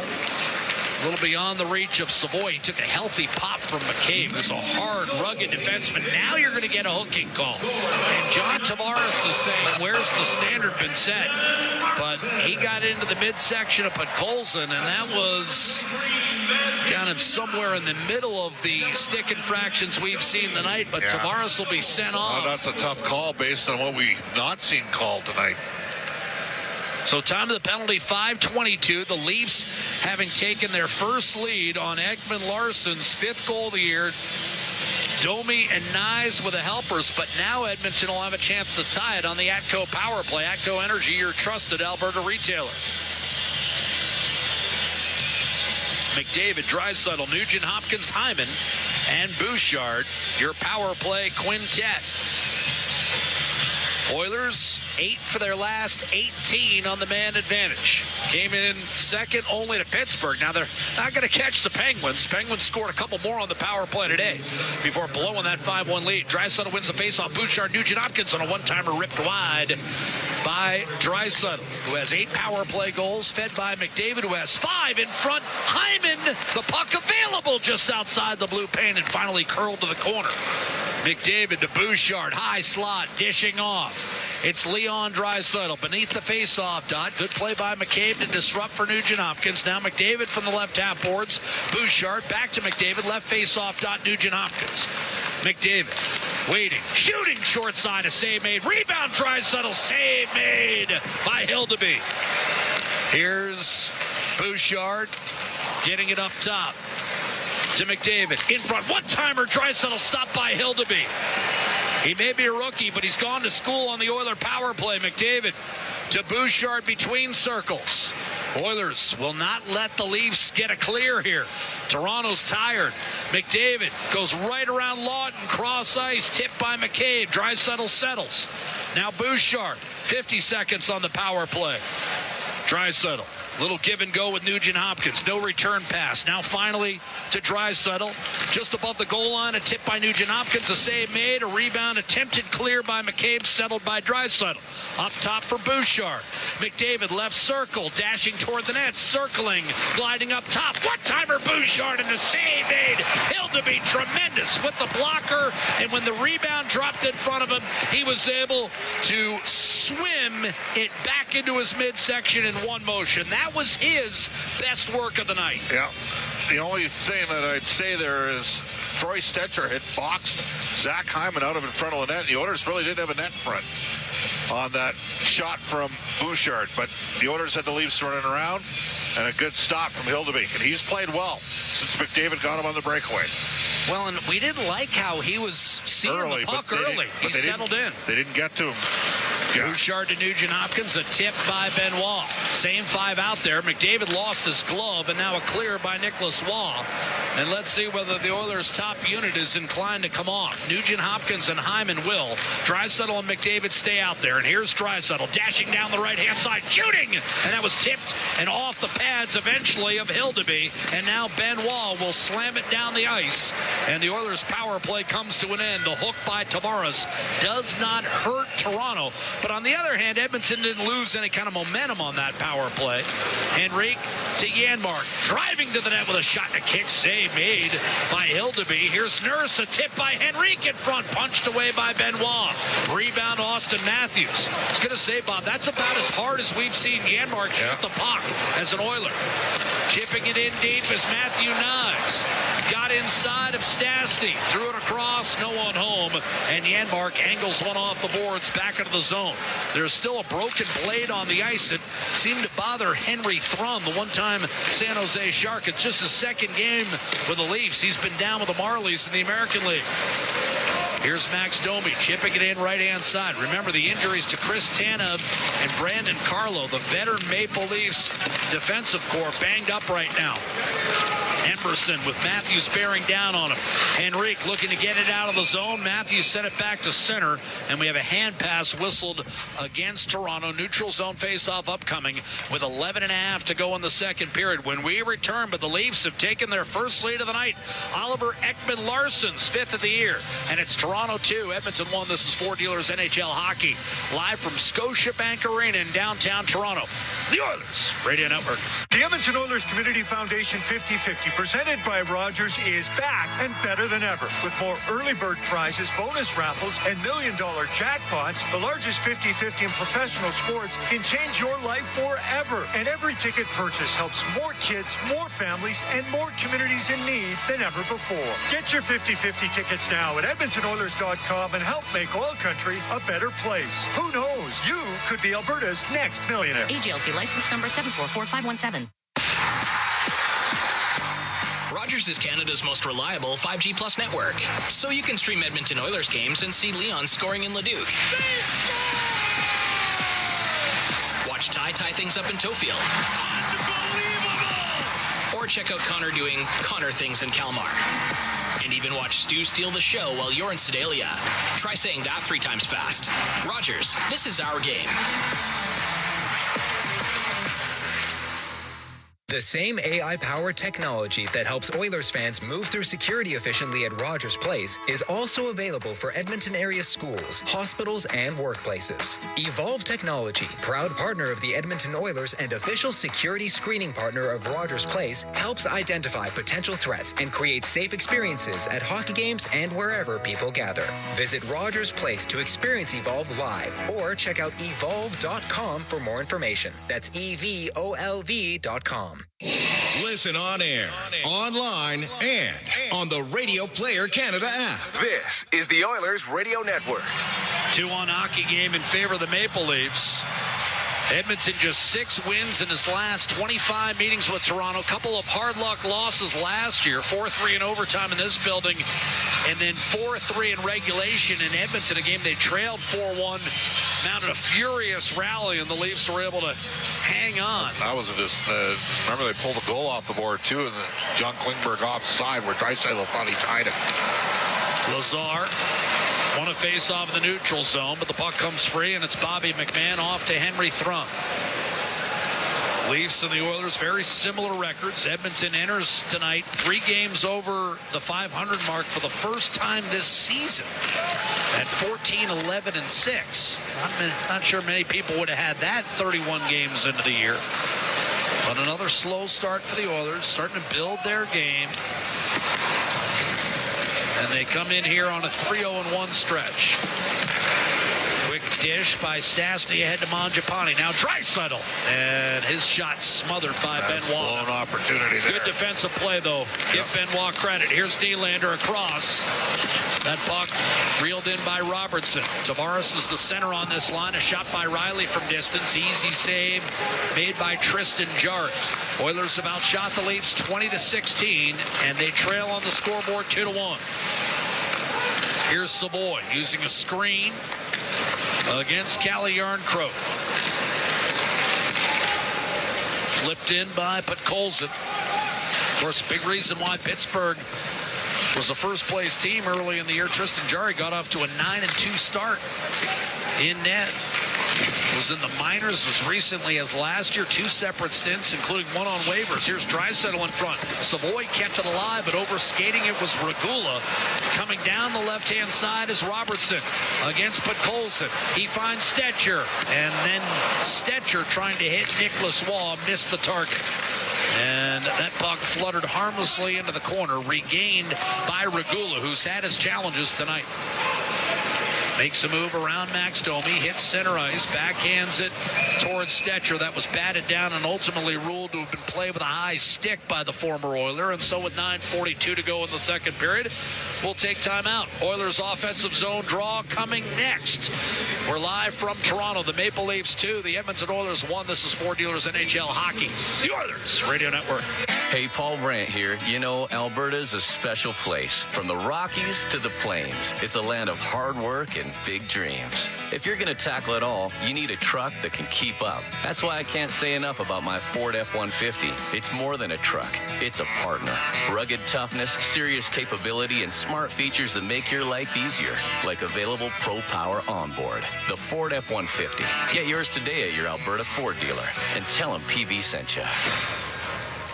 During every Oilers game day, the Canadian Brewhouse is your hockey headquarters. Cheer on the blue and orange, surrounded by fans as passionate as you are, while sipping $1 off tankards of Molson Canadian and Coors Light. And that's not all. Every game day, you can enter to win Oilers home game tickets. So grab your crew, grab a seat, and make the Canadian Brewhouse your go-to spot this hockey season. The Canadian Brewhouse. Our house is your house. Looking for top-notch dry cleaning? Holyrood Dry Cleaners in Edmonton has been family-owned for over 15 years. They're experts in tailoring, wedding gown cleaning, and leather and suede care. From coveralls to curtains to jeans and jerseys, they do it all. Enjoy the convenience of free pickup and delivery as well as corporate discounts. Trust Holyrood Dry Cleaners for quality service that's been a local favorite for decades. Let them show you the best in town. Visit them at 9024 75th Street. Holyrood Dry Cleaners, where experience meets exceptional care. All games, all season. You're listening to the Oilers Radio Network. 2-1 hockey game in favor of Toronto. Connor McDavid opened the scoring 3.5 in. Cowan tied it late in the first period for the Maple Leafs, and Oliver Ekman-Larsson, the veteran D-man, now in his 16th year, has made it 2-1 for the Leafs here in the second. We're 30 minutes complete, 30 to go. McDavid and Matthews face off in the offensive zone. This one won by Matthews, who continues to be a solid defensive player. Here's McDavid running around. McCabe, short side, and rammed home. What a feed. We are tied at 2. Hildeby slid over, but he was powerless as McDavid banks one in. Yeah. You called it. I mean, he was going for Hyman. He'll take it. It's his second of the night. Second 2-goal game in his last 3. And he now has taken over the team lead with 18 goals. 7 of which have been in his last 5 games. Connor McDavid, the centering pass, and I believe Stetcher put it in his own net. Trying to take it away from Hyman. And here's Matthew Nyes driving in from the left-hand side. Banked one off the corner boards. Connor McDavid, both goals tonight for the Oilers. And we are tied once again. Matthew Nyes, side of the net, and Jari's going to be freezing that. 9:10 to go, second period. We'll have to get another look at it, but live speed, I thought Stetcher put it in his own net. I'm going to go with you on that one as well. I agree. And again, Stetcher's trying to make the right play. As you said, the pass intended for Hyman, Stetcher's trying to flick it out of danger. Instead, he puts it in his own net. And judging by the expression on his face and his consoling of Hildeby, and he's tapping it on his chest, my guess or intuition proved correct for once. Face-off win for Curtis Lazar, ripped around the boards by Spencer Stastny. I got you right 3 times over the last 16 years. 16 seasons. Here's Trent Frederick down the right-hand side. How magnanimous of you. Shot by Emberson and a save made by goaltender Dennis Hildeby. 8:54 to go, second period, and this game is all even. Connor McDavid's second of the game and 18th of the year will be an unassisted goal at 10:29. Brand new hockey game. Each team has held the lead at various points. Pretty close, really. I mean, the Oilers are 5th in the league in scoring. Toronto 6th. Edmonton, a pretty dreadful 26th in goals against. Toronto, a mediocre 20th. Both teams kind of struggling out of the gate. Both teams playing much better hockey over the last couple of weeks. And both teams have had injuries at key positions. Oilers are the healthier bunch right now, but they still don't have Kapanen and Roslovic, a pair of top 9 forwards. And Wallman, a top 40. Here's a quick dish up the left-hand side to Stephen Lawrence. Henry Thrun up the gut. Lawrence able to recover, whistled it off Cowan. Emberson up the right-hand side, cut off by Thrun. The Harvard University product up to Easton Cowan. He waits. He waits further. Dishes off. Thrun, still no shot. Now letting it go. Backhander to save. Jari, he stopped Lawrence, who was in tight. Tell you what, this Toronto fourth line has been around it all night, Bob. They work.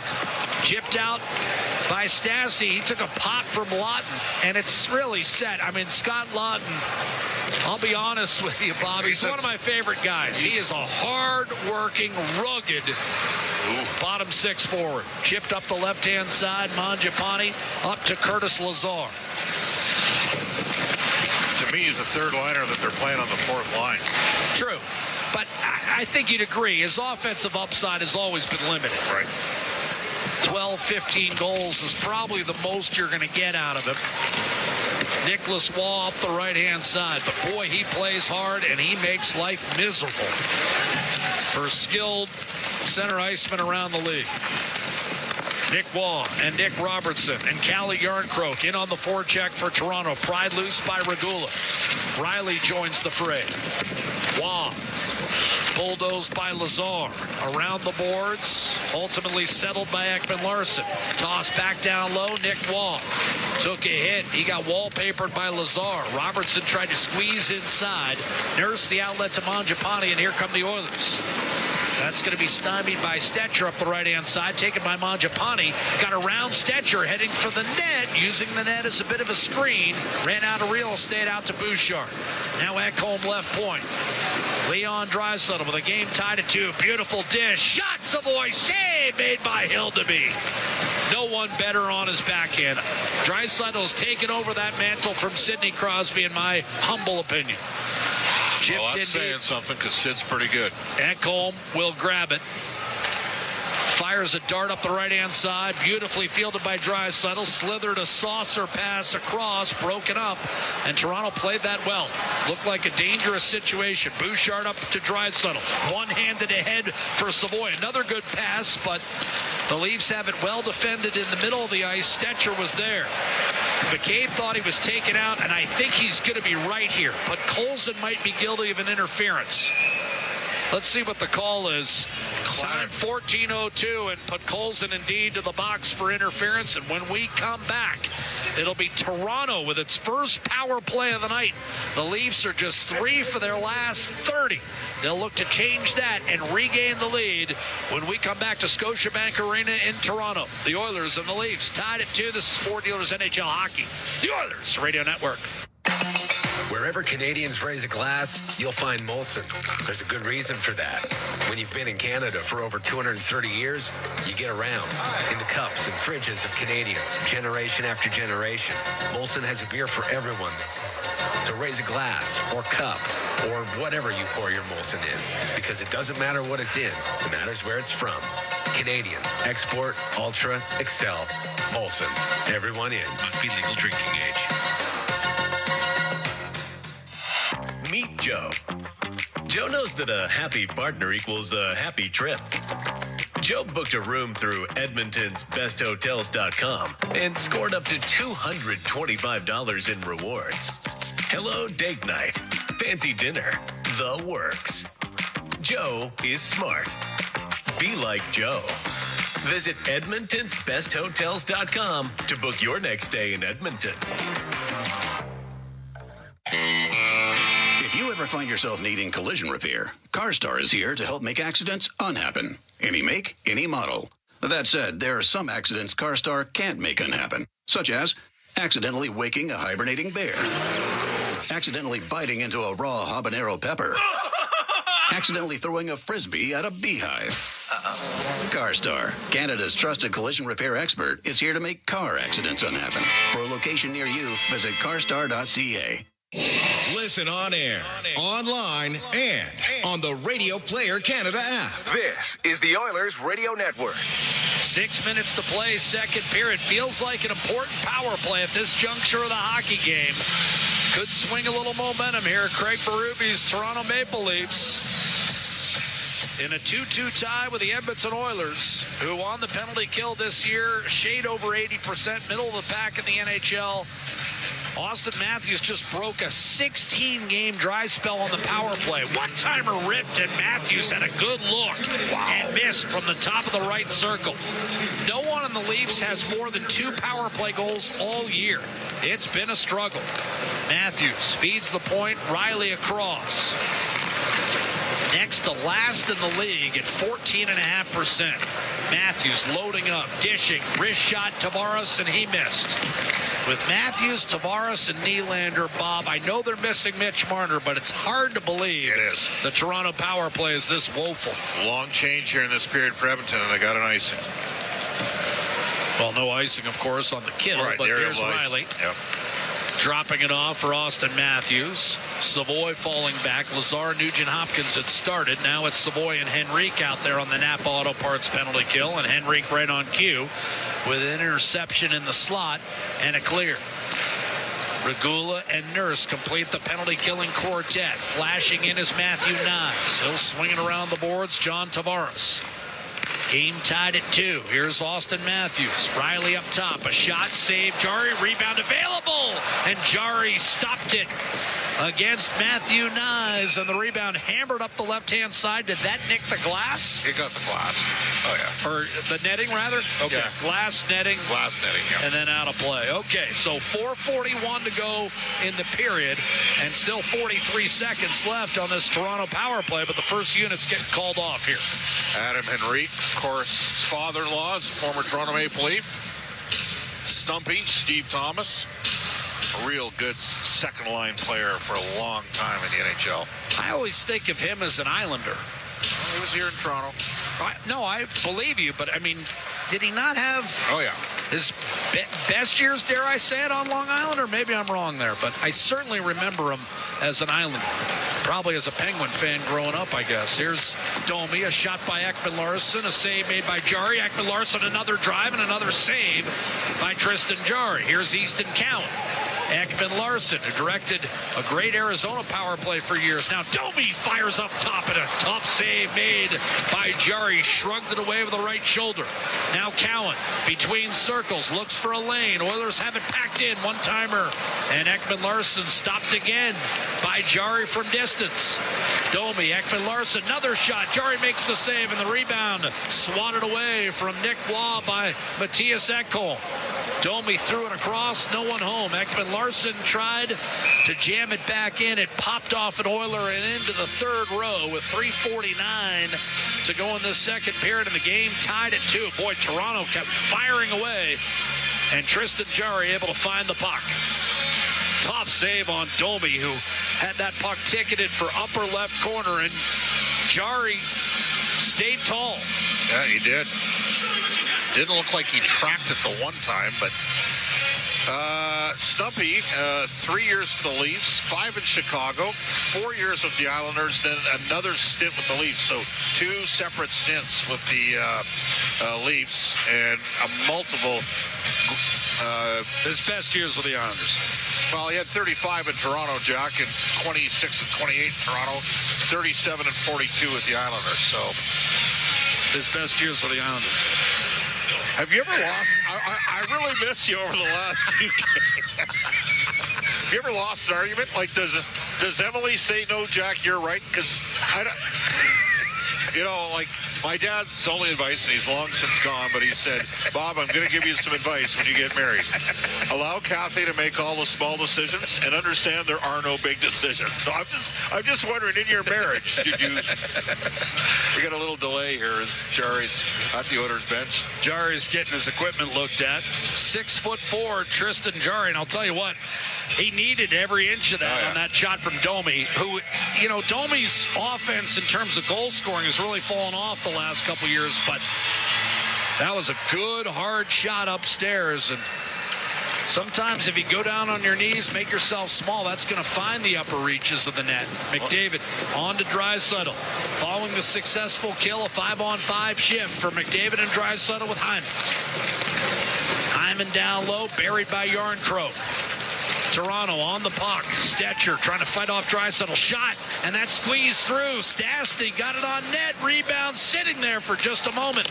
And now an attempted clear. Stastny will settle it down. Now it's stolen by Matthew Knies. He'll streak up ice. Around Stastny to the net with a wrist shot that's stopped by Jarry. Yeah, I thought Emberson had him closed off, but Knies was able to get the shot away. Now a drag move on Emberson inside, trying to get it to Matthews. That does not pan out, and Toronto will change. Emberson to Draisaitl. Swung it right into the skates. Up the right-hand side, Robertson on net. Backhander pushed wide. Lawrence couldn't get it on net. Here's Janmark to Adam Henrique. Back to Janmark. Pulls up in the corner. Nurse faked one-timer. Now a dangerous centering pass went off Benoit, but sailed just wide. Rebound cleared by Robertson. Janmark back to the Toronto line. Thrun is able to pump it inside the Oiler blue.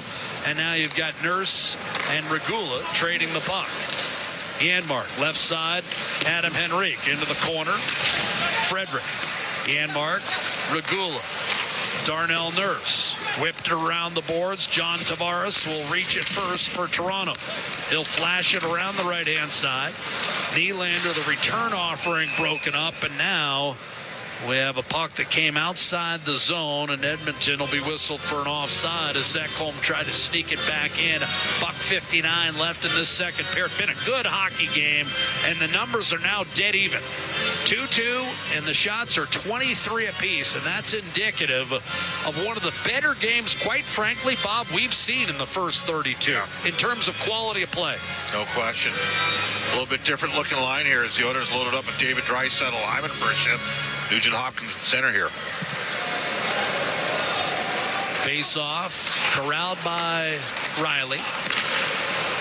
Here's Tavares looking left side for Nylander, broken up expertly by Bouchard. Nylander will try again. Tavares, right wing, pulls up top of the circle. Tried to sneak one through the wickets of Savoy and then intercepted the lead pass from Ekholm. Otherwise, Savoy was thinking go-ahead breakaway. Ekholm off a dump it. Took the hit to make the play to Bouchard, and the Oilers will bust out here. Right to left comes Ryan Nugent-Hopkins, swooping in with a feed to Mangiapane, a shot, and that was guided to the corner by Hildeby, and the rebound ends up on Stetcher's stick, up to Jake McCabe. He'll reach the red line and fire it in deep as we come up on 1 minute to play in the second period with a game tied at 2. Each team is led. Connor McDavid has scored both Edmonton goals. Nurse to Savoy. 55 seconds remaining in the period. You've got Mangiapane. Checked by Wall. He'll dump it behind his own net.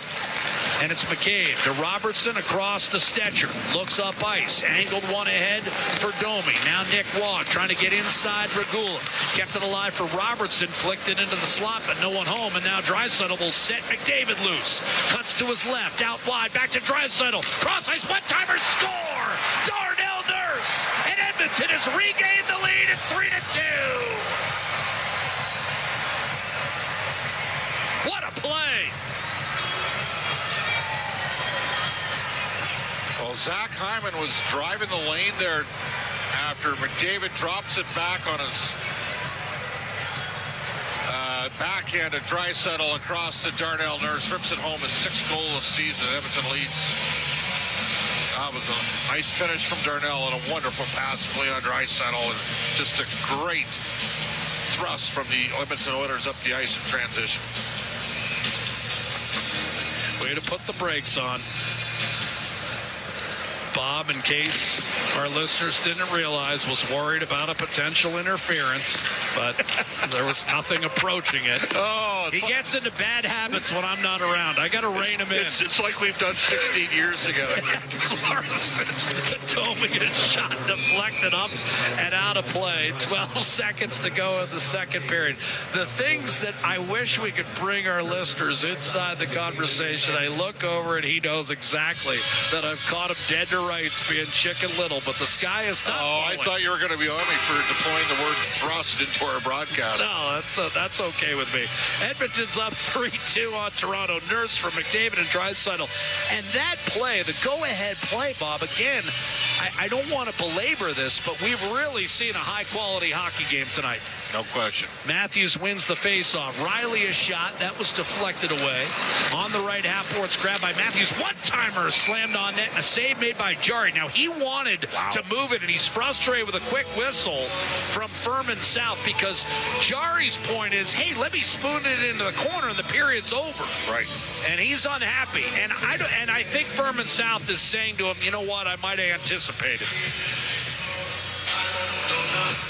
That was a quick whistle. Draisaitl entrusted with one more face-off win here against Nylander. Ties him up off the draw. Ekman-Larsson won't have time. The horn goes.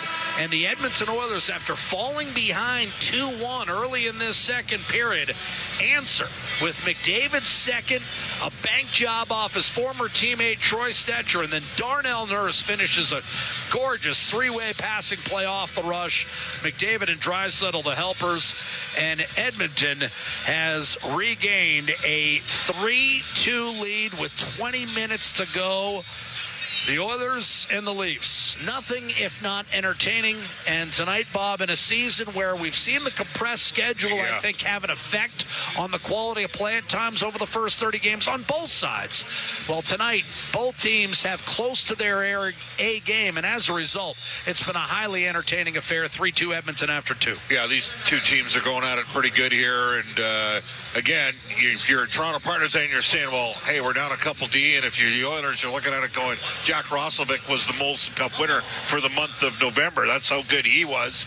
We still have not seen Edmonton. Like, Toronto's got their healthy scratching Matthias Michelli. That's an NHL forward. And they don't have the guy with a 57-point season 2 years ago. Right, he's a pretty good player. So Toronto's got some depth at forward right now. Edmonton's playing a couple forward short with the injuries to obviously Roslovic and Kapanen, and then Wallman on the back end as well, who hasn't gotten to the level that he was at, I think, last year when he came over. But and the Leafs are down their 2 starting goaltenders. Right. And Carlo and Tanev. But this guy... No, he's been pretty good. This guy looks good. And for me, Tanev's the big one, because I think Chris Tanev is amongst, the position of defense, the number one thing a defenseman has to be able to do is defend. And Chris Tanev can defend. He is a great defensive shutdown defenseman. Here's why I like Carlo on this team, though, because Ekman Larson, Riley, outside of McCabe, they don't have a lot of grit on their back end. They don't have a lot of size. Well, that's the Carlo brings... And a right shot. Right. So, look, I'm not saying both teams are necessarily at the full strength, but I think considering the personnel they have, we've seen a high-quality hockey game. Again, Bob will go right back. Tristan Jarry on that Toronto power play, I thought, acquitted himself quite nicely. Well, who do you need to have as your best penalty killer? Your goaltender. And in the case of both teams, the best penalty killer for the respective teams, the best work they've done in the game has been when the opposition's been on the power play. So Toronto briefly took a 2-1 lead. McDavid second of the night, and then Nurse with a go-ahead goal. He's playing about 30 minutes away from his hometown, the Hammer. He said he eased up on the ticket allotment tonight, said call someone else. But bottom line is, those who did made it to watch Darnell play have been rewarded with a go-ahead goal. Nurse's 6th is the difference right now after 40 minutes. It's Edmonton 3, Toronto 2. Brendan and Rob are next. This is Four Dealers NHL Hockey, the Oilers Radio Network. Did you know that there are 9 Napa Auto Parts stores serving the greater Edmonton area and have been doing so for more than 50 years? Since Napa first opened in Edmonton, the community has grown and vehicles have changed, but you can always trust Napa Auto Parts to provide you with the expert know-how and the best vehicle parts. And if that isn't enough, every time you visit a Napa Auto Parts store when you present your AMA card, you receive an additional 10% discount on all retail parts and accessories. Visit your local Napa Auto Parts store for more offers and expert know-how. Napa Auto Parts is a proud fan of the Edmonton Oilers. Stay connected with your community and enjoy the latest updates and exclusive access to concerts and events by becoming an 880 Ched Insider. Don't miss out on a single moment. Sign up now at 880ched.com and click on Ched Insider Newsletter to become a vital part of Edmonton's premier news and talk community. 880 Ched, Edmonton's news, today's talk, where Edmonton stays informed and entertained today and every day. This is At the Intermission on the Oilers Radio Network. Now Draisaitl will set McDavid loose. Cuts to his left, out wide, back to Draisaitl. Cross ice, one-timer, score! Darnell Nurse! And Edmonton has regained the lead at 3-2. That's our highlight zone, brought to you by Century Casinos. All in, all games, all season. Century Casinos with 3 great locations in Edmonton, St. Albert, and next to Edmonton International Airport. Welcome to the winner's zone. 3-2, the Oilers leading Toronto after 40 minutes of play at Scotiabank Arena. Busy second period there. Oliver Ekman Larson opened the scoring there in that middle frame. I should say he broke the deadlock. It was obviously tied 1-1 after 20 minutes of play, but he broke the deadlock. Then Connor McDavid got a real fortuitous hop. Just really was the last guy to touch the puck before Troy Stecher put it in his own net. Disappointing for Stecher for sure. He had to own that one. So that tied it up at 2. And then you heard there in the final 30 seconds of the period, Darnell Nurse picks up his 6th of the year as assisted by Draisaitl and McDavid for a 3-2 scoreline. Rob, your thoughts through 40 minutes of play now? Well, I think Bob and Jack talked about it. It's been entertaining. Both teams have looked very good at times. A few mistakes here or there, which makes it more entertaining. But there's been a compete level. There's been an energy level. Obviously, playing Hockey Night in Canada Saturday night, it's an easy one to get up for. But I thought if you're watching it on television, you would have heard Craig Simpson talk about it. The end of the period, you got to understand who you are as a player and who you're playing against. It's game management, puck management. The Toronto Maple Leafs have their third line on the ice going head-to-head against Connor, Leon, and Hyman. Puck's behind the net. They throw a blind pass out in front. It doesn't get through, it comes out, and all of a sudden here comes the Oilers with numbers, and they said 6 seconds later, the Oilers score. You're a third-line player, and you're playing against the best in the world. keep the puck down below the goal line. Just, milk the remainder of the period and just play down there. And if something eventually allows you to come out to the front and score a goal, great. But to throw a blind puck in front, it's a hope play. You do not do hope plays against the best in the world, and the Oilers made the Toronto Maple Leaf third line pay. Yeah, they absolutely did. And Toronto's been giving the puck away a lot just through, and again, take the stat with a grain of salt, but even if you do, 23 giveaways by Toronto tonight is an awful lot through 40 minutes of play, through 2 periods of action. That seems like an egregious amount of turnovers to me, and yet it's still only a 1-goal game, so Edmonton could certainly stand to take advantage a little bit more of what's been presented to them, and yet they do sit here with a lead. So I'll ask you about Tristan Jarry too. Overall, his performance through 40 minutes here, we knew we weren't going to be judging him as an Oiler based on this one game, but what have you seen so far? He's been good. The first goal probably wants to rebound back. The second goal, the Oilers were running around. The mistake was made by Alec Regula in the corner, get knocked off the puck, which allowed the Leafs 2 extra scoring chances. But right before the Oilers took the 3-2 lead, the Leafs had a power play chance to take the lead going into the intermission, and that was probably the best work that we saw from Jarry tonight. He made 3 or 4 big saves well shorthanded. So he's given them a chance. What you want out of your starting goalie is a quality start. Just give us a chance. He has stopped the ones he's supposed to. He's kept a Maple Leaf team that's got firepower to just the 2 through 40 minutes. When you go get traded, and I've been traded, when you get traded, you want to make an impact as quick as you can. If you're a goal scorer, you want to score in the first game or 2. If you're a fighter, if you're a hitter, you want to get a big hit. You want to do something in a positive light. Well, obviously, if you're a goaltender, you'd love to win your first start. It just takes all the pressure off, especially coming to a hockey mad market of Edmonton. To win in Toronto in your first start with the new team, that would be huge. So I think this final 20 minutes, there's going to be pressure on Jarry, and he's going to want a good third period, but also the Oilers team. You got a new goaltender. You want to go out and have your best period of the game here in the third and try to get a victory for your new goalie. Toronto's been, and it's, as far as their big players go, I've noticed a lot of Matthew Nyes and not a whole heck of a lot of many of their other superstars. So I know Nylander came into this game under the weather. Matthews is, I won't discredit what he's done out there at all tonight, but I think I would have expected more from Toronto's superstars given that they're playing at home, and yet there's still some wiggle room in this game for them to jump onto the score sheet as well.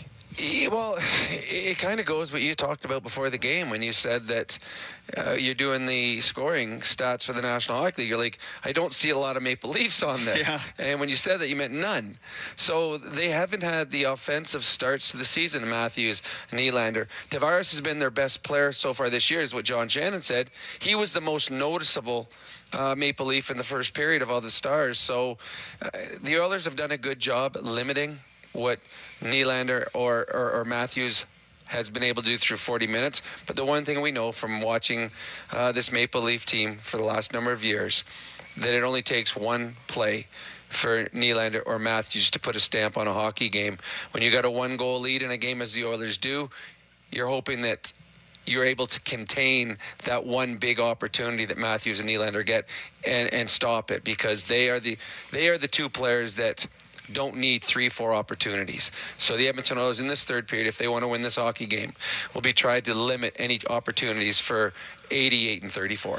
That is our Rob Brown. More from Rob in Oilers overtime in the post-game segment here. Right now we're after 40 minutes of play at the intermission. This is your Ford Dealers NHL Hockey on the Oilers Radio Network. Blue-collar work deserves big dollar perks. Get a heavy wallet with Heavy Metal Equipment and Rentals. Heavy Metal Equipment and Rentals is always growing. Right now, they're hiring heavy equipment technicians, EM servicemen, and maintenance supervisors. Apply if you're from here or across the country. Even if you're from the Rock, they want to talk.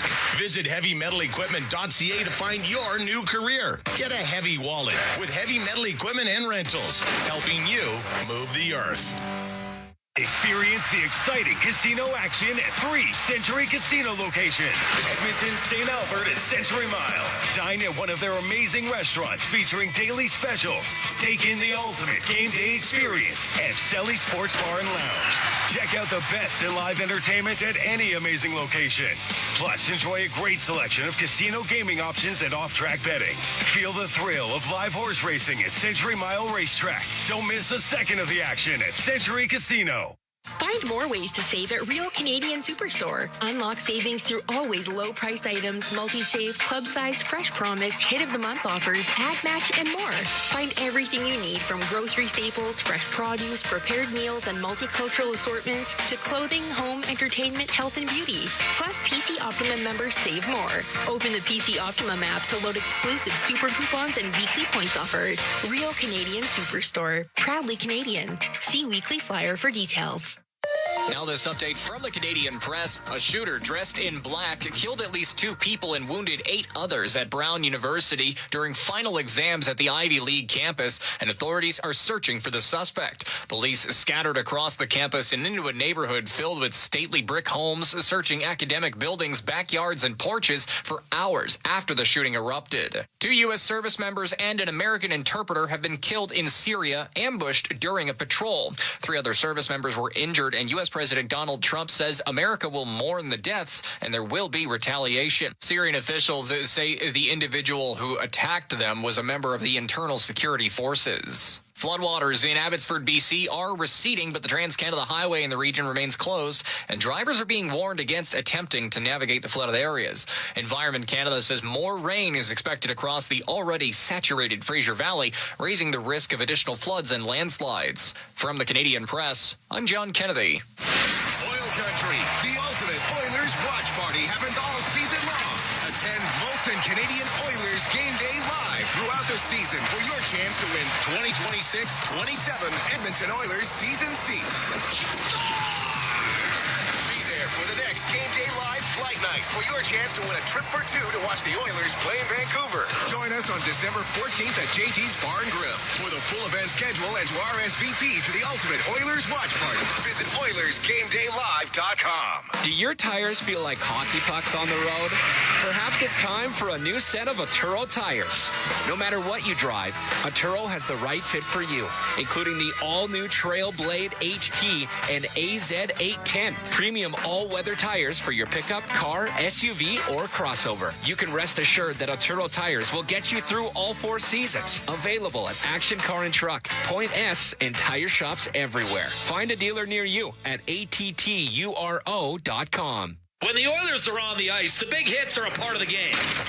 But they shouldn't be a part of your drive. If you've been injured in a car collision, let James H. Brown and Associates and their over 200 years of combined injury law experience help you. Locally owned and proud Edmonton Oiler fans, James H. Brown and Associates is ready to support you with their unrivaled experience, unrivaled results, and unrivaled commitment. When accidents happen, head to jameshbrown.com. This is At the Intermission on the Oilers Radio Network.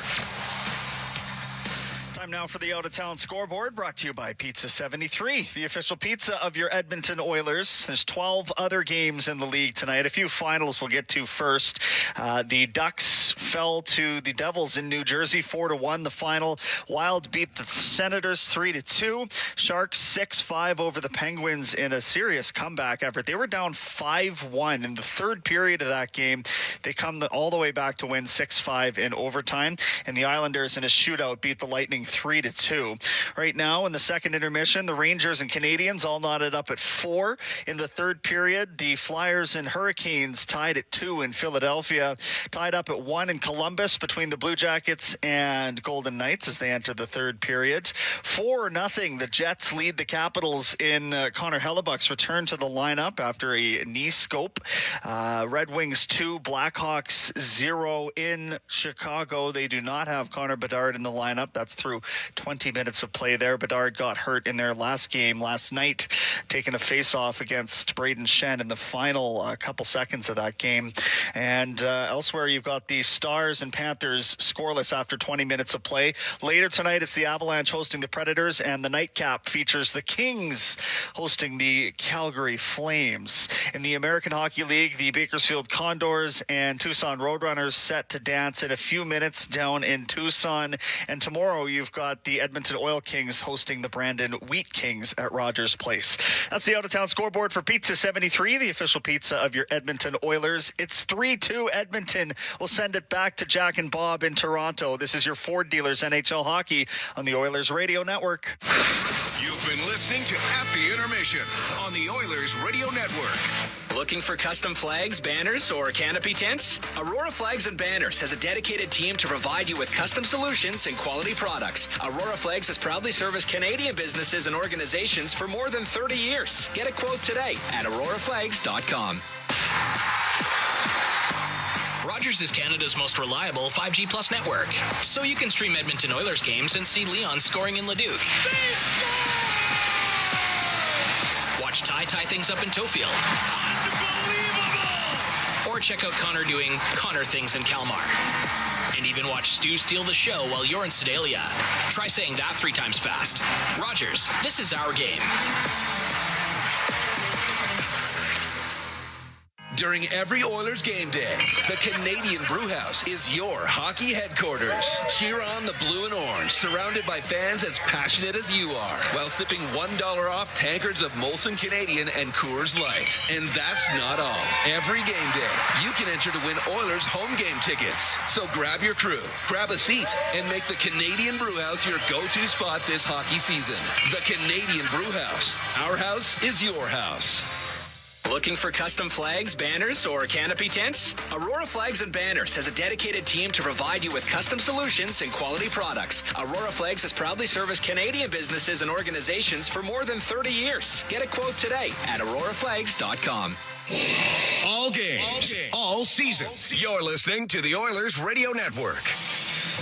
3-2 hockey game as we head to the final period. The Edmonton Oilers having regained the lead after falling behind 2-1 with 30 minutes to go in this one. McDavid got his second of the game, banking in and off.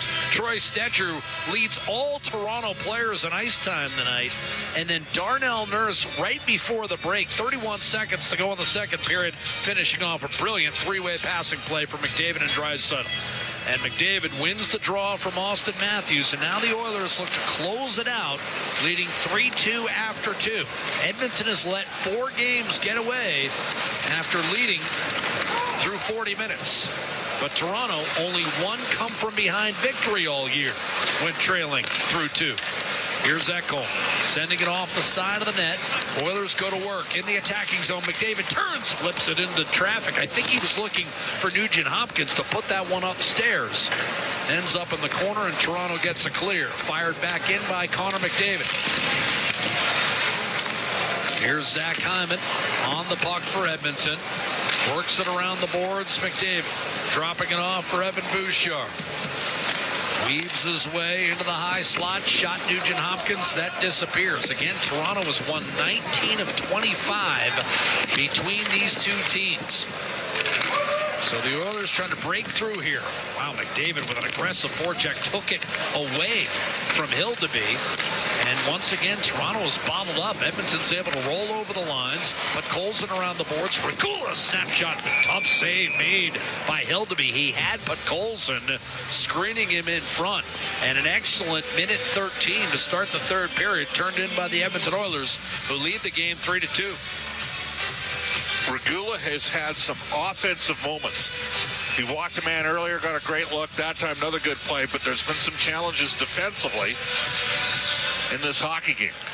Draisaitl able to pull the faceoff back to Regula. Now protects the puck in the right faceoff circle. Turns and fires, and that's tipped home. Vasily Podkolzin extends Edmonton's lead to 4-2.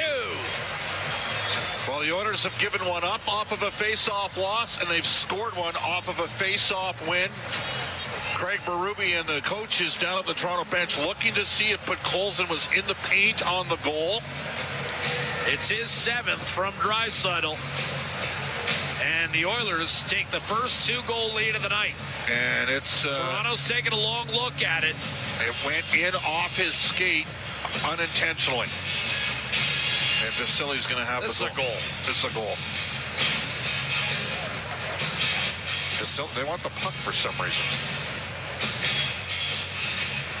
Well, Leon Draisaitl, remember, Bob, is now at .998.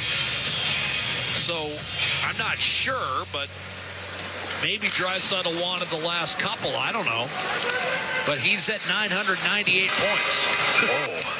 As a puck dumped in from center ice, and as you could hear, my partner got a little nervous. Well, it's been a couple times today where pucks just have come out in front of Edmonton when they've had the opportunity of puck possession. And Alec Regula has just collected the first assist of his career.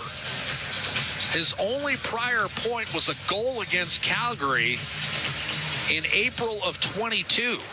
So in this, Alec Regula's 40th National Hockey League game, he picks up his first career assist. That's probably why they got the puck, Jack. What do you think? Now I think it's probably the first assist for Regula rather than .998 for Draisaitl. I'm just preoccupied with the fact that we might have 1,000 points coming up, and there's 999. Draisaitl, the centering pass, and Podkolzin finishes.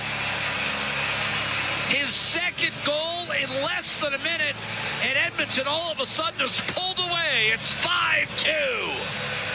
Well, Vasily Podkolzin goes to the paint.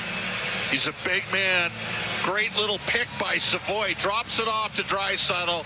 Centers one in front, and Podkolzin was being checked by Morgan Riley, but got his stick in the right spot for deflection redirection. 2 goals in 34 seconds for Vasily Podkolzin, and the Oilers have busted this game wide open. And Draisaitl sitting on 999 points. Now you have to admit, I willed that to happen. You give me. You keep going. Keep willing some more. You always point out whenever you perceive I've given a whammy. How about that one? Up to Janmark. He'll bump it in from the left-hand side. Twisted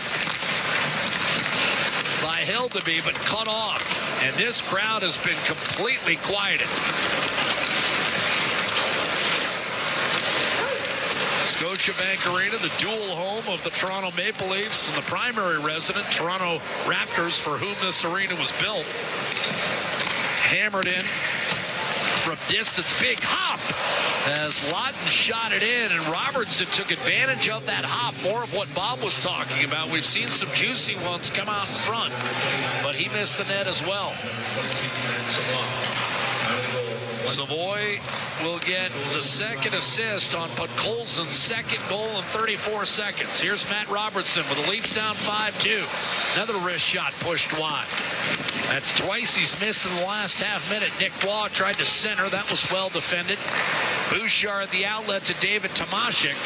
And now it's floated through the middle for Curtis Lazar. He's defended by Waugh. Coming over to pry the puck free with Stetcher. The Oilers have scored 4 unanswered goals to turn a 2-1 deficit with 30 minutes to play into a 5-2 lead with a little more than 16 minutes left in regulation. Regula at the line for McDavid, left to right. Oilers looking for more. Nugent Hopkins. And now Regula. Nurse, what you don't want if you're an opponent of Edmonton is for the Oilers to start sensing there's blood in the water. And they do right now. Matthew Nyes spills it in. They've finally gotten to Hildeby. They've gotten 4 goals in the last 13 minutes against him. Regula to Nugent Hopkins. He'll shoot it in. McDavid took it away from Benoit. Nugent Hopkins protects in the right corner. Been impressed with how Edmonton's come out in the third period. Yep. No nursing a 3-2 lead. They attacked, and they were rewarded for it. Matthews to Nyes. And he'll get it in deep. Nurse drops it for Regula. And as Toronto makes a line change, Edmonton under just token pressure. Nylander chasing Regula and Nurse, who just trade the puck back and forth and finally hoisted out by Nurse through the middle. Henry Thrun angles the pass up the boards. Nylander out of the reach of Bobby McMahon, and the Oilers on the counterattack. But Colson to Savoy. Swung it back. Shot Stastny, caught cleanly by goaltender Dennis Hildeby. And 5 minutes have been played in the third period, and the Oilers have owned it. And they lead by a count of 5-2. And Draisaitl on point number 999. That's the biggest storyline right now in the game. That and the fact that McDavid's got 2 goals and an assist. He's got 15 points in his last 5 games, Jack. That's pretty good. But that's the 13th time he's done it in his career. Yeah. So I'm now focused on 999. I think you're going to lose this one, too. No, you're right.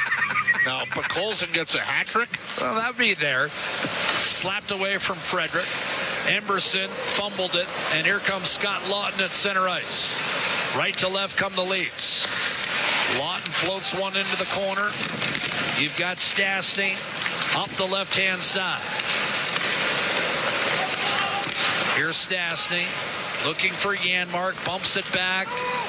Henry to Frederick. Chipped up the left-hand side. Janmark will settle it down. Nudged out in front, Nick Waugh. Up to Cowan. He'll shovel it in.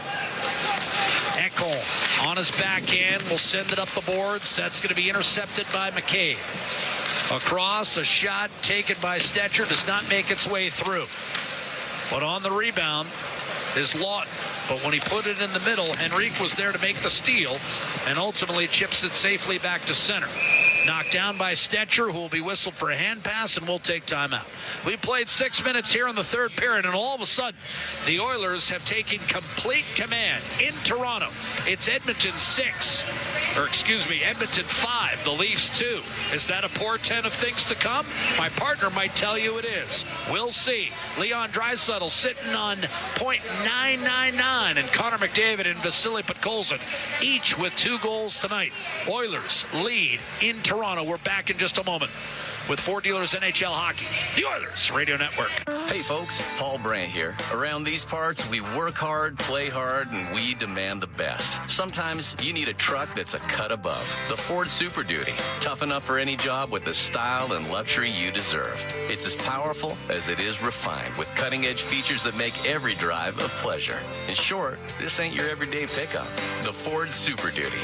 Drive the finest truck Alberta has to offer today at your Alberta Ford dealer. And tell them PV sent you. In OilCountry, winning on the ice goes hand in hand with winning off the ice. With the Edmonton Oilers Community Foundation 50-50 presented by Rogers, winning can mean both a life changed and a life saved. Because every ticket purchase helps more kids, more families, and more communities in need than ever before. And with the largest jackpots in all of sports, you could become Alberta's next millionaire. Get your tickets right now at EdmontonOilers.com, because when you play, all of OilCountry wins. AGLC license number 744517. Our people, our team. It's what business owners almost always say is their most important resource. But strong businesses don't just find great people. They make sure their teams stay healthy, engaged, and performing at their best. A benefits plan from Alberta Blue Cross is more than just drug and dental. They support the whole person with flexible coverage levels that fit the size and circumstance of your business. Find a plan that gets results at ab.bluecross.ca. Listen on air, online, and on the Radio Player Canada app. This is the Oilers Radio Network. Connor McDavid between Nugent Hopkins and Hyman. Face-off win for Austin Matthews. It's 5-2 Oilers with 14 minutes to play. Ooh. And as this sent in deep, Jari watches it into the corner. Bouchard takes a hit from Matthew Nyes, and Connor McDavid looking to dial it up and streaking down the middle of the ice. Already with 2 goals and an assist. Nugent Hopkins off the rush, a shot and a save made by Dennis Hildeby as the Oilers are peppering the Maple Leafs. That one got McDavid on the inside of the leg, the shot from Nugent Hopkins, and it stunned him a bit.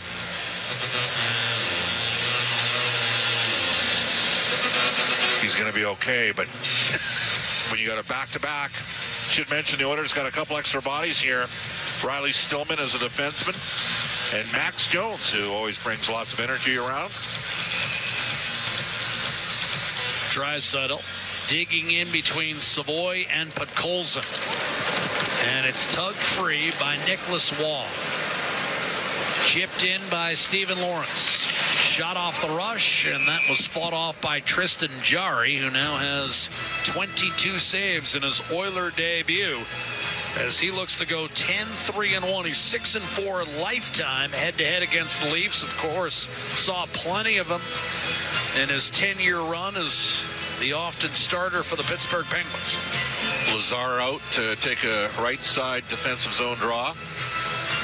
Best year for Tristan Jarry, 34 wins in 2022. The problem was he injured his foot late in the season, was unable to play the first 6 games of their first-round series against the New York Rangers, and then playing on a bad foot, lost Game 7 in overtime to New York, and that was the last time the Penguins made the playoffs, spring of 2022.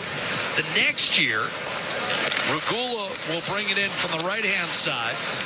Pittsburgh appeared certain to claim a spot. Draisaitl feeding Nurse. A shot and a save made by Hildeby is, again, every time Draisaitl's on the ice, could be 1,000 points. Bob, you and I were watching Pittsburgh play at home to last place Chicago in Colorado. We were in Colorado, and the Penguins lost that home game to Chicago. It cost them a playoff spot in 2023, and Jarry never got that close to the playoffs again. Yeah.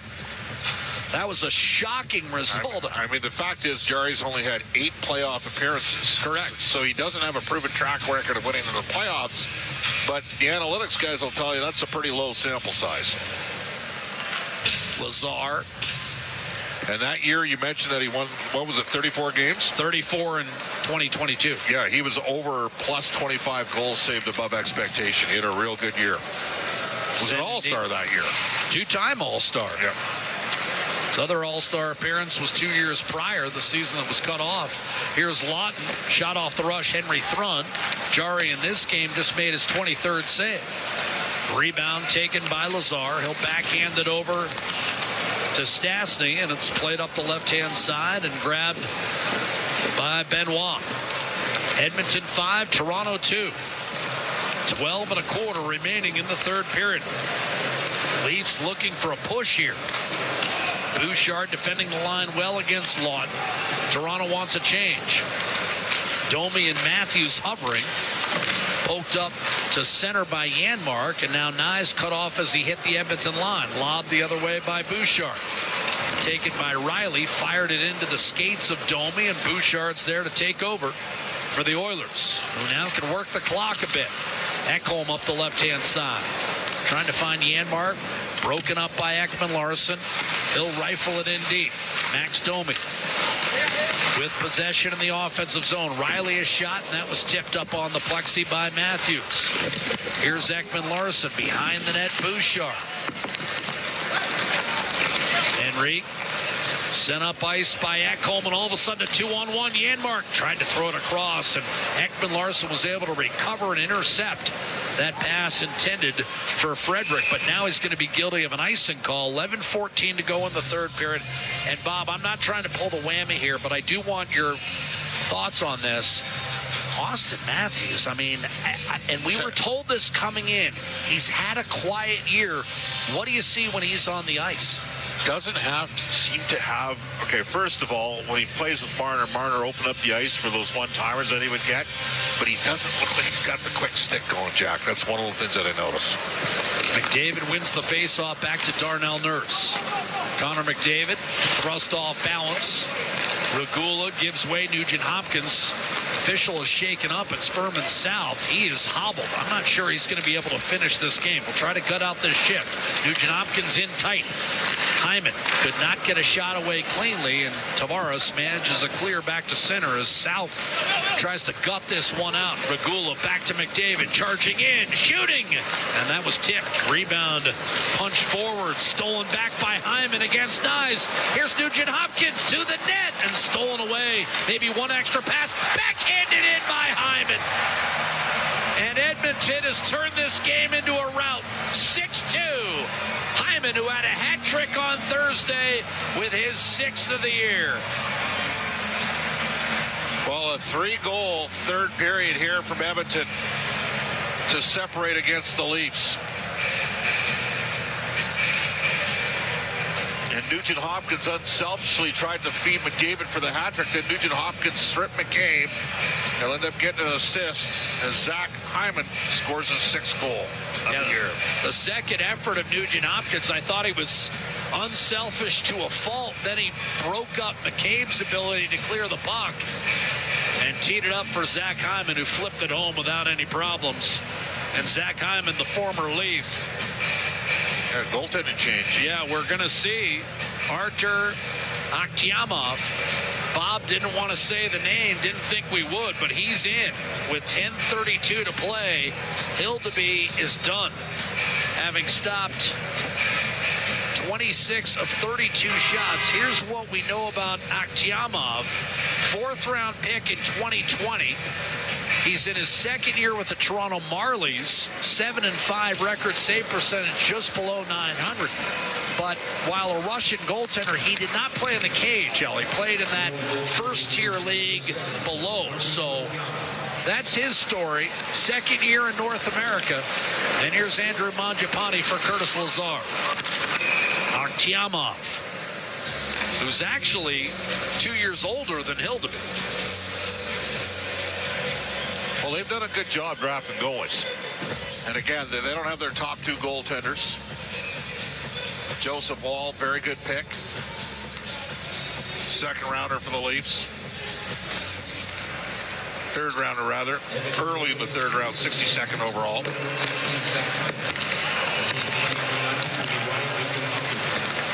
Here's Tomashik driving behind the net, wrap around, a save made, a rebound cleared. I should mention, Akhtiamov was drafted as an 18-year-old, Hildeby at 20, so they're actually both 24. My apologies. Want to get that right.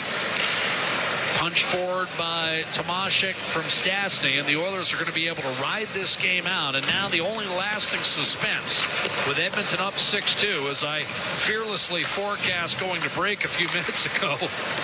Now let's see whether .1000 is in the offing for Leon Draisaitl. Here's Matt Savoy into the offensive zone. Serves it up for Bouchard. His pass intended for Draisaitl broken up. Henry Thrun will lay it off the glass and out. 9:10 to go in the 3rd. The Oilers have to be aware he's at $9.99. Do they not? Oh, yeah. Draisaitl the drop for Matt Savoy. Left side for Vasily Podkolzin. Around to Draisaitl, protecting against Max Domi. Now double team by Lawton. Bouchard across and a shot on net and a save made by Akhtiamov against Matthias Janmark, and that's going to be his first NHL save. That's also going to be a timeout for us from Scotiabank Arena in Toronto. Edmonton exercising some demons, about to claim just its 7th win in 26 games against the Leafs. It's Edmonton 6, Toronto 2. This is Ford Dealers NHL Hockey, the Oilers Radio Network. Believing in yourself takes confidence. At Portage College, 93% of grads say their education gave them the skills and knowledge they needed for their careers. That's the kind of confidence that leads to great results. Learn more at portagecollege.ca. Zach from EPCOR here. When winter rolls in, my family's outside skating, tobogganing, and enjoying the season. But stormwater ponds aren't the place. These ponds protect our neighborhoods from flooding year-round. Even in winter, the water keeps moving under the surface, making the ice unpredictable and unsafe. Edmonton has safe spots to skate and sled, like my favorite, the Rundle Park Iceway and Toboggan Hills. Stay back, stay off, stay safe. A note from your neighbors at EPCOR. It's a new era for Ford in Edmonton. Welcome to Big West Ford. Located westbound on Stony Plain Road just east of the Henday, Big West Ford is Edmonton's newest and most exciting Ford dealership. Whether you're after the legendary F-150, the Powerhouse 350 Super Duty, or the adventurous Bronco, they've got you covered with exceptional selection and service right here in your city. Big West Ford, driven by you. Visit Big West Ford at 18208 Stony Plain Road or online at bigwestford.com. Believing in yourself takes confidence. At Portage College, 93% of grads say their education gave them the skills and knowledge they needed for their careers. That's the kind of confidence that leads to great results. Learn more at portagecollege.ca. All games, all seasons. You're listening to the Oilers Radio Network. Adam Henrique between Trent Frederick and Matthias Janmark as Bob grooves to the mellifluous tones of Rick Astley. You know, in the background. You know who looks a little, I bet, like him? Kyle from Sportsnet. Kyle Bogoskas. That's actually not a bad read by you. Here's a shot and a save against Spencer Stastny by Akhtiamov. And now a shot landed by Frederick on Simone Benoit. The tilt I wouldn't mind seeing is Frederick against Jake McCabe, who flattened Alex Tuck earlier this year. Yeah. Now, there's a problem for Frederick if he does engage in a fight. Because he's got 14 zippers in his cheek. Like, I don't think he should fight, because he takes one anywhere near the orbital bone or the eye, and he's going to be leaking. Here's Henry lining up against Nick Waugh. Yeah, he said the swelling wasn't that bad, but it's still quite sensitive. Well, I mean, he's got 2 interior and then 12 exterior stitches. Frederick wins the face-off across Stastny to Emberson. That shot smothered by Cowan. Big hit again. Frederick on Benoit. Tugged free by Adam Henrique. Too hard with that pass back to Emberson, and now driving down the left-hand side is Cowan. And Emberson shielded him from the puck expertly, and now a nice play by Stastny, avoiding trouble in the form of Stephen Lawrence, driven in by Emberson, and there a glimpse of Stastny's excellent skating that we've heard a lot about.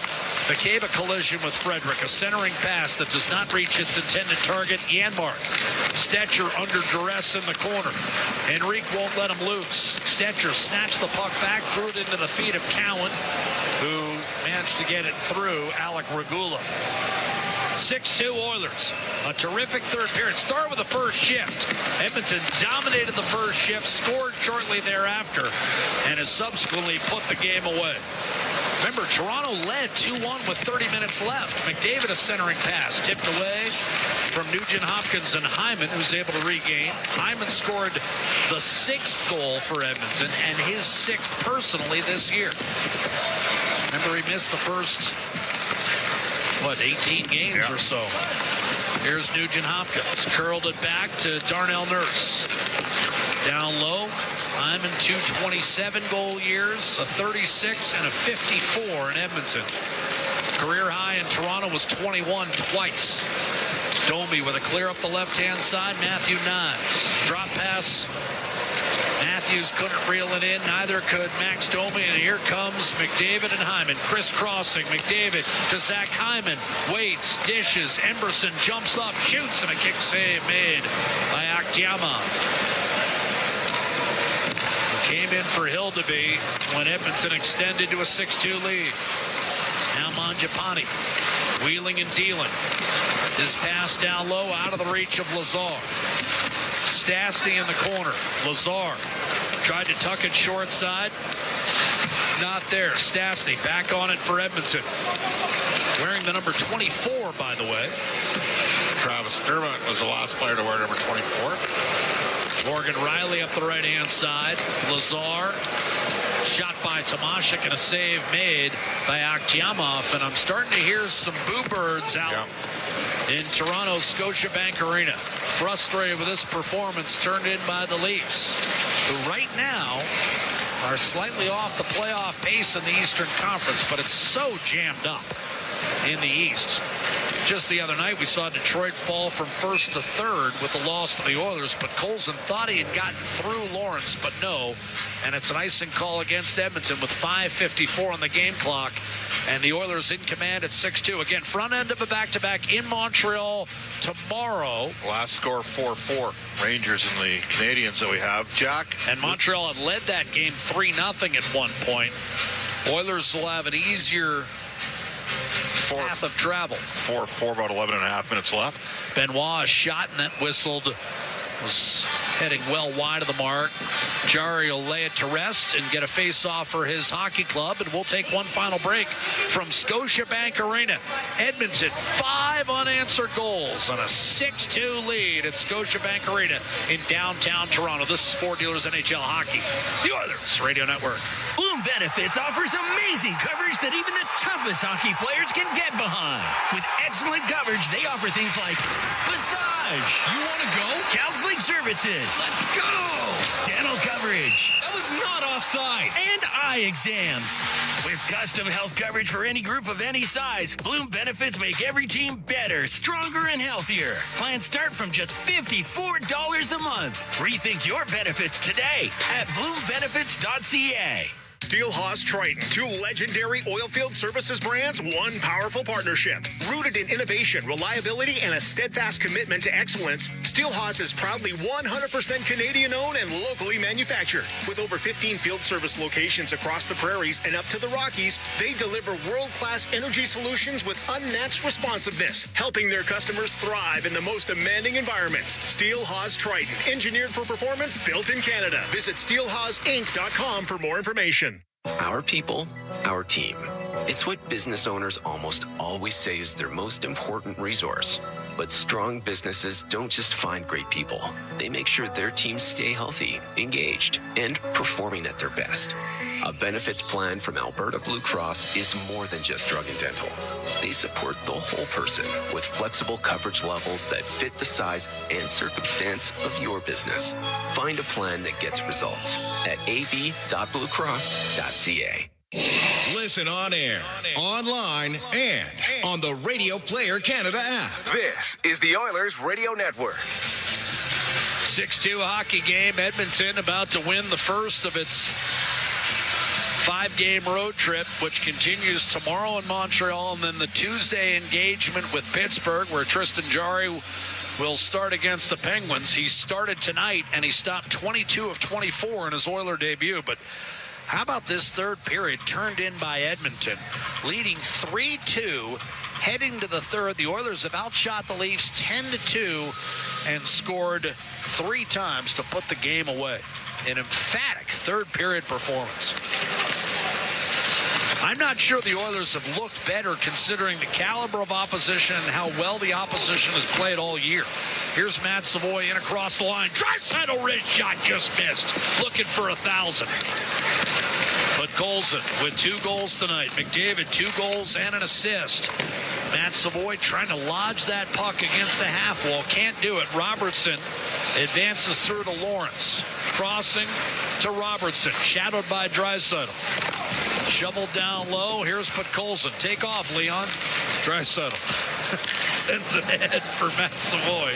He'll shovel it in from the red line. He just missed Podkolzin. Yes. Backdoor tap in for the hat trick. Edmonton a line change. Yeah, Draisaitl's not thinking about scoring a goal for .1000. He's focused on the Podkolzin hat trick.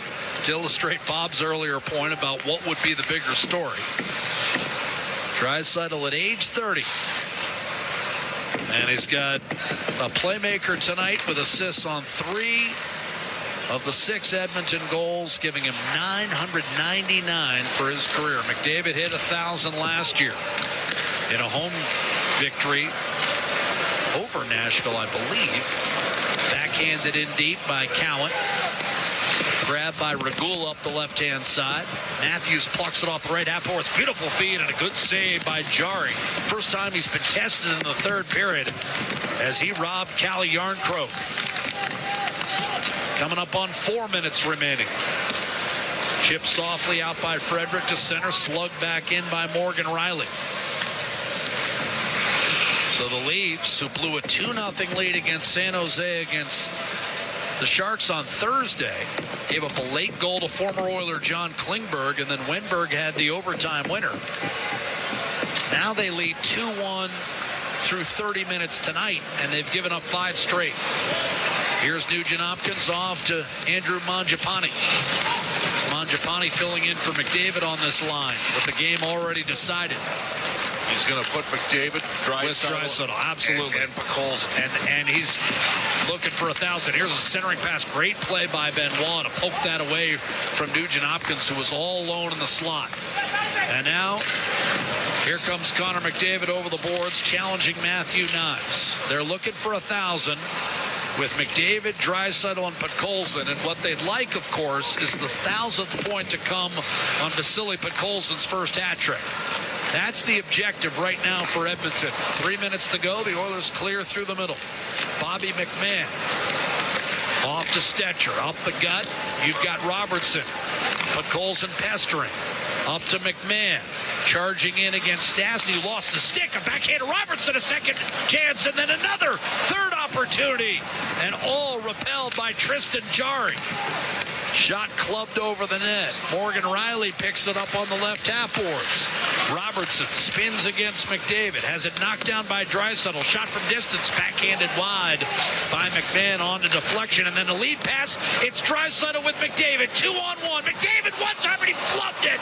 He got it back on his backhand. Cross ice. Draisaitl can't tuck it home. Unbelievable. A 2-on-1 for 1,000. And it doesn't happen. Here's McDavid from Draisaitl. Trying to wrap up a Stetcher. Inside to Nurse, broken up. Here's Morgan Riley, and he'll ice the puck for Toronto. Now do you take a timeout if you're Edmonton? A minute 58 to go in the third, and you're not going to, of course, leading the game 6-2. But that was interesting. Draisaitl 2-on-1 with McDavid, who fanned on a one-timer that would have been .1000 for Leon Draisaitl. And oh, by the way, would have given McDavid a hat trick. Yep.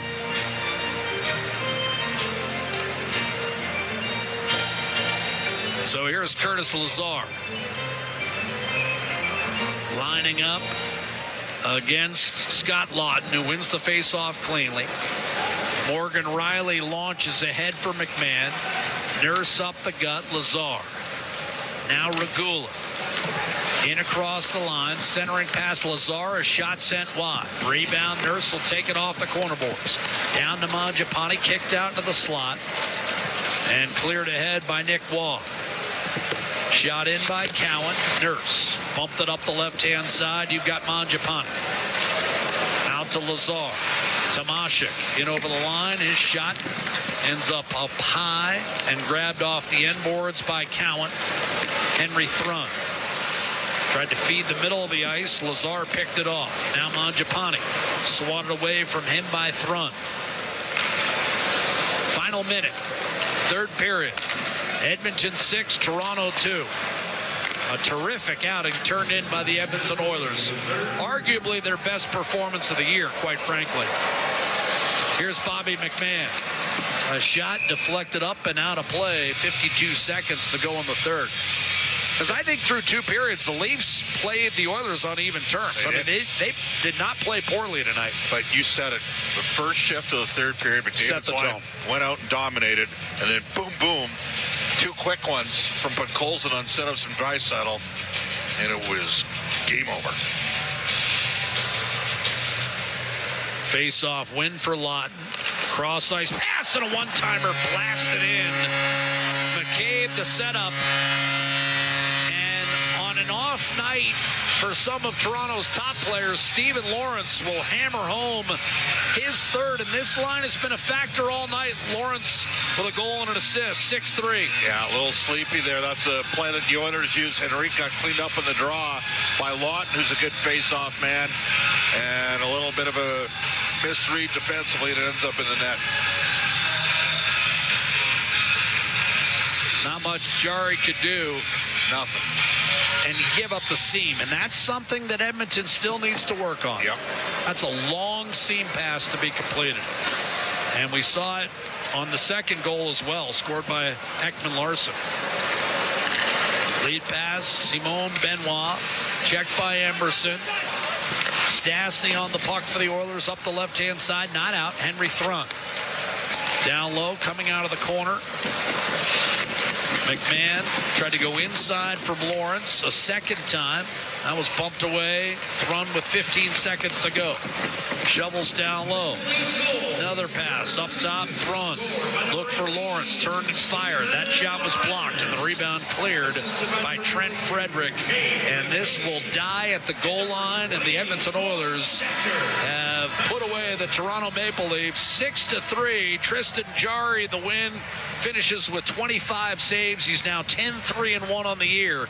And a wild, 34 hours ends for Tristan Jarry in victory in an Oiler uniform after he lost to Montreal on Thursday. Calvin Pickard will get the start tomorrow, and the Edmonton Oilers have started this road trip in victorious fashion, beating the Leafs 6-3, just their 7th win in 26 games against Toronto. But more importantly, Edmonton now 4-0-1 in its last 5 games, and a season-best record of 4 games over 500 at 15-11-6. Wow. I mean, their best players were the best players.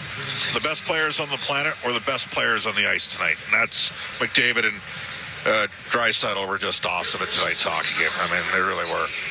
Just a stellar. Okay. We've got Vasily Podkolzin. Vasily? Hi, it's Bob upstairs with Jack Michaels. You guys won it was an even game, well-played game, both teams in the second, through 2 periods. You turned it up another notch in the third, didn't you? Yeah, I mean, we played much better in the third, obviously, and I got lucky, got a couple of bounces there, and finally scored. Now, Vasily, I have to say that it did appear that a certain number 29 was trying to get you your first hat trick tonight. Were you aware of that? Yeah, I think he tried. Next time, whatever. And were you guys trying to get him .1000? Was that talked about on the bench at all? I mean, not on the bench, but like before the game, we know it's 5 away right now. It's 2 away, so yeah, gonna be big. Gonna be a huge road trip for us. Vasily, today, we saw Tristan Jarry come in. I mean, obviously, it's always tough to lose guys like Stu and Brett Kulak that were part of your team last year that went to the 6 game of the Stanley Cup final. Yeah. Just a thought on what you thought of Tristan tonight. Oh, he did a great job. He obviously had a tough road trip yesterday, and he make some big saves for us, and win a great game for us, and we're excited about him, and hope he wants us to win. Vasily, as a team, let's go back maybe the last 3 weeks since maybe the Washington or Tampa game. Is this the best stretch of hockey, do you think, the team has played all year? I think, I hope it just starts, and we're starting to play much respond and manage the puck pretty well, and I think we'll keep building on that. Congrats on the win tonight, pal. Thank you so much. Thank you. That's Vasily Podkolzin with a pair of goals tonight. A fun night for the Oilers. Obviously, Connor McDavid playing in his backyard with 2 goals and an assist. Draisaitl, 3 helpers. As you said, Bob, yes, the best players were good, but I also thought some of the supporting players had quality nights tonight and good debuts for Spencer Stastny and Tristan Jarry. Yeah, Jarry was good. Stastny was quick. You're right. He gets the pucks and he can make plays. Jack, I'm going to throw a number at you and you're going to go, Vasily Podkolzin with the 2 goals tonight at even strength, 5-on-5. 5-on-5, he would be the leading goal scorer, 5-on-5, and leading point getter, 5-on-5 on the Vancouver Canucks. This trade has worked out. The Oilers got him for a 4th-round draft choice. He is. You and I never could figure it out because he seemed like Rick Tocchet's kind of player. Did not pan out. And Vasily Podkolzin, as you know, Bob, is in the top 3 in the National Hockey League right now in terms of his even strength plus minus relative to his teams. He's top 3 in the league. Well, he got another +2 tonight. So, I mean, he is a very good, you know what? He is a very good second-line player. That's, I'm not even going to call him middle 6. He kills penalties. He's honest. He will fight. I mean, he fought Jeremy Lauzon last year and dropped him, right? Like, he's a big, strong man that retrieves pucks, turns over pucks in the forecheck. And I think in time there will be more offense there for Vasily Podkolzin. Well, again, I mean, he was drafted 10th overall. We're not talking about, some chump off the waiver wire. This is a guy who was drafted 10th overall. Sometimes it takes longer than others. Remember, 3 years ago, he scored 14 goals for Vancouver, and we thought he was going to explode off of that. Instead, it totally dried up for him with the Canucks. He's been a valuable asset for the Oilers. Moving forward, road trip continues Oilers tomorrow night in Montreal, which is playing a whale of a game right now. They're probably, down to 3 minutes left in regulation at Madison Square Garden. The Canadians play a lot of exciting games, including the one played in Edmonton. It wasn't the most well-played game. Oilers survived 6-5. Oilers were lucky that night. Yes. They got a couple gift power plays that got them back in the game. Marty St. Louis has instilled a spirit in the Canadians. What do you expect tomorrow night? Well, I'll be Montreal's had some challenges in goal, whereas, Toronto was a team that is middle of the pack, in save percentage in the league. They're 11th, and the Oilers are 31st. Well, Hildeby came in at .933 in his 7 starts. And he got touched for 6 on 32. But you look at the Canadians, they, like Edmonton, have had challenges stopping the puck this year. And then we're going to see Calvin Pickard. He's going to get the start. He gave Edmonton a great start in Tampa. And conversely for the Canadians, I would assume we're going to see Dobish tomorrow because they went back with Fowler for the second consecutive game after he beat Tristan Jarry in Pittsburgh on Thursday night. And I thought Pickard getting the win in Seattle, and again, not in Seattle, but against Seattle.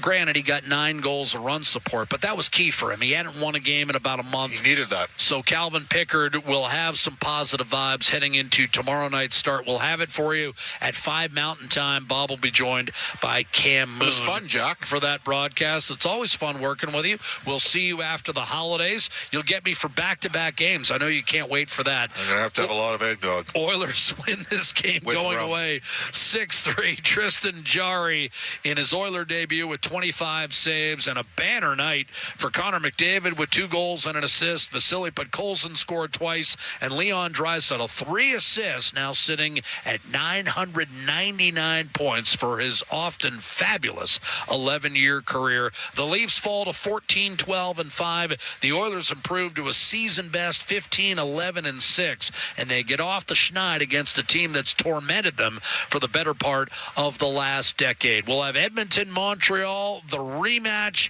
tomorrow. Again, the Oilers beat the Canadians earlier this year, October the 23rd, and Podkolzin had the winner in that one on the power play as Edmonton rallied from a 5-3 deficit to win 6-5. It'll be the Oilers and the Canadians tomorrow right here on the Oilers Radio Network. Until then, for Bob Stauffer and, of course, our pals Brendan Escott and Rob Brown, this is Jack Michaels saying good night from Toronto's Scotiabank Arena. The final score, the Oilers 6, the Leafs 3.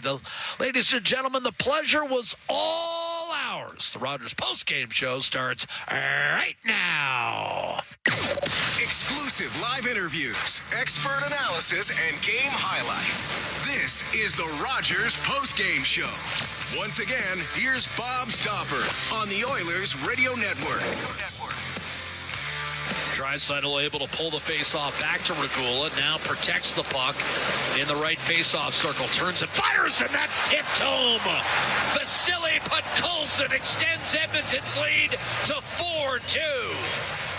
There you have it, and that is the highlight zone. And really, from that point on, the Oilers had total control in the third period. The highlight zone is presented by our friends at Century Casinos. 3 great locations: Edmonton, St. Albert, next to the Edmonton International Airport at Century Mile. Welcome to the Winter Zone. This is the Rogers Postgame Show on the Oilers Radio Network. Sportsnet Plus is your ultimate destination for Oilers games. Stream more matchups than anywhere else. Spectacular! Catch Oilers action all season. Plans starting at $29.99 a month. Subscribe now at sportsnetplus.ca. Do your tires feel like hockey pucks on the road? Perhaps it's time for a new set of Atturo tires. No matter what you drive, Atturo has the right fit for you, including the all-new Trail Blade HT and AZ810, premium all-weather tires for your pickup, car, SUV, or crossover. You can rest assured that Atturo tires will get you through all 4 seasons. Available at Action Car and Truck, Point S, and tire shops everywhere. Find a dealer near you at atturo.com. Sportsnet Plus is your ultimate destination for Oilers games. Stream more matchups than anywhere else. Spectacular! Catch Oilers action all season. Plans starting at $29.99 a month. Subscribe now at sportsnetplus.ca.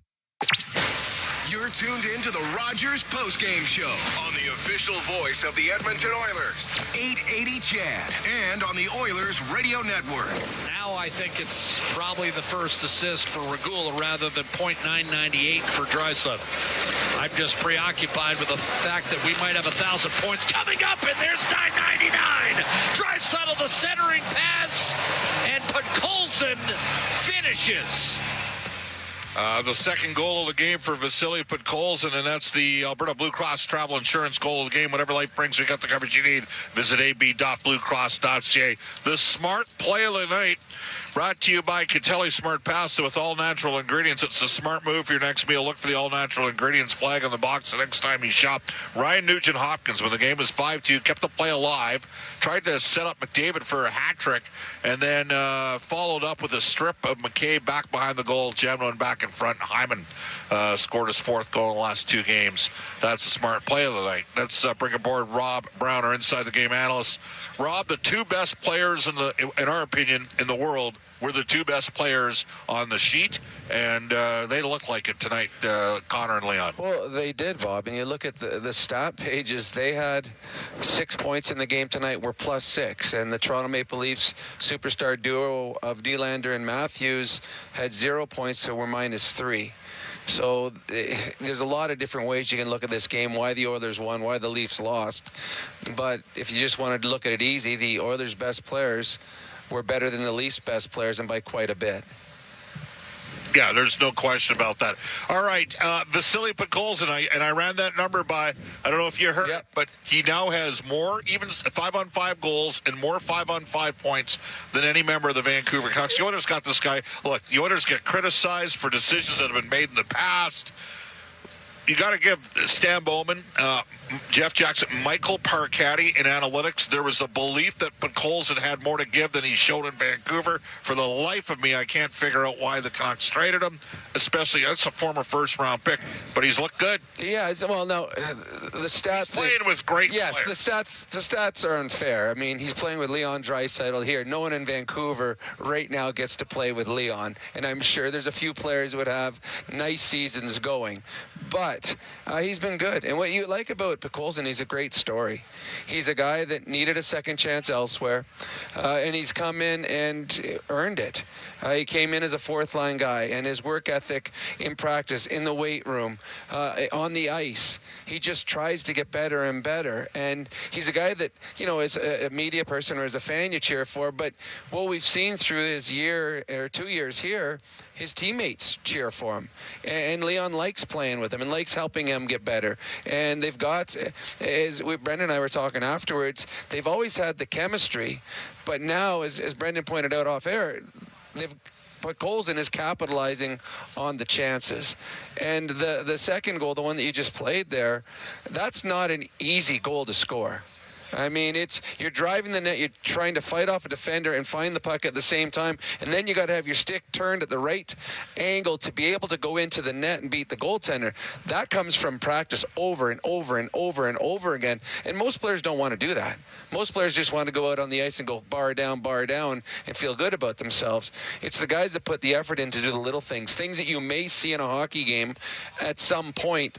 And when you do, you've got that muscle memory. So Podkolzin has been a very, very nice find for the Oilers. And what it does, when you have a guy that was expected to be a fourth-line guy when you signed him, and he comes in and plays on your second line, well, now you can move other players in different positions. Yeah. And that should make you stronger in the third line and the fourth line. Podkolzin, and we've talked about it a lot after games, Podkolzin has been the most consistent of any Edmonton Oilers player all season long. And that includes Leon, and that includes Connor.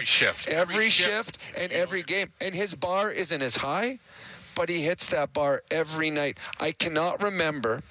I can't remember a game, and I honestly, as you said, shift. I can't remember a shift where I wanted more out of Podkolzin on that shift. And I'm not sure I can say that about any other player on the Oilers hockey team. So that's what you get from Podkolzin on a night-to-night basis. All right, I want to get a quick thought from you on the performance of both Tristan Jarry in goal and Spencer Stastny on defense. Well, Jarry, I mean, the stat line is just pedestrian. He gave up 3 goals. The last one didn't matter. But when he was a fairly quiet night for him, it wasn't a stressful night. The one time, though, that he needed to be good, it was 2-2, and the Leafs had a power play in the second period. And that was his best sequence of the entire game. And that allowed the Oilers eventually to grab the lead going into the third period. So Jari did not have to be great tonight, but he had one sequence, and that's what the Edmonton Oilers needed. As for Stastny, I know nothing about him other than what everybody keeps talking about. He's a really good skater.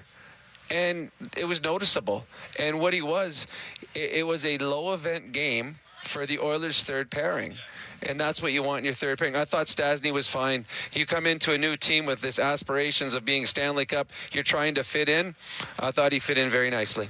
Great stuff, Rob. Talk tomorrow night when the Oilers take on the Canadiens at the Bell Center. Sounds good, Bob. This is the Rogers Postgame Show on the Oilers Radio Network. Wherever Canadians raise a glass, you'll find Molson. There's a good reason for that. When you've been in Canada for over 230 years, you get around in the cups and fridges of Canadians, generation after generation. Molson has a beer for everyone. So raise a glass or cup or whatever you pour your Molson in, because it doesn't matter what it's in. It matters where it's from. Canadian, export, ultra, excel, Molson. Everyone in. Must be legal drinking age.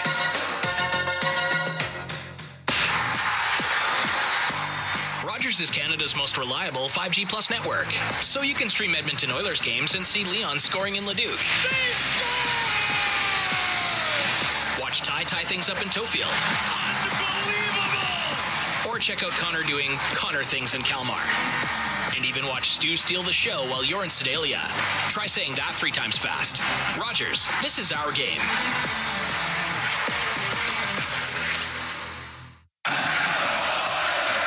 From backyard rinks to big arenas under bright lights, electricity powers every moment. At Capital Power, we generate reliable, affordable electricity for OilCountry and beyond, powering innovation, opportunity, and thriving economies across North America. Just like our Edmonton Oilers, we're driven, determined, and lighting up the game. We're powering change by changing power. Get to know us at capitalpower.com. This is the Rogers Postgame Show on the Oilers Radio Network. Let's go to Pizza 73 out-of-town scoreboard, brought to you by Pizza 73, the official pizza of the Edmonton Oilers. Here we go. The New Jersey Devils, a 4-1 victory earlier today against the Anaheim Ducks. Minnesota Wild got Quinn Hughes yesterday. He did not play today, but they beat the Ottawa Senators 3-2, scored on a late goal. Speaking of late goals, Edmonton's in Pittsburgh on Tuesday. Penguins blew a 5-1 lead, lost 6-5 to San Jose in overtime. Former Oiler John Klingberg with a pair, including the GWG in OT. Islanders 3-2 shootout victory over the Tampa Bay Lightning. Carolina comes back for a 4-3 shootout victory over the Philadelphia Flyers. The Vegas Golden Knights a 3-2 win in Columbus. The Jets got Connor Hellebuck back, and they beat the Capitals by a score of 5-1. Bakersfield Condors down 2-1 after one. They had a good first period in Tucson, but they trailed 2-1. Atro Lepidin is going pretty well right now for Bakersfield. It's plus-minus. I think he's +5 over his last 10 games. And the Rangers and Canadians, the Oilers are in Montreal tomorrow. The Rangers and Canadians are going to overtime. Actually, they're in overtime. The Rangers are going to a power play, game tied 4-4. So power play in overtime for the New York Rangers. Fowler's getting the start tonight. And that means I would assume that Dobish will get the start tomorrow against Calvin Pickard. We gave you the Condors score, and we'll also tell you that the Edmonton Oil Kings tomorrow host the Brandon Wheat Kings. Former Oilers captain Jason Smith is the head coach of the Edmonton Oil Kings. They're 21-6-3 so far this season. Tonight, Connor McDavid, 2 goals and an assist. Leon Draisaitl, 3 assists, 999 career points, and a 2-goal performance from Vasily Podkolzin. Edmonton took over in third period, beat the Leafs 6-3. This is a Rogers Postgame Show on the Oilers Radio Network. Can an energy provider make you feel carefree? We think so, because who doesn't like to be surrounded by good energy? Great rates always. Gimmicks never. Perks that reward your loyalty and energy experts who know what's what. Carefree just feels good. Encore by EPCOR, your carefree electricity and natural gas provider. Customers are free to purchase natural gas or electricity services from a retailer of their choice. For a list of retailers, visit ucahelps.alberta.ca or call 310-4822 toll-free. This holiday season, Freedom Ford invites families to hit the road with confidence. Freedom Ford is offering incredible deals on remaining 2025 Ford models with limited time incentives, lease specials, and the return of low financing. Ford customers can also get exclusive early access to incoming 2026 Ford models. From the spacious Ford Explorer to the top safety-rated Ford F-150, Freedom Ford showcases vehicles built for winter travel and holiday road trips. Come and check out the full Ford lineup today at Freedom Ford. All right, let's go to tonight's 3 stars, brought to you by Molson, the official beer of the Edmonton Oilers. Whether it's Canadian, Ultra, Export, or Excel, there's a Molson with your name on it. Must be of legal drinking age. The 3rd star with 2 goals tonight, Vasily Podkolzin. The 2nd star with 3 assists tonight, 999 career points, Leon Draisaitl. And the 1st star with 2 goals and assists. He set it going early on a brilliant rush up the ice. Connor McDavid. The Rogers postgame show started following each of our NHL broadcasts. The Oilers return to action tomorrow night. That is a 5 o'clock Mountain Standard Time puck drop when they take on the Canadians at the Bell Center. For my play-by-play partners, Jack Michaels, who called tonight's game, Cam Moon, who will call tomorrow night's game, Rob Brown, Brendan Escott, Aidan Gannam, studio producers, Eamon Hashem at the helm tonight, Kellen Kennedy, and Curtis Papetti is our long-time engineer here in TO. Bob Stoffer saying so long from the Big Smoke, and the Oilers smoke the Leafs 6-3.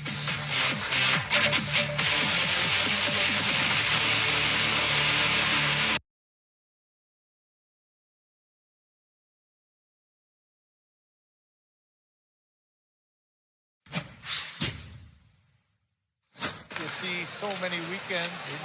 Toronto always gets the best of other teams' players because they come back home, got families in the stands, and man, that makes a difference. Nick Wa's pass for Nick Robertson broke it up, but look at the speed. McDavid in.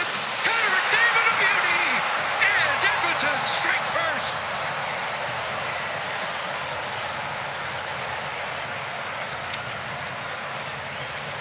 A McWow moment early here. You know, when Wayne Gretzky played at Maple Leaf Gardens, very similar. The one thing you can't do is turn the puck over at the opposite line. Look at how quickly. Tomashik trying to get loose, a bouncing puck, and it's knocked away. Here's Cowan. He's got Lawton loose. Lawton on the backhand, rolling through. Scores! Easton Cowan on the rebound. And the Oilers, the Leafs have tied it. Penalty didn't get it. Now you take an opportunity. Lawton with the backhand. There's a rebound control that comes loose for Matthews. Looking for Doby in the slot. Hooks it back into the corner. Loose puck. Matthews on it. In front. And a stop there. Another chance. Scores. Oliver Ekman-Larsson. 2-1 Toronto.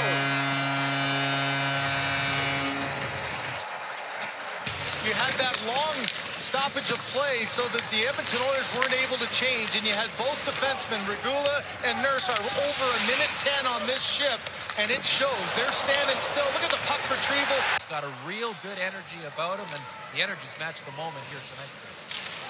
Well, he's doing all his talking in goal. He's going to be tested here as McDavid speeds and scores. And just like that, the game is tied. You saw Troy Stetcher went right to Hildeby there. Stetcher tried to clear this one, and he buried it. Watch the front of the net. There's the turnover in the neutral zone. Again, now you're backing off, now you're gapped, and watch the front. Stetcher has put it in front, and now the Oilers will turn with speed. It's McDavid one more time. Playing it back to Draisaitl, across, scores! Darnell Nurse! Here, the one thing you can't do is do anything blind. Here's Robertson. A no-look pass creates three guys getting caught deep. Now you got to deal with the speed of McDavid. That draws three guys over to the one side. And Darnell Nurse has been watching this his entire career. He knows exactly where to go. Get lost, get open, get ready for the shot. And the one-timer just a little too quick there for Hildeby to get across. Face-off one back to Regula. Draisaitl been dominant in the face-off circle and scores! That one leaked through. Looked like it was tipped in front by Podkolzin. And it's a 2-goal Edmonton lead. How do you think Dennis Hildeby feels here to start the third? Over you, in front of the net, and then you follow it up with what Podkolzin is learning how to play with Leon Draisaitl. Draisaitl, better than any, is able to buy himself. What a pickup that is becoming. Through a fourth round draft choice, went to Vancouver to put Podkolzin on a line with Draisaitl scores, and I think it's off Podkolzin again. And it's another point for Draisaitl. One away from 1,000. Oh, kid, I got about happen. Oh, watch again, a turnover in the neutral zone just has killed the Maple Leafs in this game. Draisaitl, the long reach to the outside. And here's the number one Shark trying to get it to the net again. And we're not talking San Jose. Nugent Hopkins in, and he's trying to set up McDavid, and they score! It popped into the net, and Edmonton's got 6. You look at the reaction by Hyman, a little bit almost embarrassed. He knew exactly to get it to Hyman, but we talked about it before. Nathan McKinnon was leading the leading scorer, right? And in the last, and Stuart Skinner had us, that's how tight they were, and now you got to forge a new one with your new partner. McCabe across it. Nice set play goal for Steven Lorentz. With the shrug knowing that that's just a little window dressing for the Leafs. That bottom six, anytime they can score a big goal, it gives a boost, but too little too late. What a great execution. And Edmonton clears as the clock drains. And the Edmonton Oilers have posted their 15th win of the year and their first with Tristan Jarry in goal.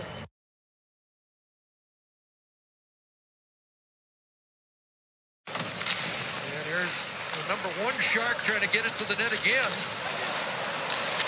And we're not talking San Jose. Nugent Hopkins in, and he's trying to set up McDavid, and they score! It popped into the net. And Edmonton's got 6. And you watch Nugent Hopkins here. Every player on this Oiler team knows the pride that McDavid has. And there's the second effort by Nugent Hopkins to get it to Hyman. But we talked about it before. Nathan McKinnon was leading the leading scorer, right?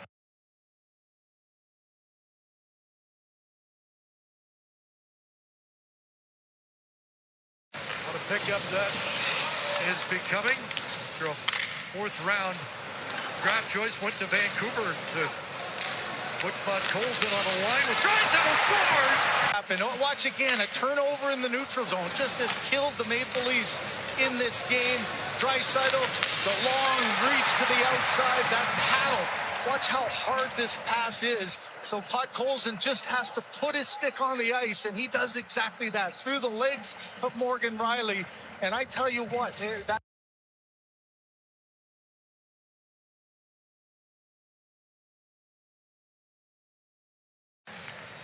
faced off one back to Regula. Draisaitl been dominant in the face-off circle and scores! That one leaked through. Looked like it was tipped in front by Podkolzin. And it's a 2-goal Edmonton lead. How do you think Dennis Hildeby feels here to start the third? Over you, in front of the net, and then you follow it up with what Podkolzin is learning how to play with Leon Draisaitl. Draisaitl, better than any, is able to buy himself a little time, protect the puck to the outside. So where do you go? You go to the tough area. You get a save by Hildeby that goes off your shin pad. And Chris, I say this so often for guys who are struggling and haven't scored. Can you go to the hard areas? And he's right there in the hard.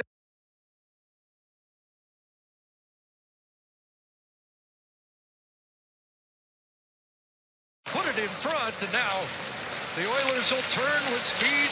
It's McDavid one more time. Playing it back to Draisaitl, across scores. Darnell Nurse. Here, the one thing you can't do is do anything blind. Here's Robertson. A no-look pass creates 3 guys getting caught deep. Now you got to deal with the speed of McDavid. That draws 3 guys over to the one side. And Darnell Nurse has been watching this his entire career. He knows exactly where to go. Get lost, get open, get ready for the shot. And the one-timer just a little too quick there for Hildeby to get across.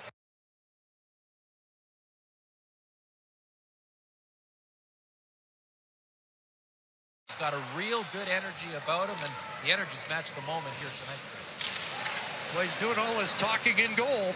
He's going to be tested here as McDavid scores. Watch the front of the net. There's the turnover in the neutral zone. Again, now you're backing off. Now you're gapped. And watch the front. Stetcher, his stick in the air. Watch what he does coming back, though. McDavid's speed gets you on your heels. McCabe can't make the play. Stetcher tries to clear, and he puts it in the side of the net.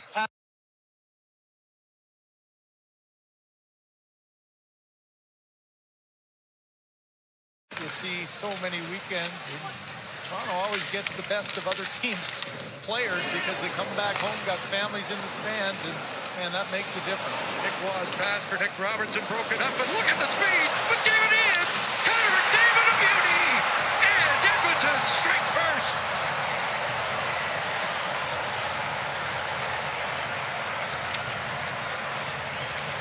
A McLeod moment early here. You know, when Wayne Gretzky played at Maple Leaf Gardens, very similar. The one thing you can't do is turn the puck over at the opposite line. Look at how quickly Morgan Rielly was looking the opposite way. And you talk about a man on a mission there. As soon as he got the puck, took his skating to another level, and that's a tough one there for Hildeby. McDavid shows great patience.